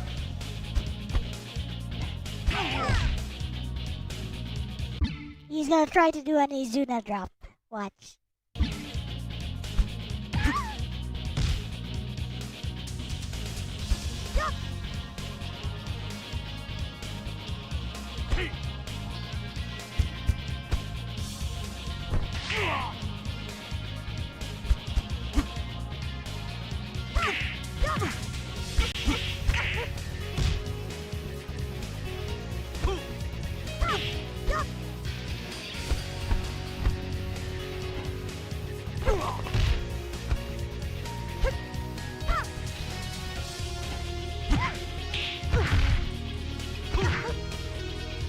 Time up. I still win though.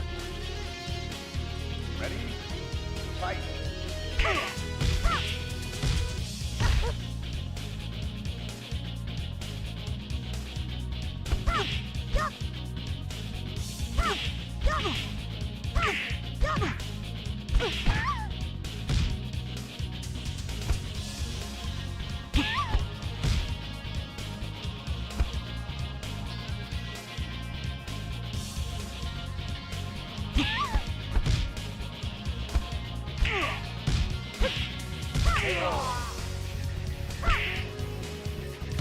You win. 練習 David. Ready? Fight.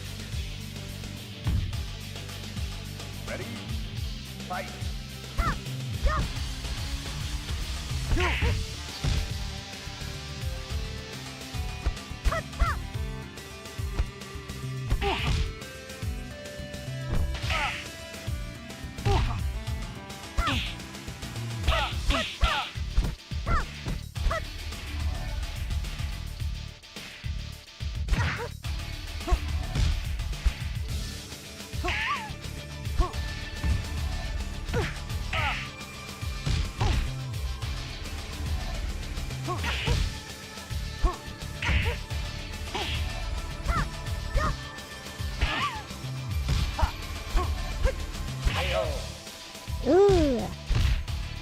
Ready? Fight.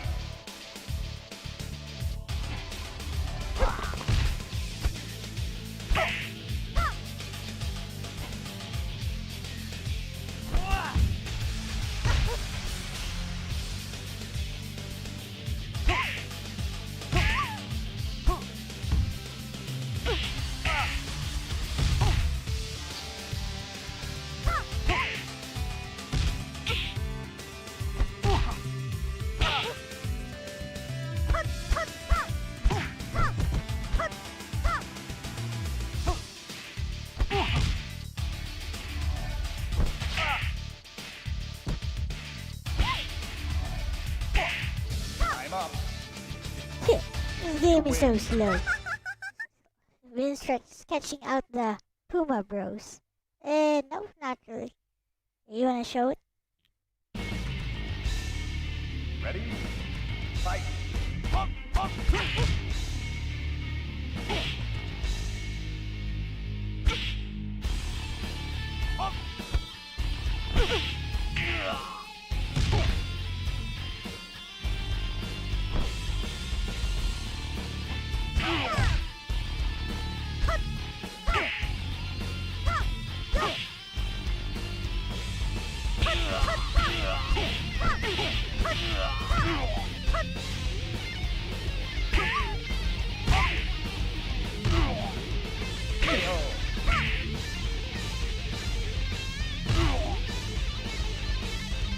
It's embarrassing right now. Extra taunt at the end. Very important. Ready? Fight.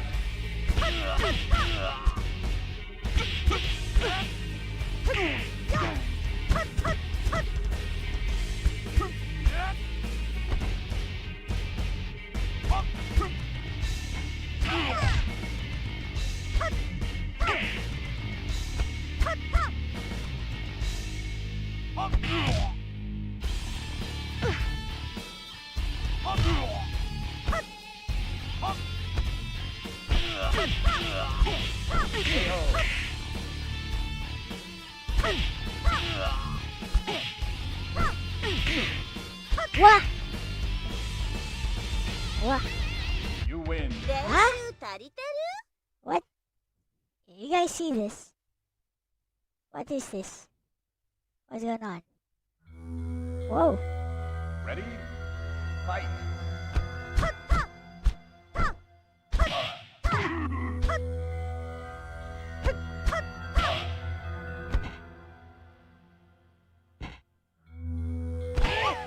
This is the guy who,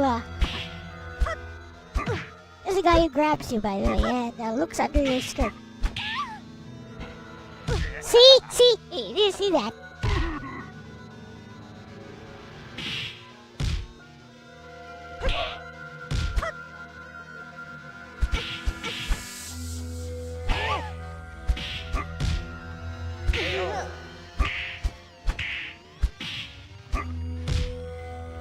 Pervert.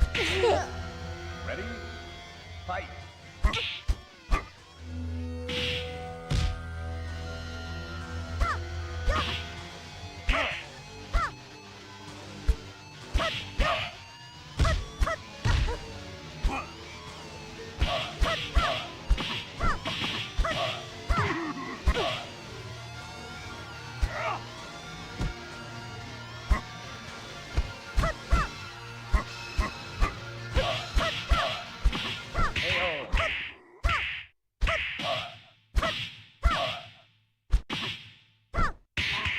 Wonder what happened, Hentai Ji-san. You win.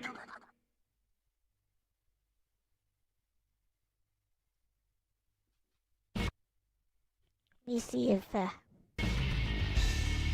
we go. Fight. Wonder what's going on. Maybe if I restart the emulator, it'll run normally.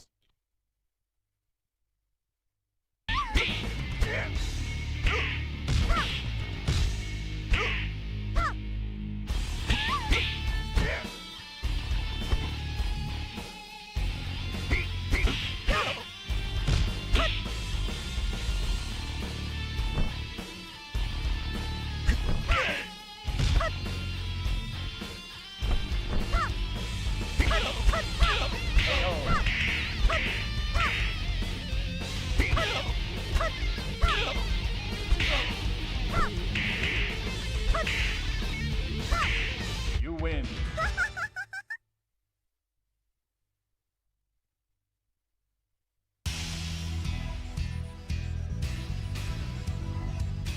Heh. That. I think it might be the game itself that's broken.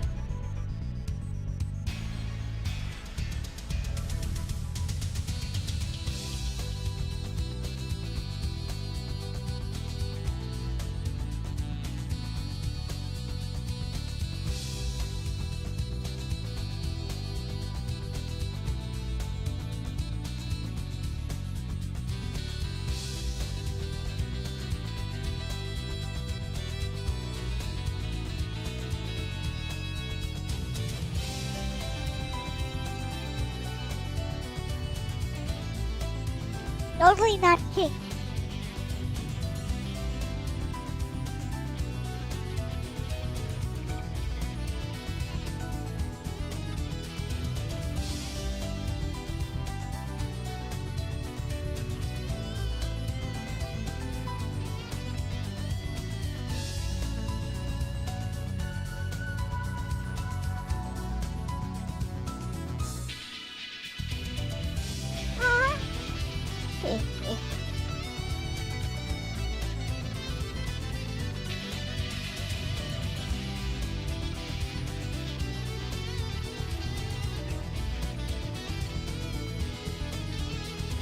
Arigachudayo. Well, at least Saya looks normal now.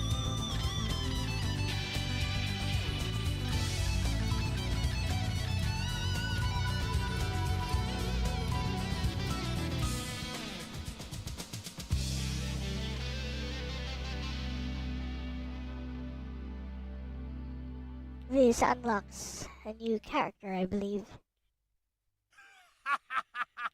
Yep. Wonder what's going on in this game. Yeah, I believe I did. Thank you, so.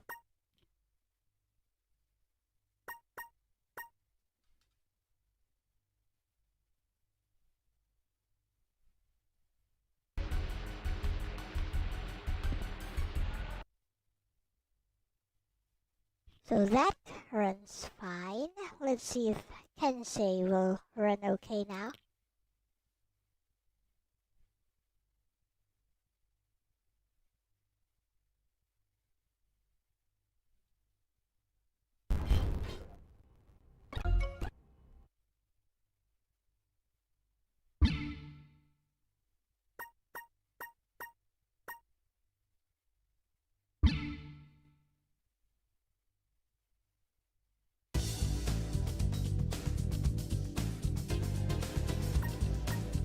Douglas Anderson.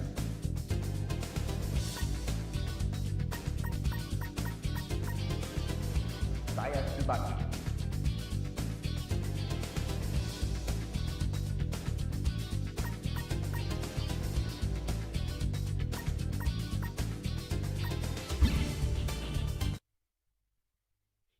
Now we're just gonna chill and see who wins.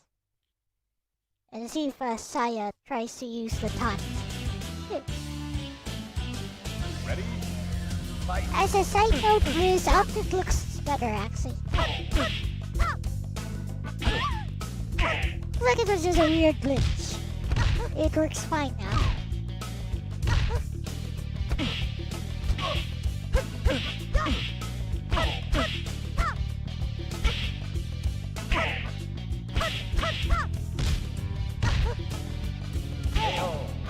Well, there we go. Definitive proof that Steven Seagal would lose to a girl. Yeah, it's a skirt. Excellent. That's why he's better. Ready? Fight.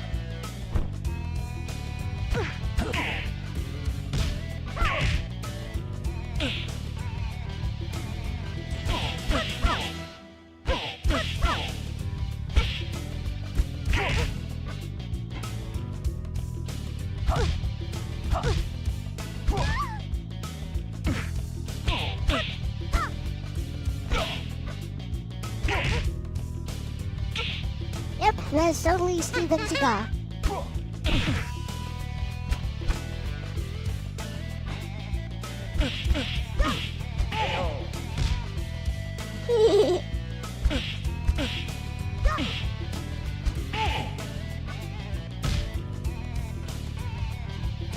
Excellent. 全然ダメ Okay. Let's do a Steven Seagal playthrough action. Douglas Anderson. You wanted to bring the general topic up?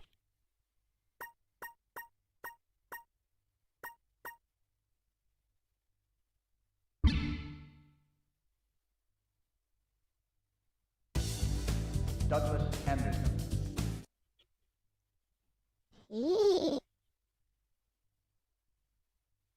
Oh, we got another big fella. Ready? Fight.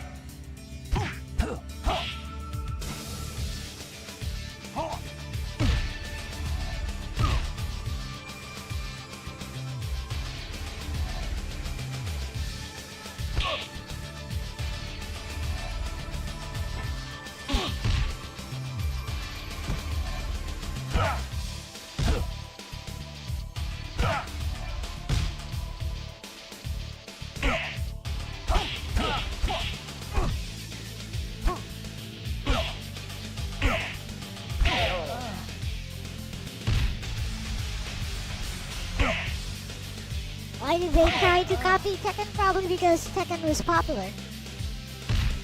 Ready? Fight.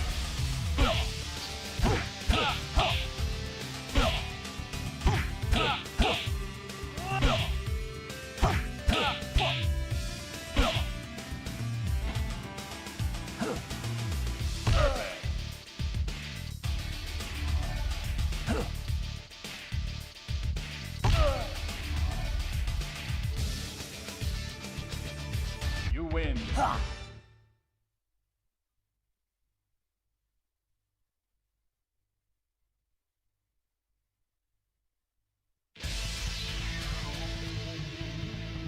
Ready? Fight.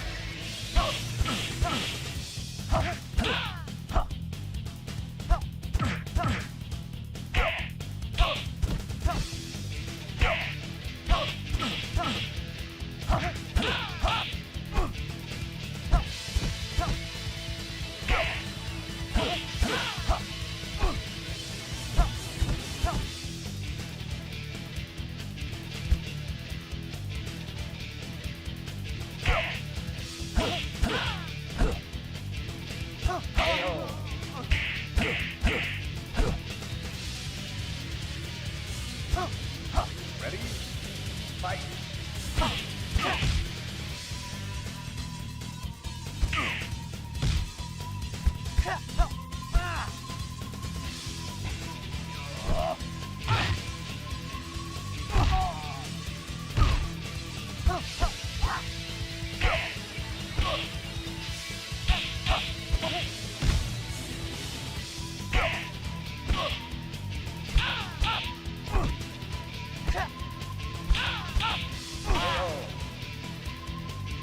You win. Stay out of my way.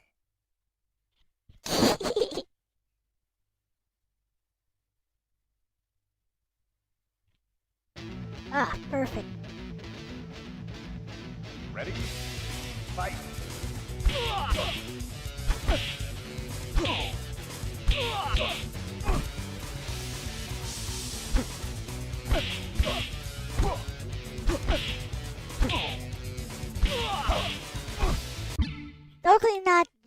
Kazama.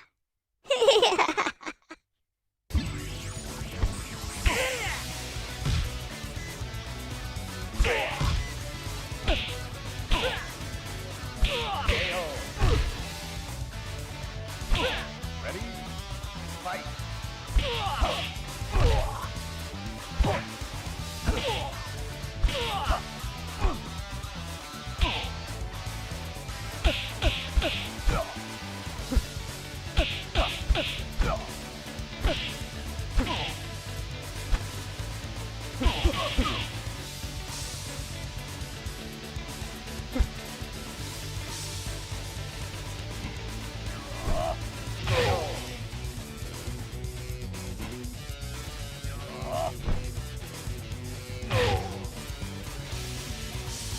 You win. Sorry, but I can't just stand around here.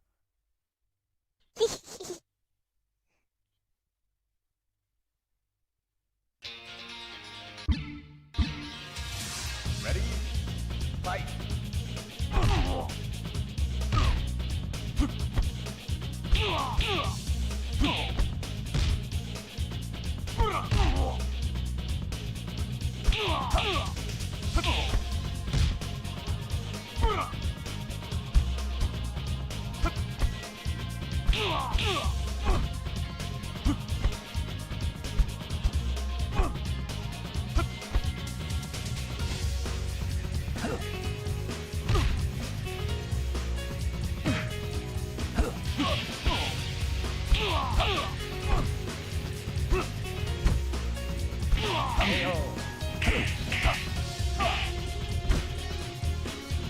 Ready? Fight!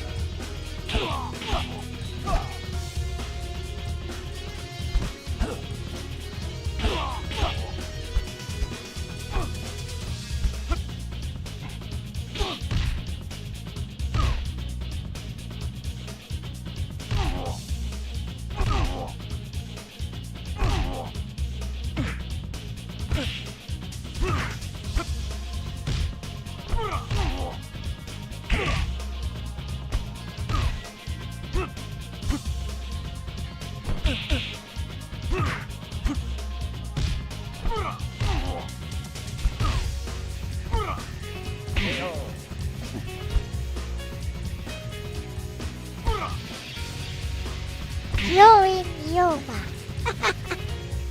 You win. That I don't think I got to fight her before. She's gonna keep. Ready? Fight!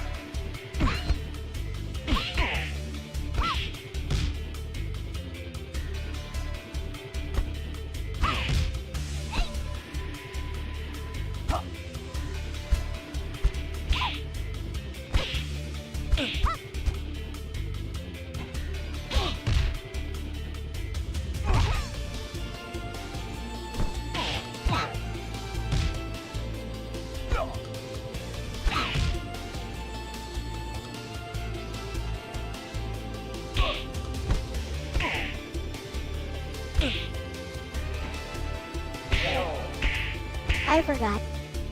Ready? Fight!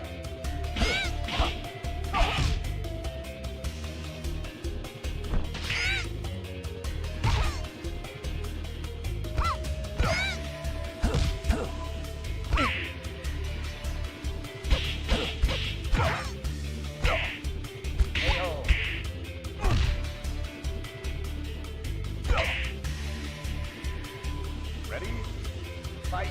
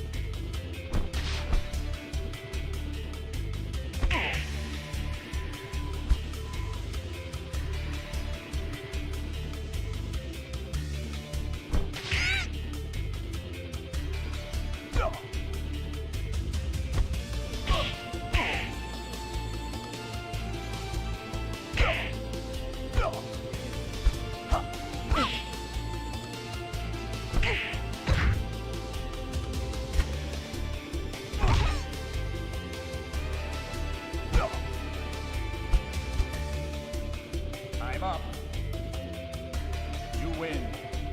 Ready? Fight.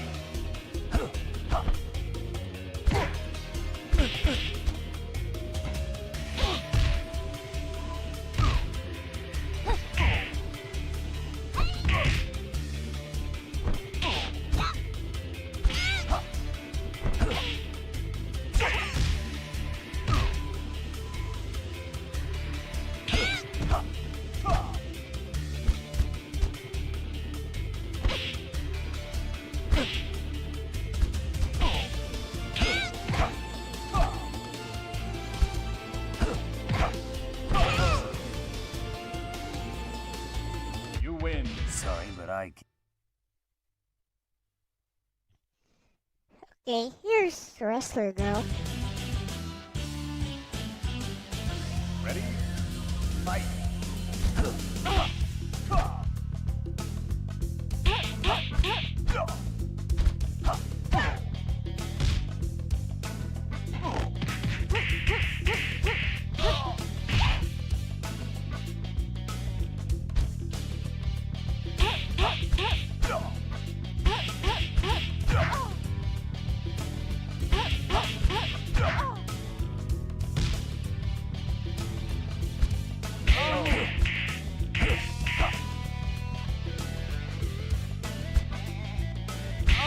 Ready? Fight.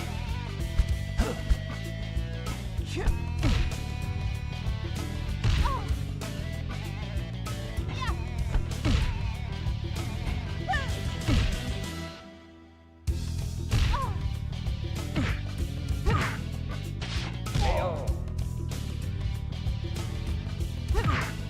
Ready? Fight.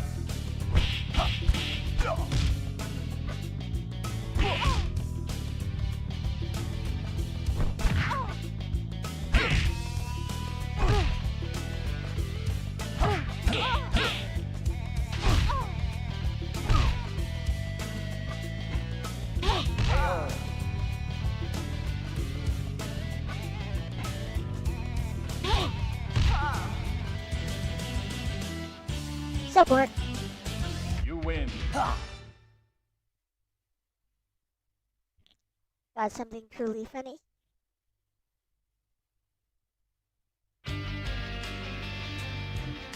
Ready? Fight.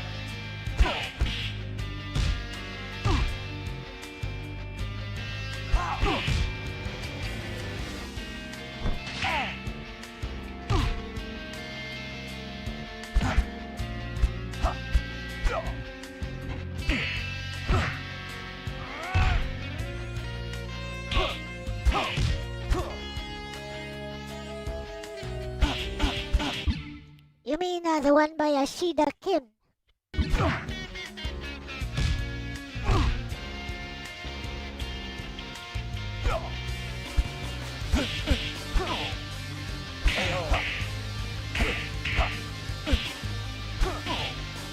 Ready? Fight.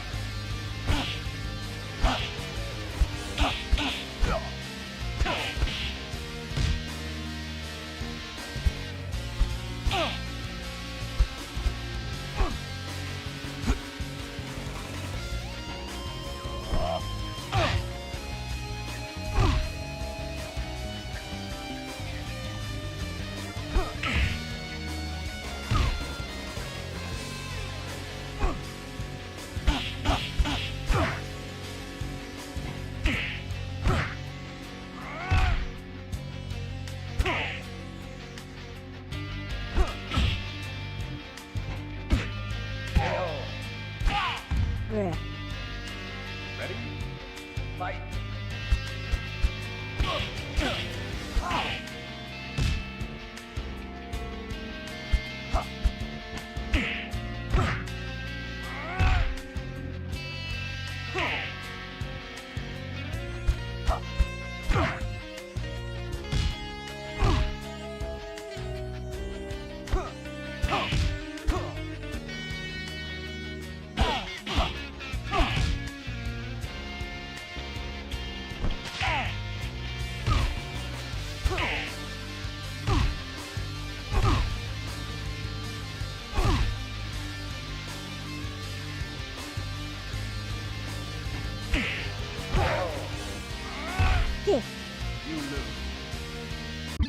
You'll send it to me? Okay. Ready? Fight.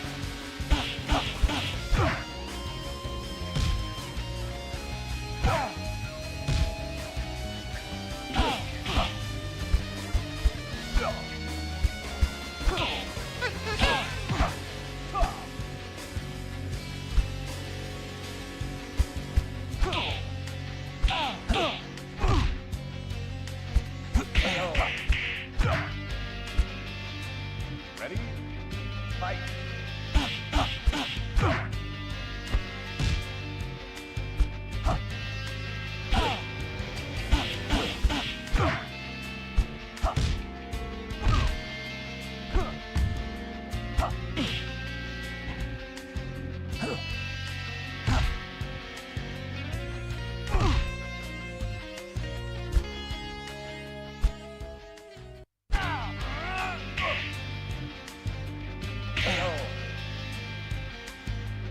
Down you go. You win. It's Saya.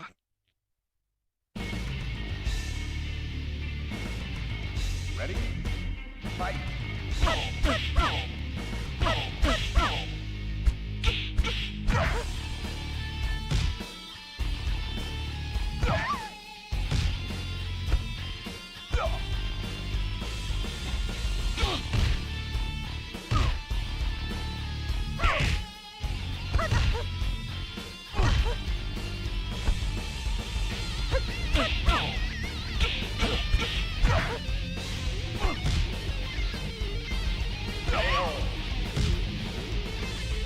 Ready? Fight.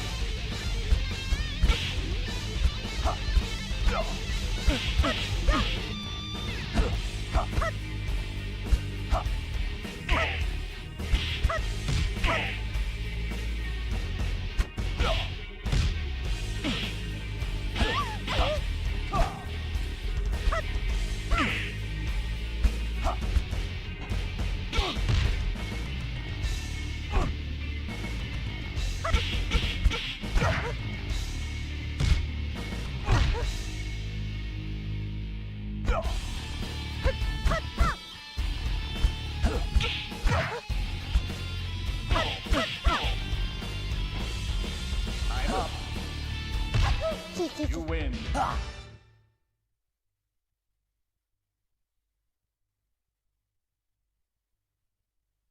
New character. Ready? Fight.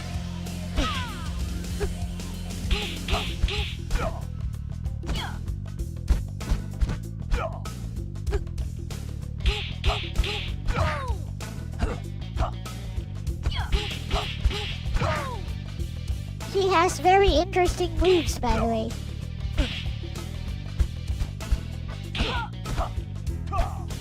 Too bad she's a hag.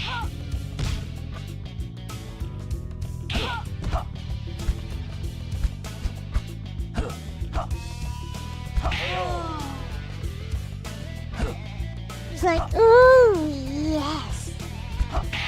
Ready? Fight.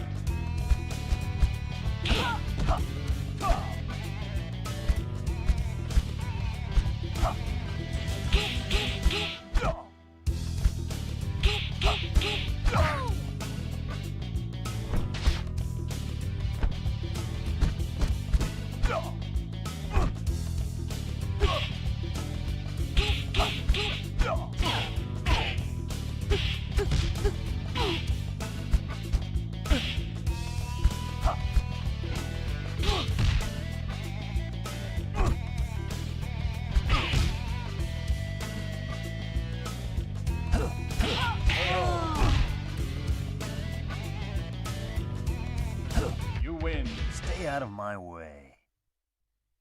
Has the sound you make when you sip some Coke Zero. Ready? Fight.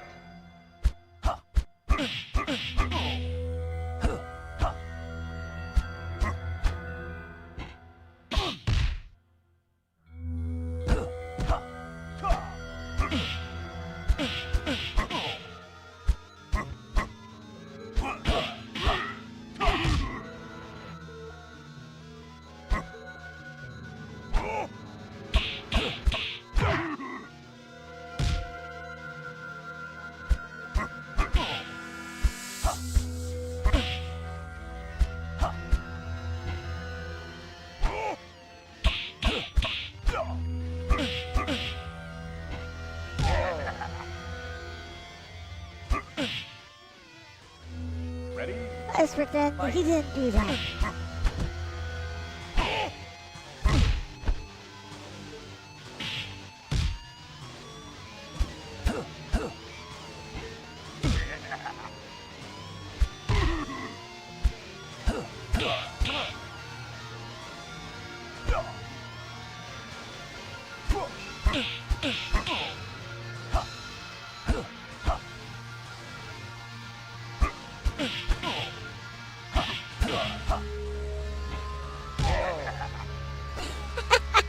You lose.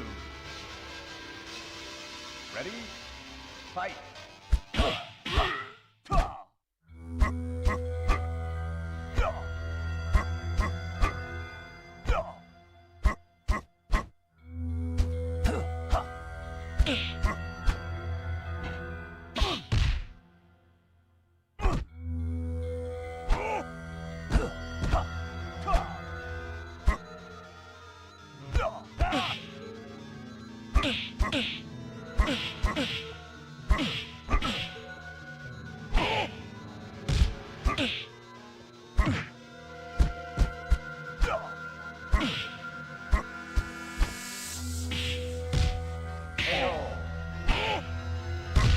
Ready?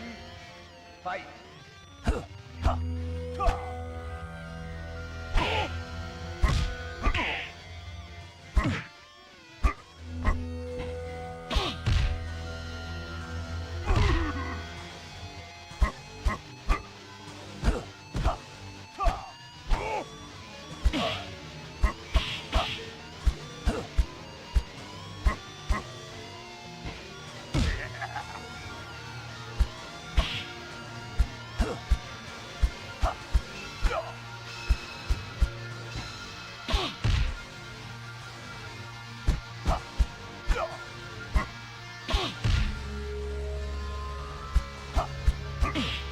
Time up.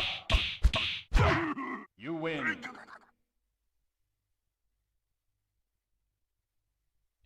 Let's go.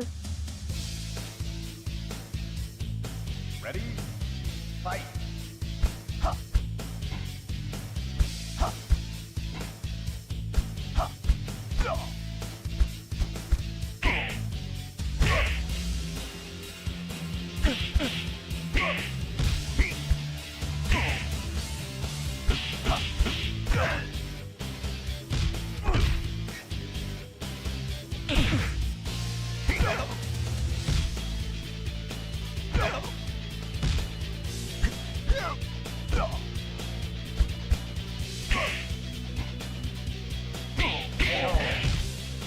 Notice how this guy moves exactly like Saya. Ready? Fight.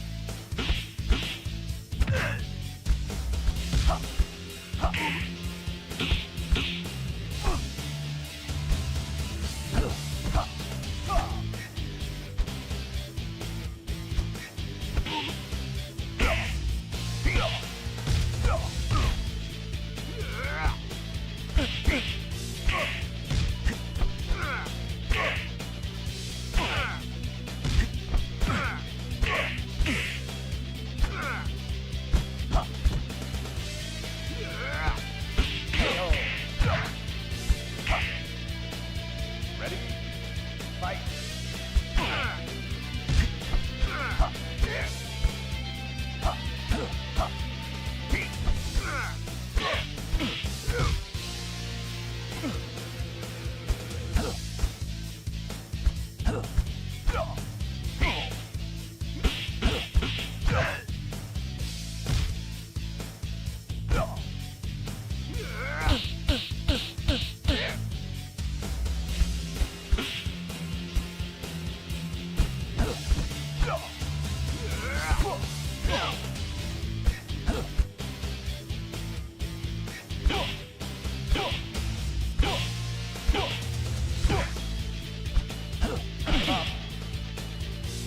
Win. Stay out of my way.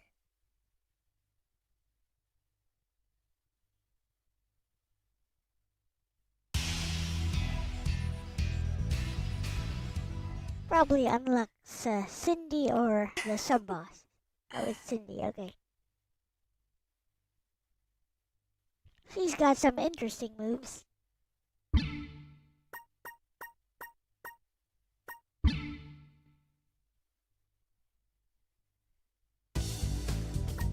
Cindy Yoko. Alan. He's Edward Scissorhands or something.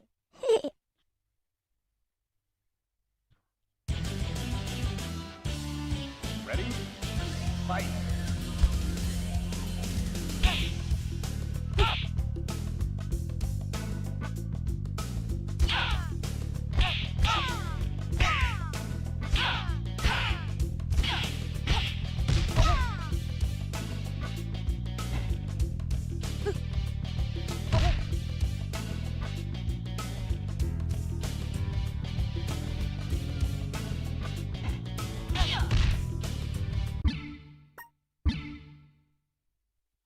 Let's see.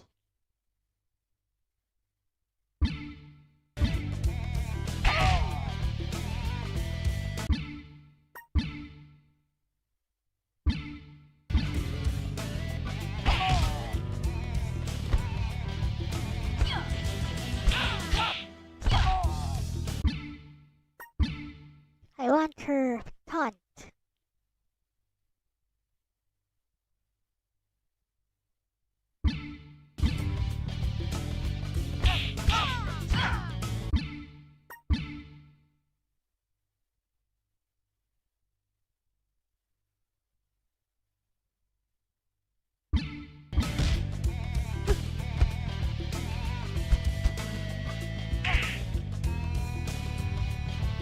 There we go.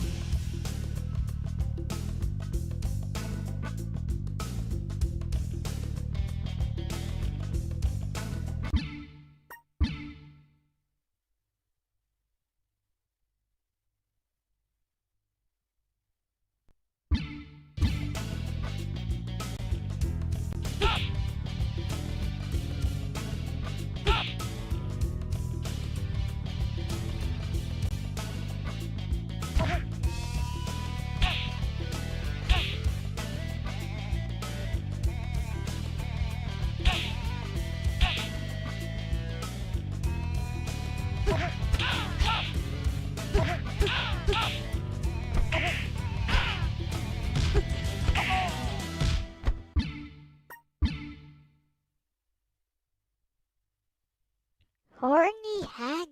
Yep.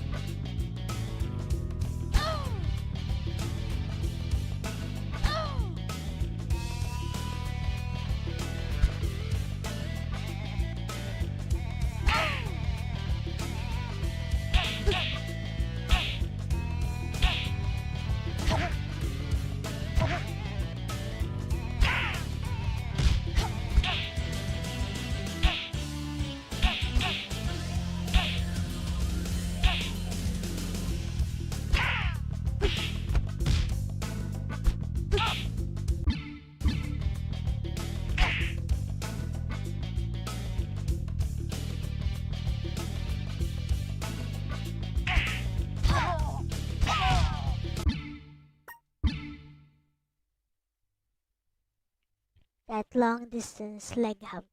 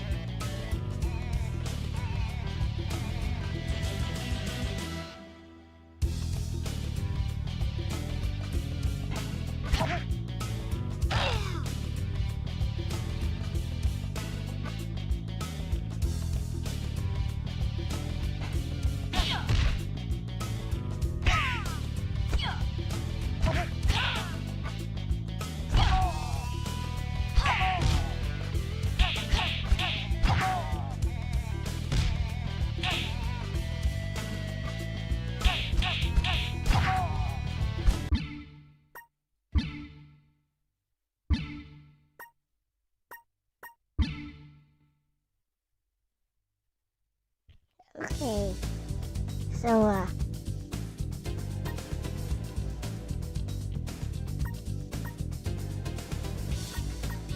You lead.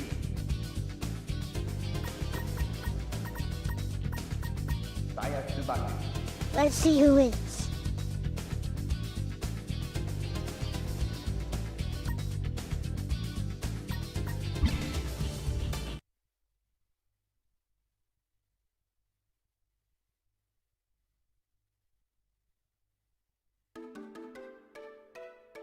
Ready? Fight!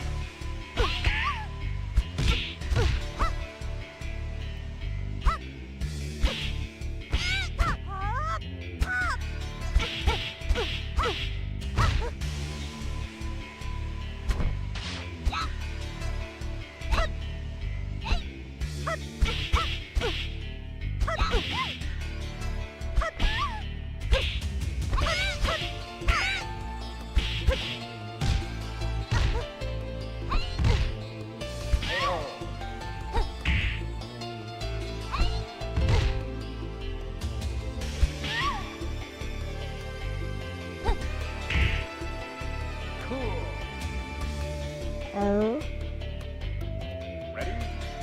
Fight! let's see if it's gonna be a straight or if there'll be a tiebreaker.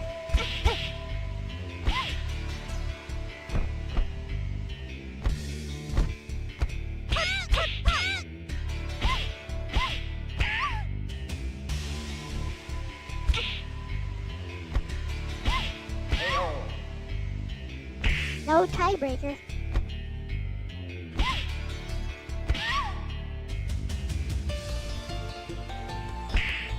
Cool!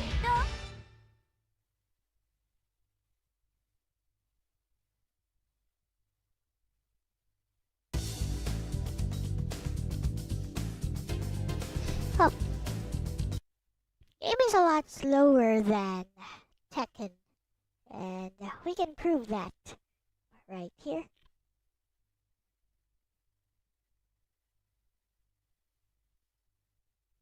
Why am I kicked? Whatever.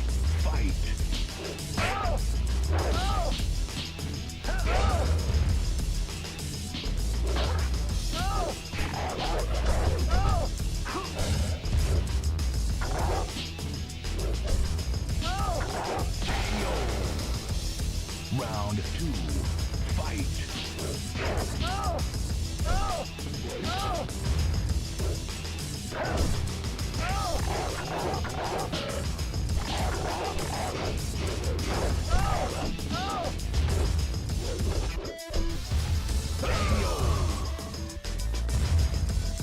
The final round. Fight.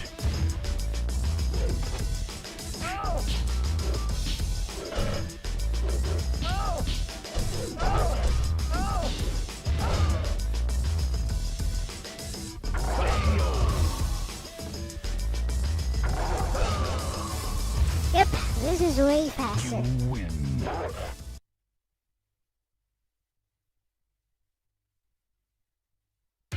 Round 1. Fight.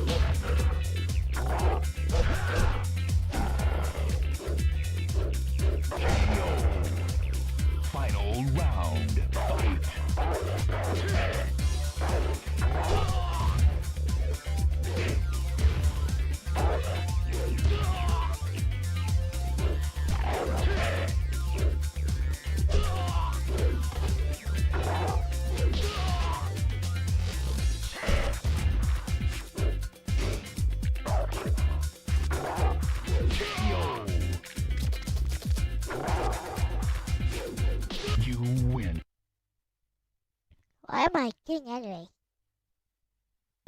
Round 1. Fight.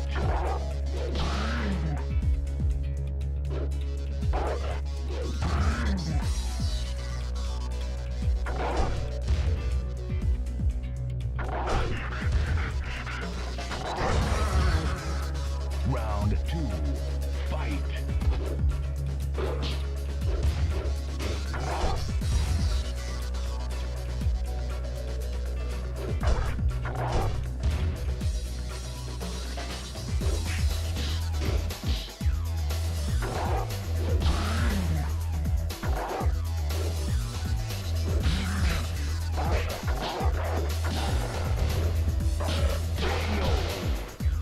Final round. Fight.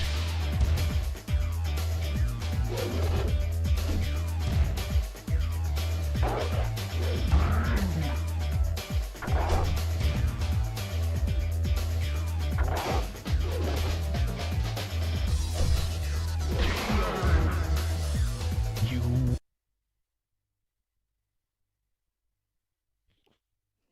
Anyways, Round that's 1. enough of this. Fight.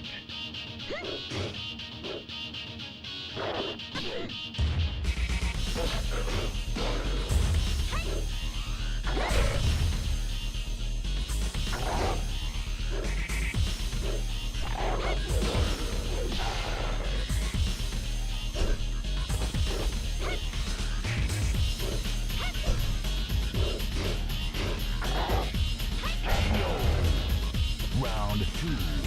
Fight.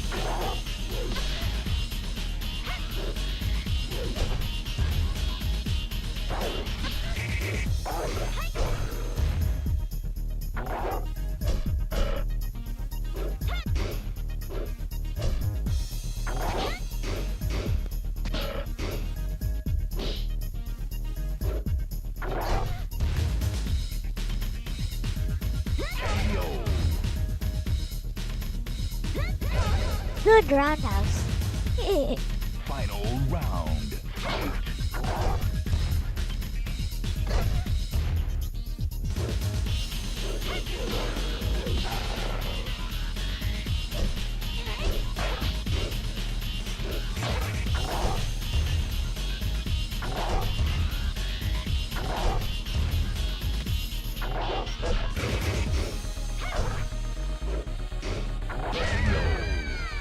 You win. Round 1. Fight.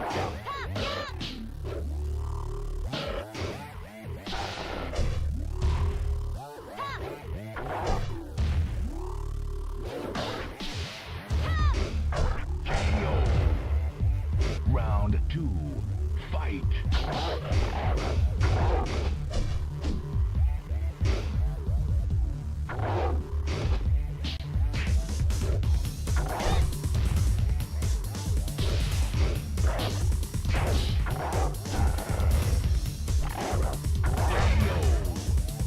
Final round. Fight.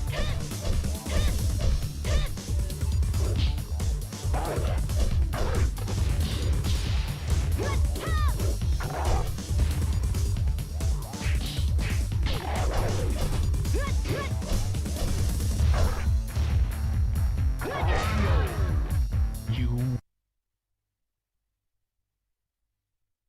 Yay. round 1. Fight.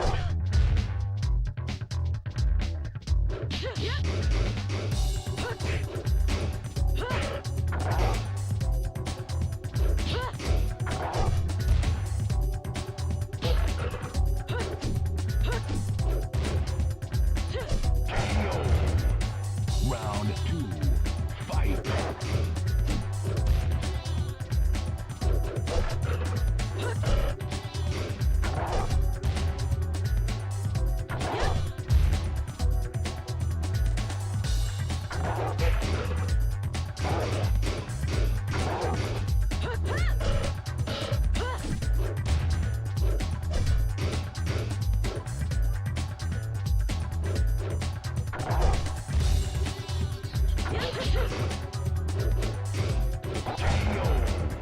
One grab could have changed that. You continue.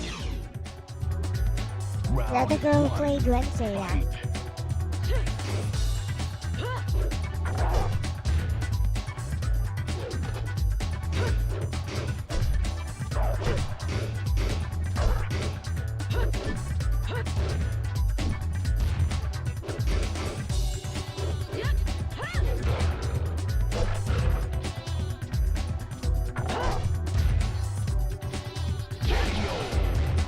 Round 2. Fight.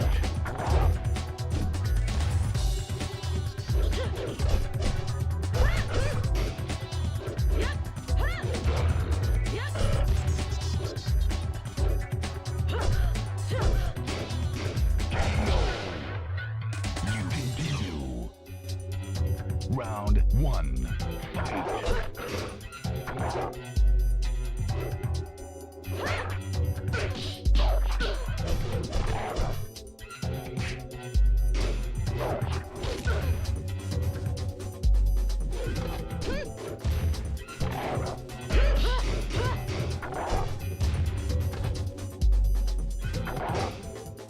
KO. Round 2. Fight.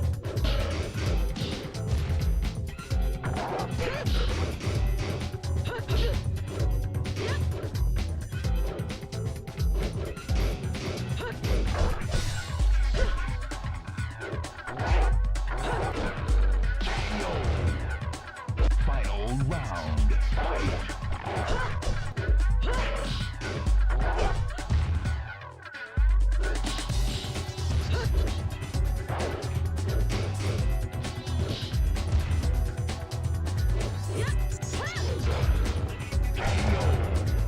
You continue. Yeah. Round 1. Fight.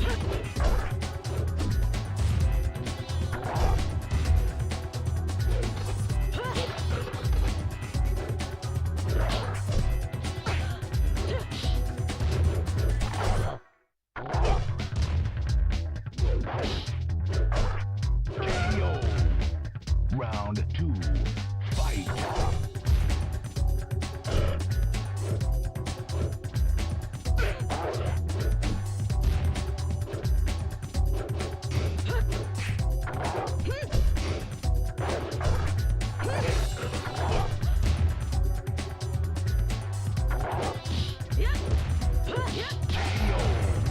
Bro, I should have blocked Final that. round. Fight.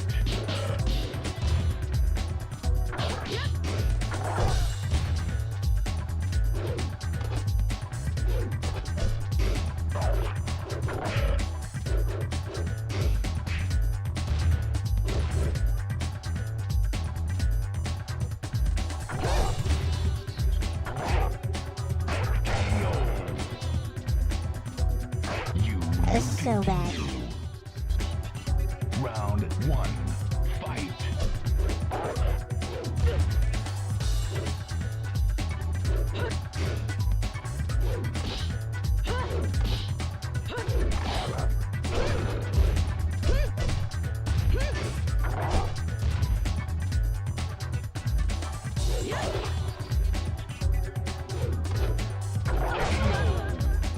Round 2.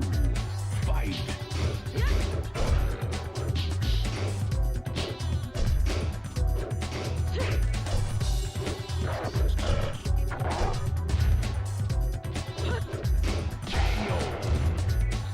Final round. Fight.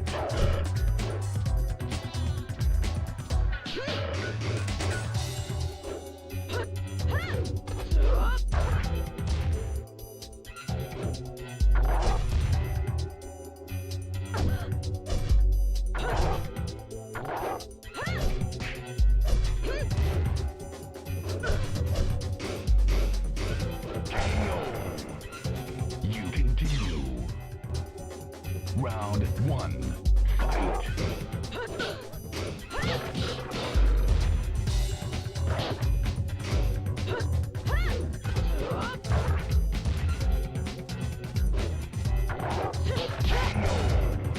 Round 2. Fight.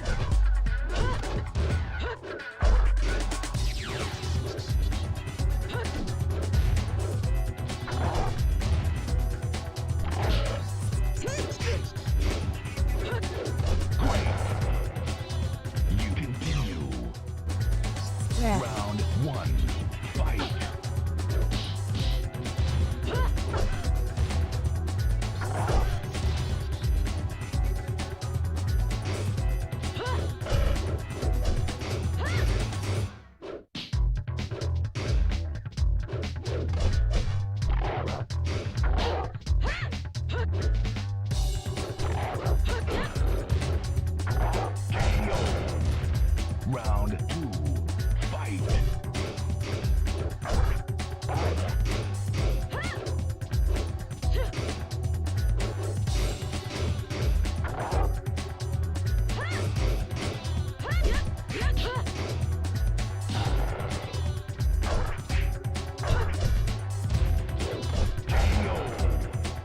You continue. Round 1. Fight.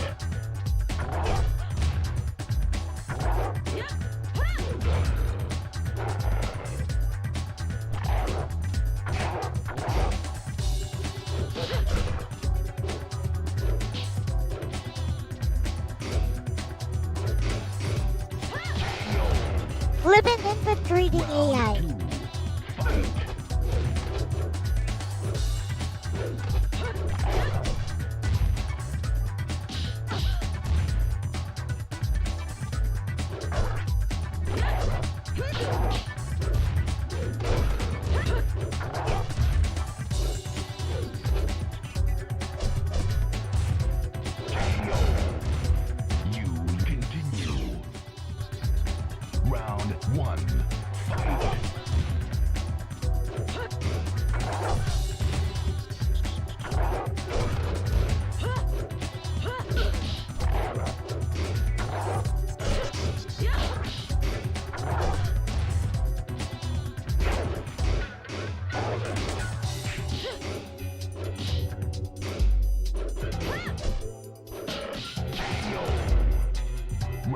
2.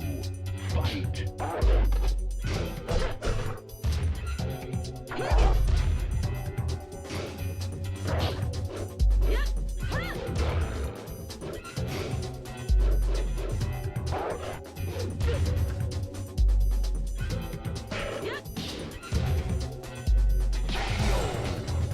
You continue. Round 1. Fight. Round 2. Fight. You continue. Round 1. Fight.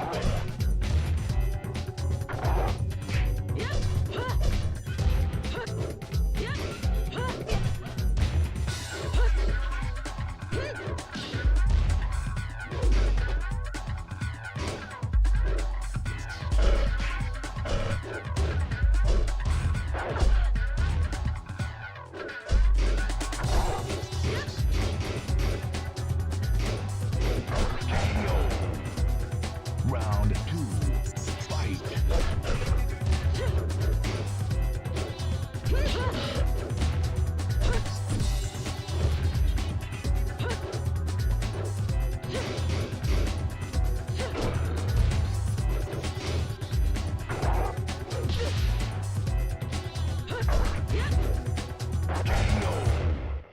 You lose. I've had Continue. Anyways, yeah. It might have been a Tekken clone, but, Tekken 3, Tekken 2, Tekken 1, like all that. Whoa, bestie, you're huge. So, yeah, I'll be back tomorrow for drawing with Elle. We'll try to break down some poses, which maybe you guys have some poses that you want to draw, so let me know what you want to do and I shall instruct you. And I'll also prepare some poses of my own, and maybe we'll pose my dolls, my Nagi doll, my Body-chan doll, and take a picture, take a screenshot, and yeah, we'll try drawing those.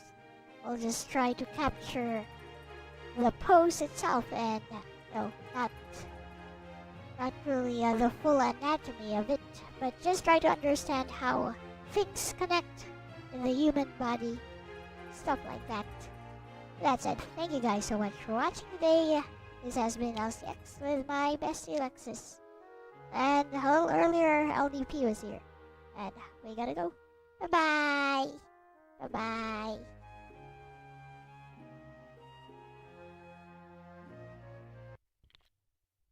Ignite the sky, I won't look away. I'll fly through the tears, through the doubt, through the pain. Even if I break, even if I fall, I'll answer the call. I'll give it my all.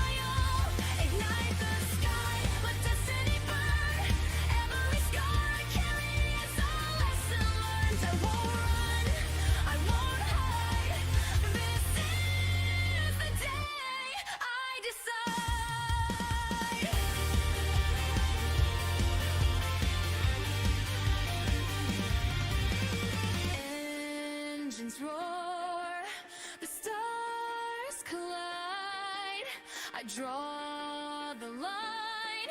This is my side. If hope is fragile, let it be. I'll protect it endlessly.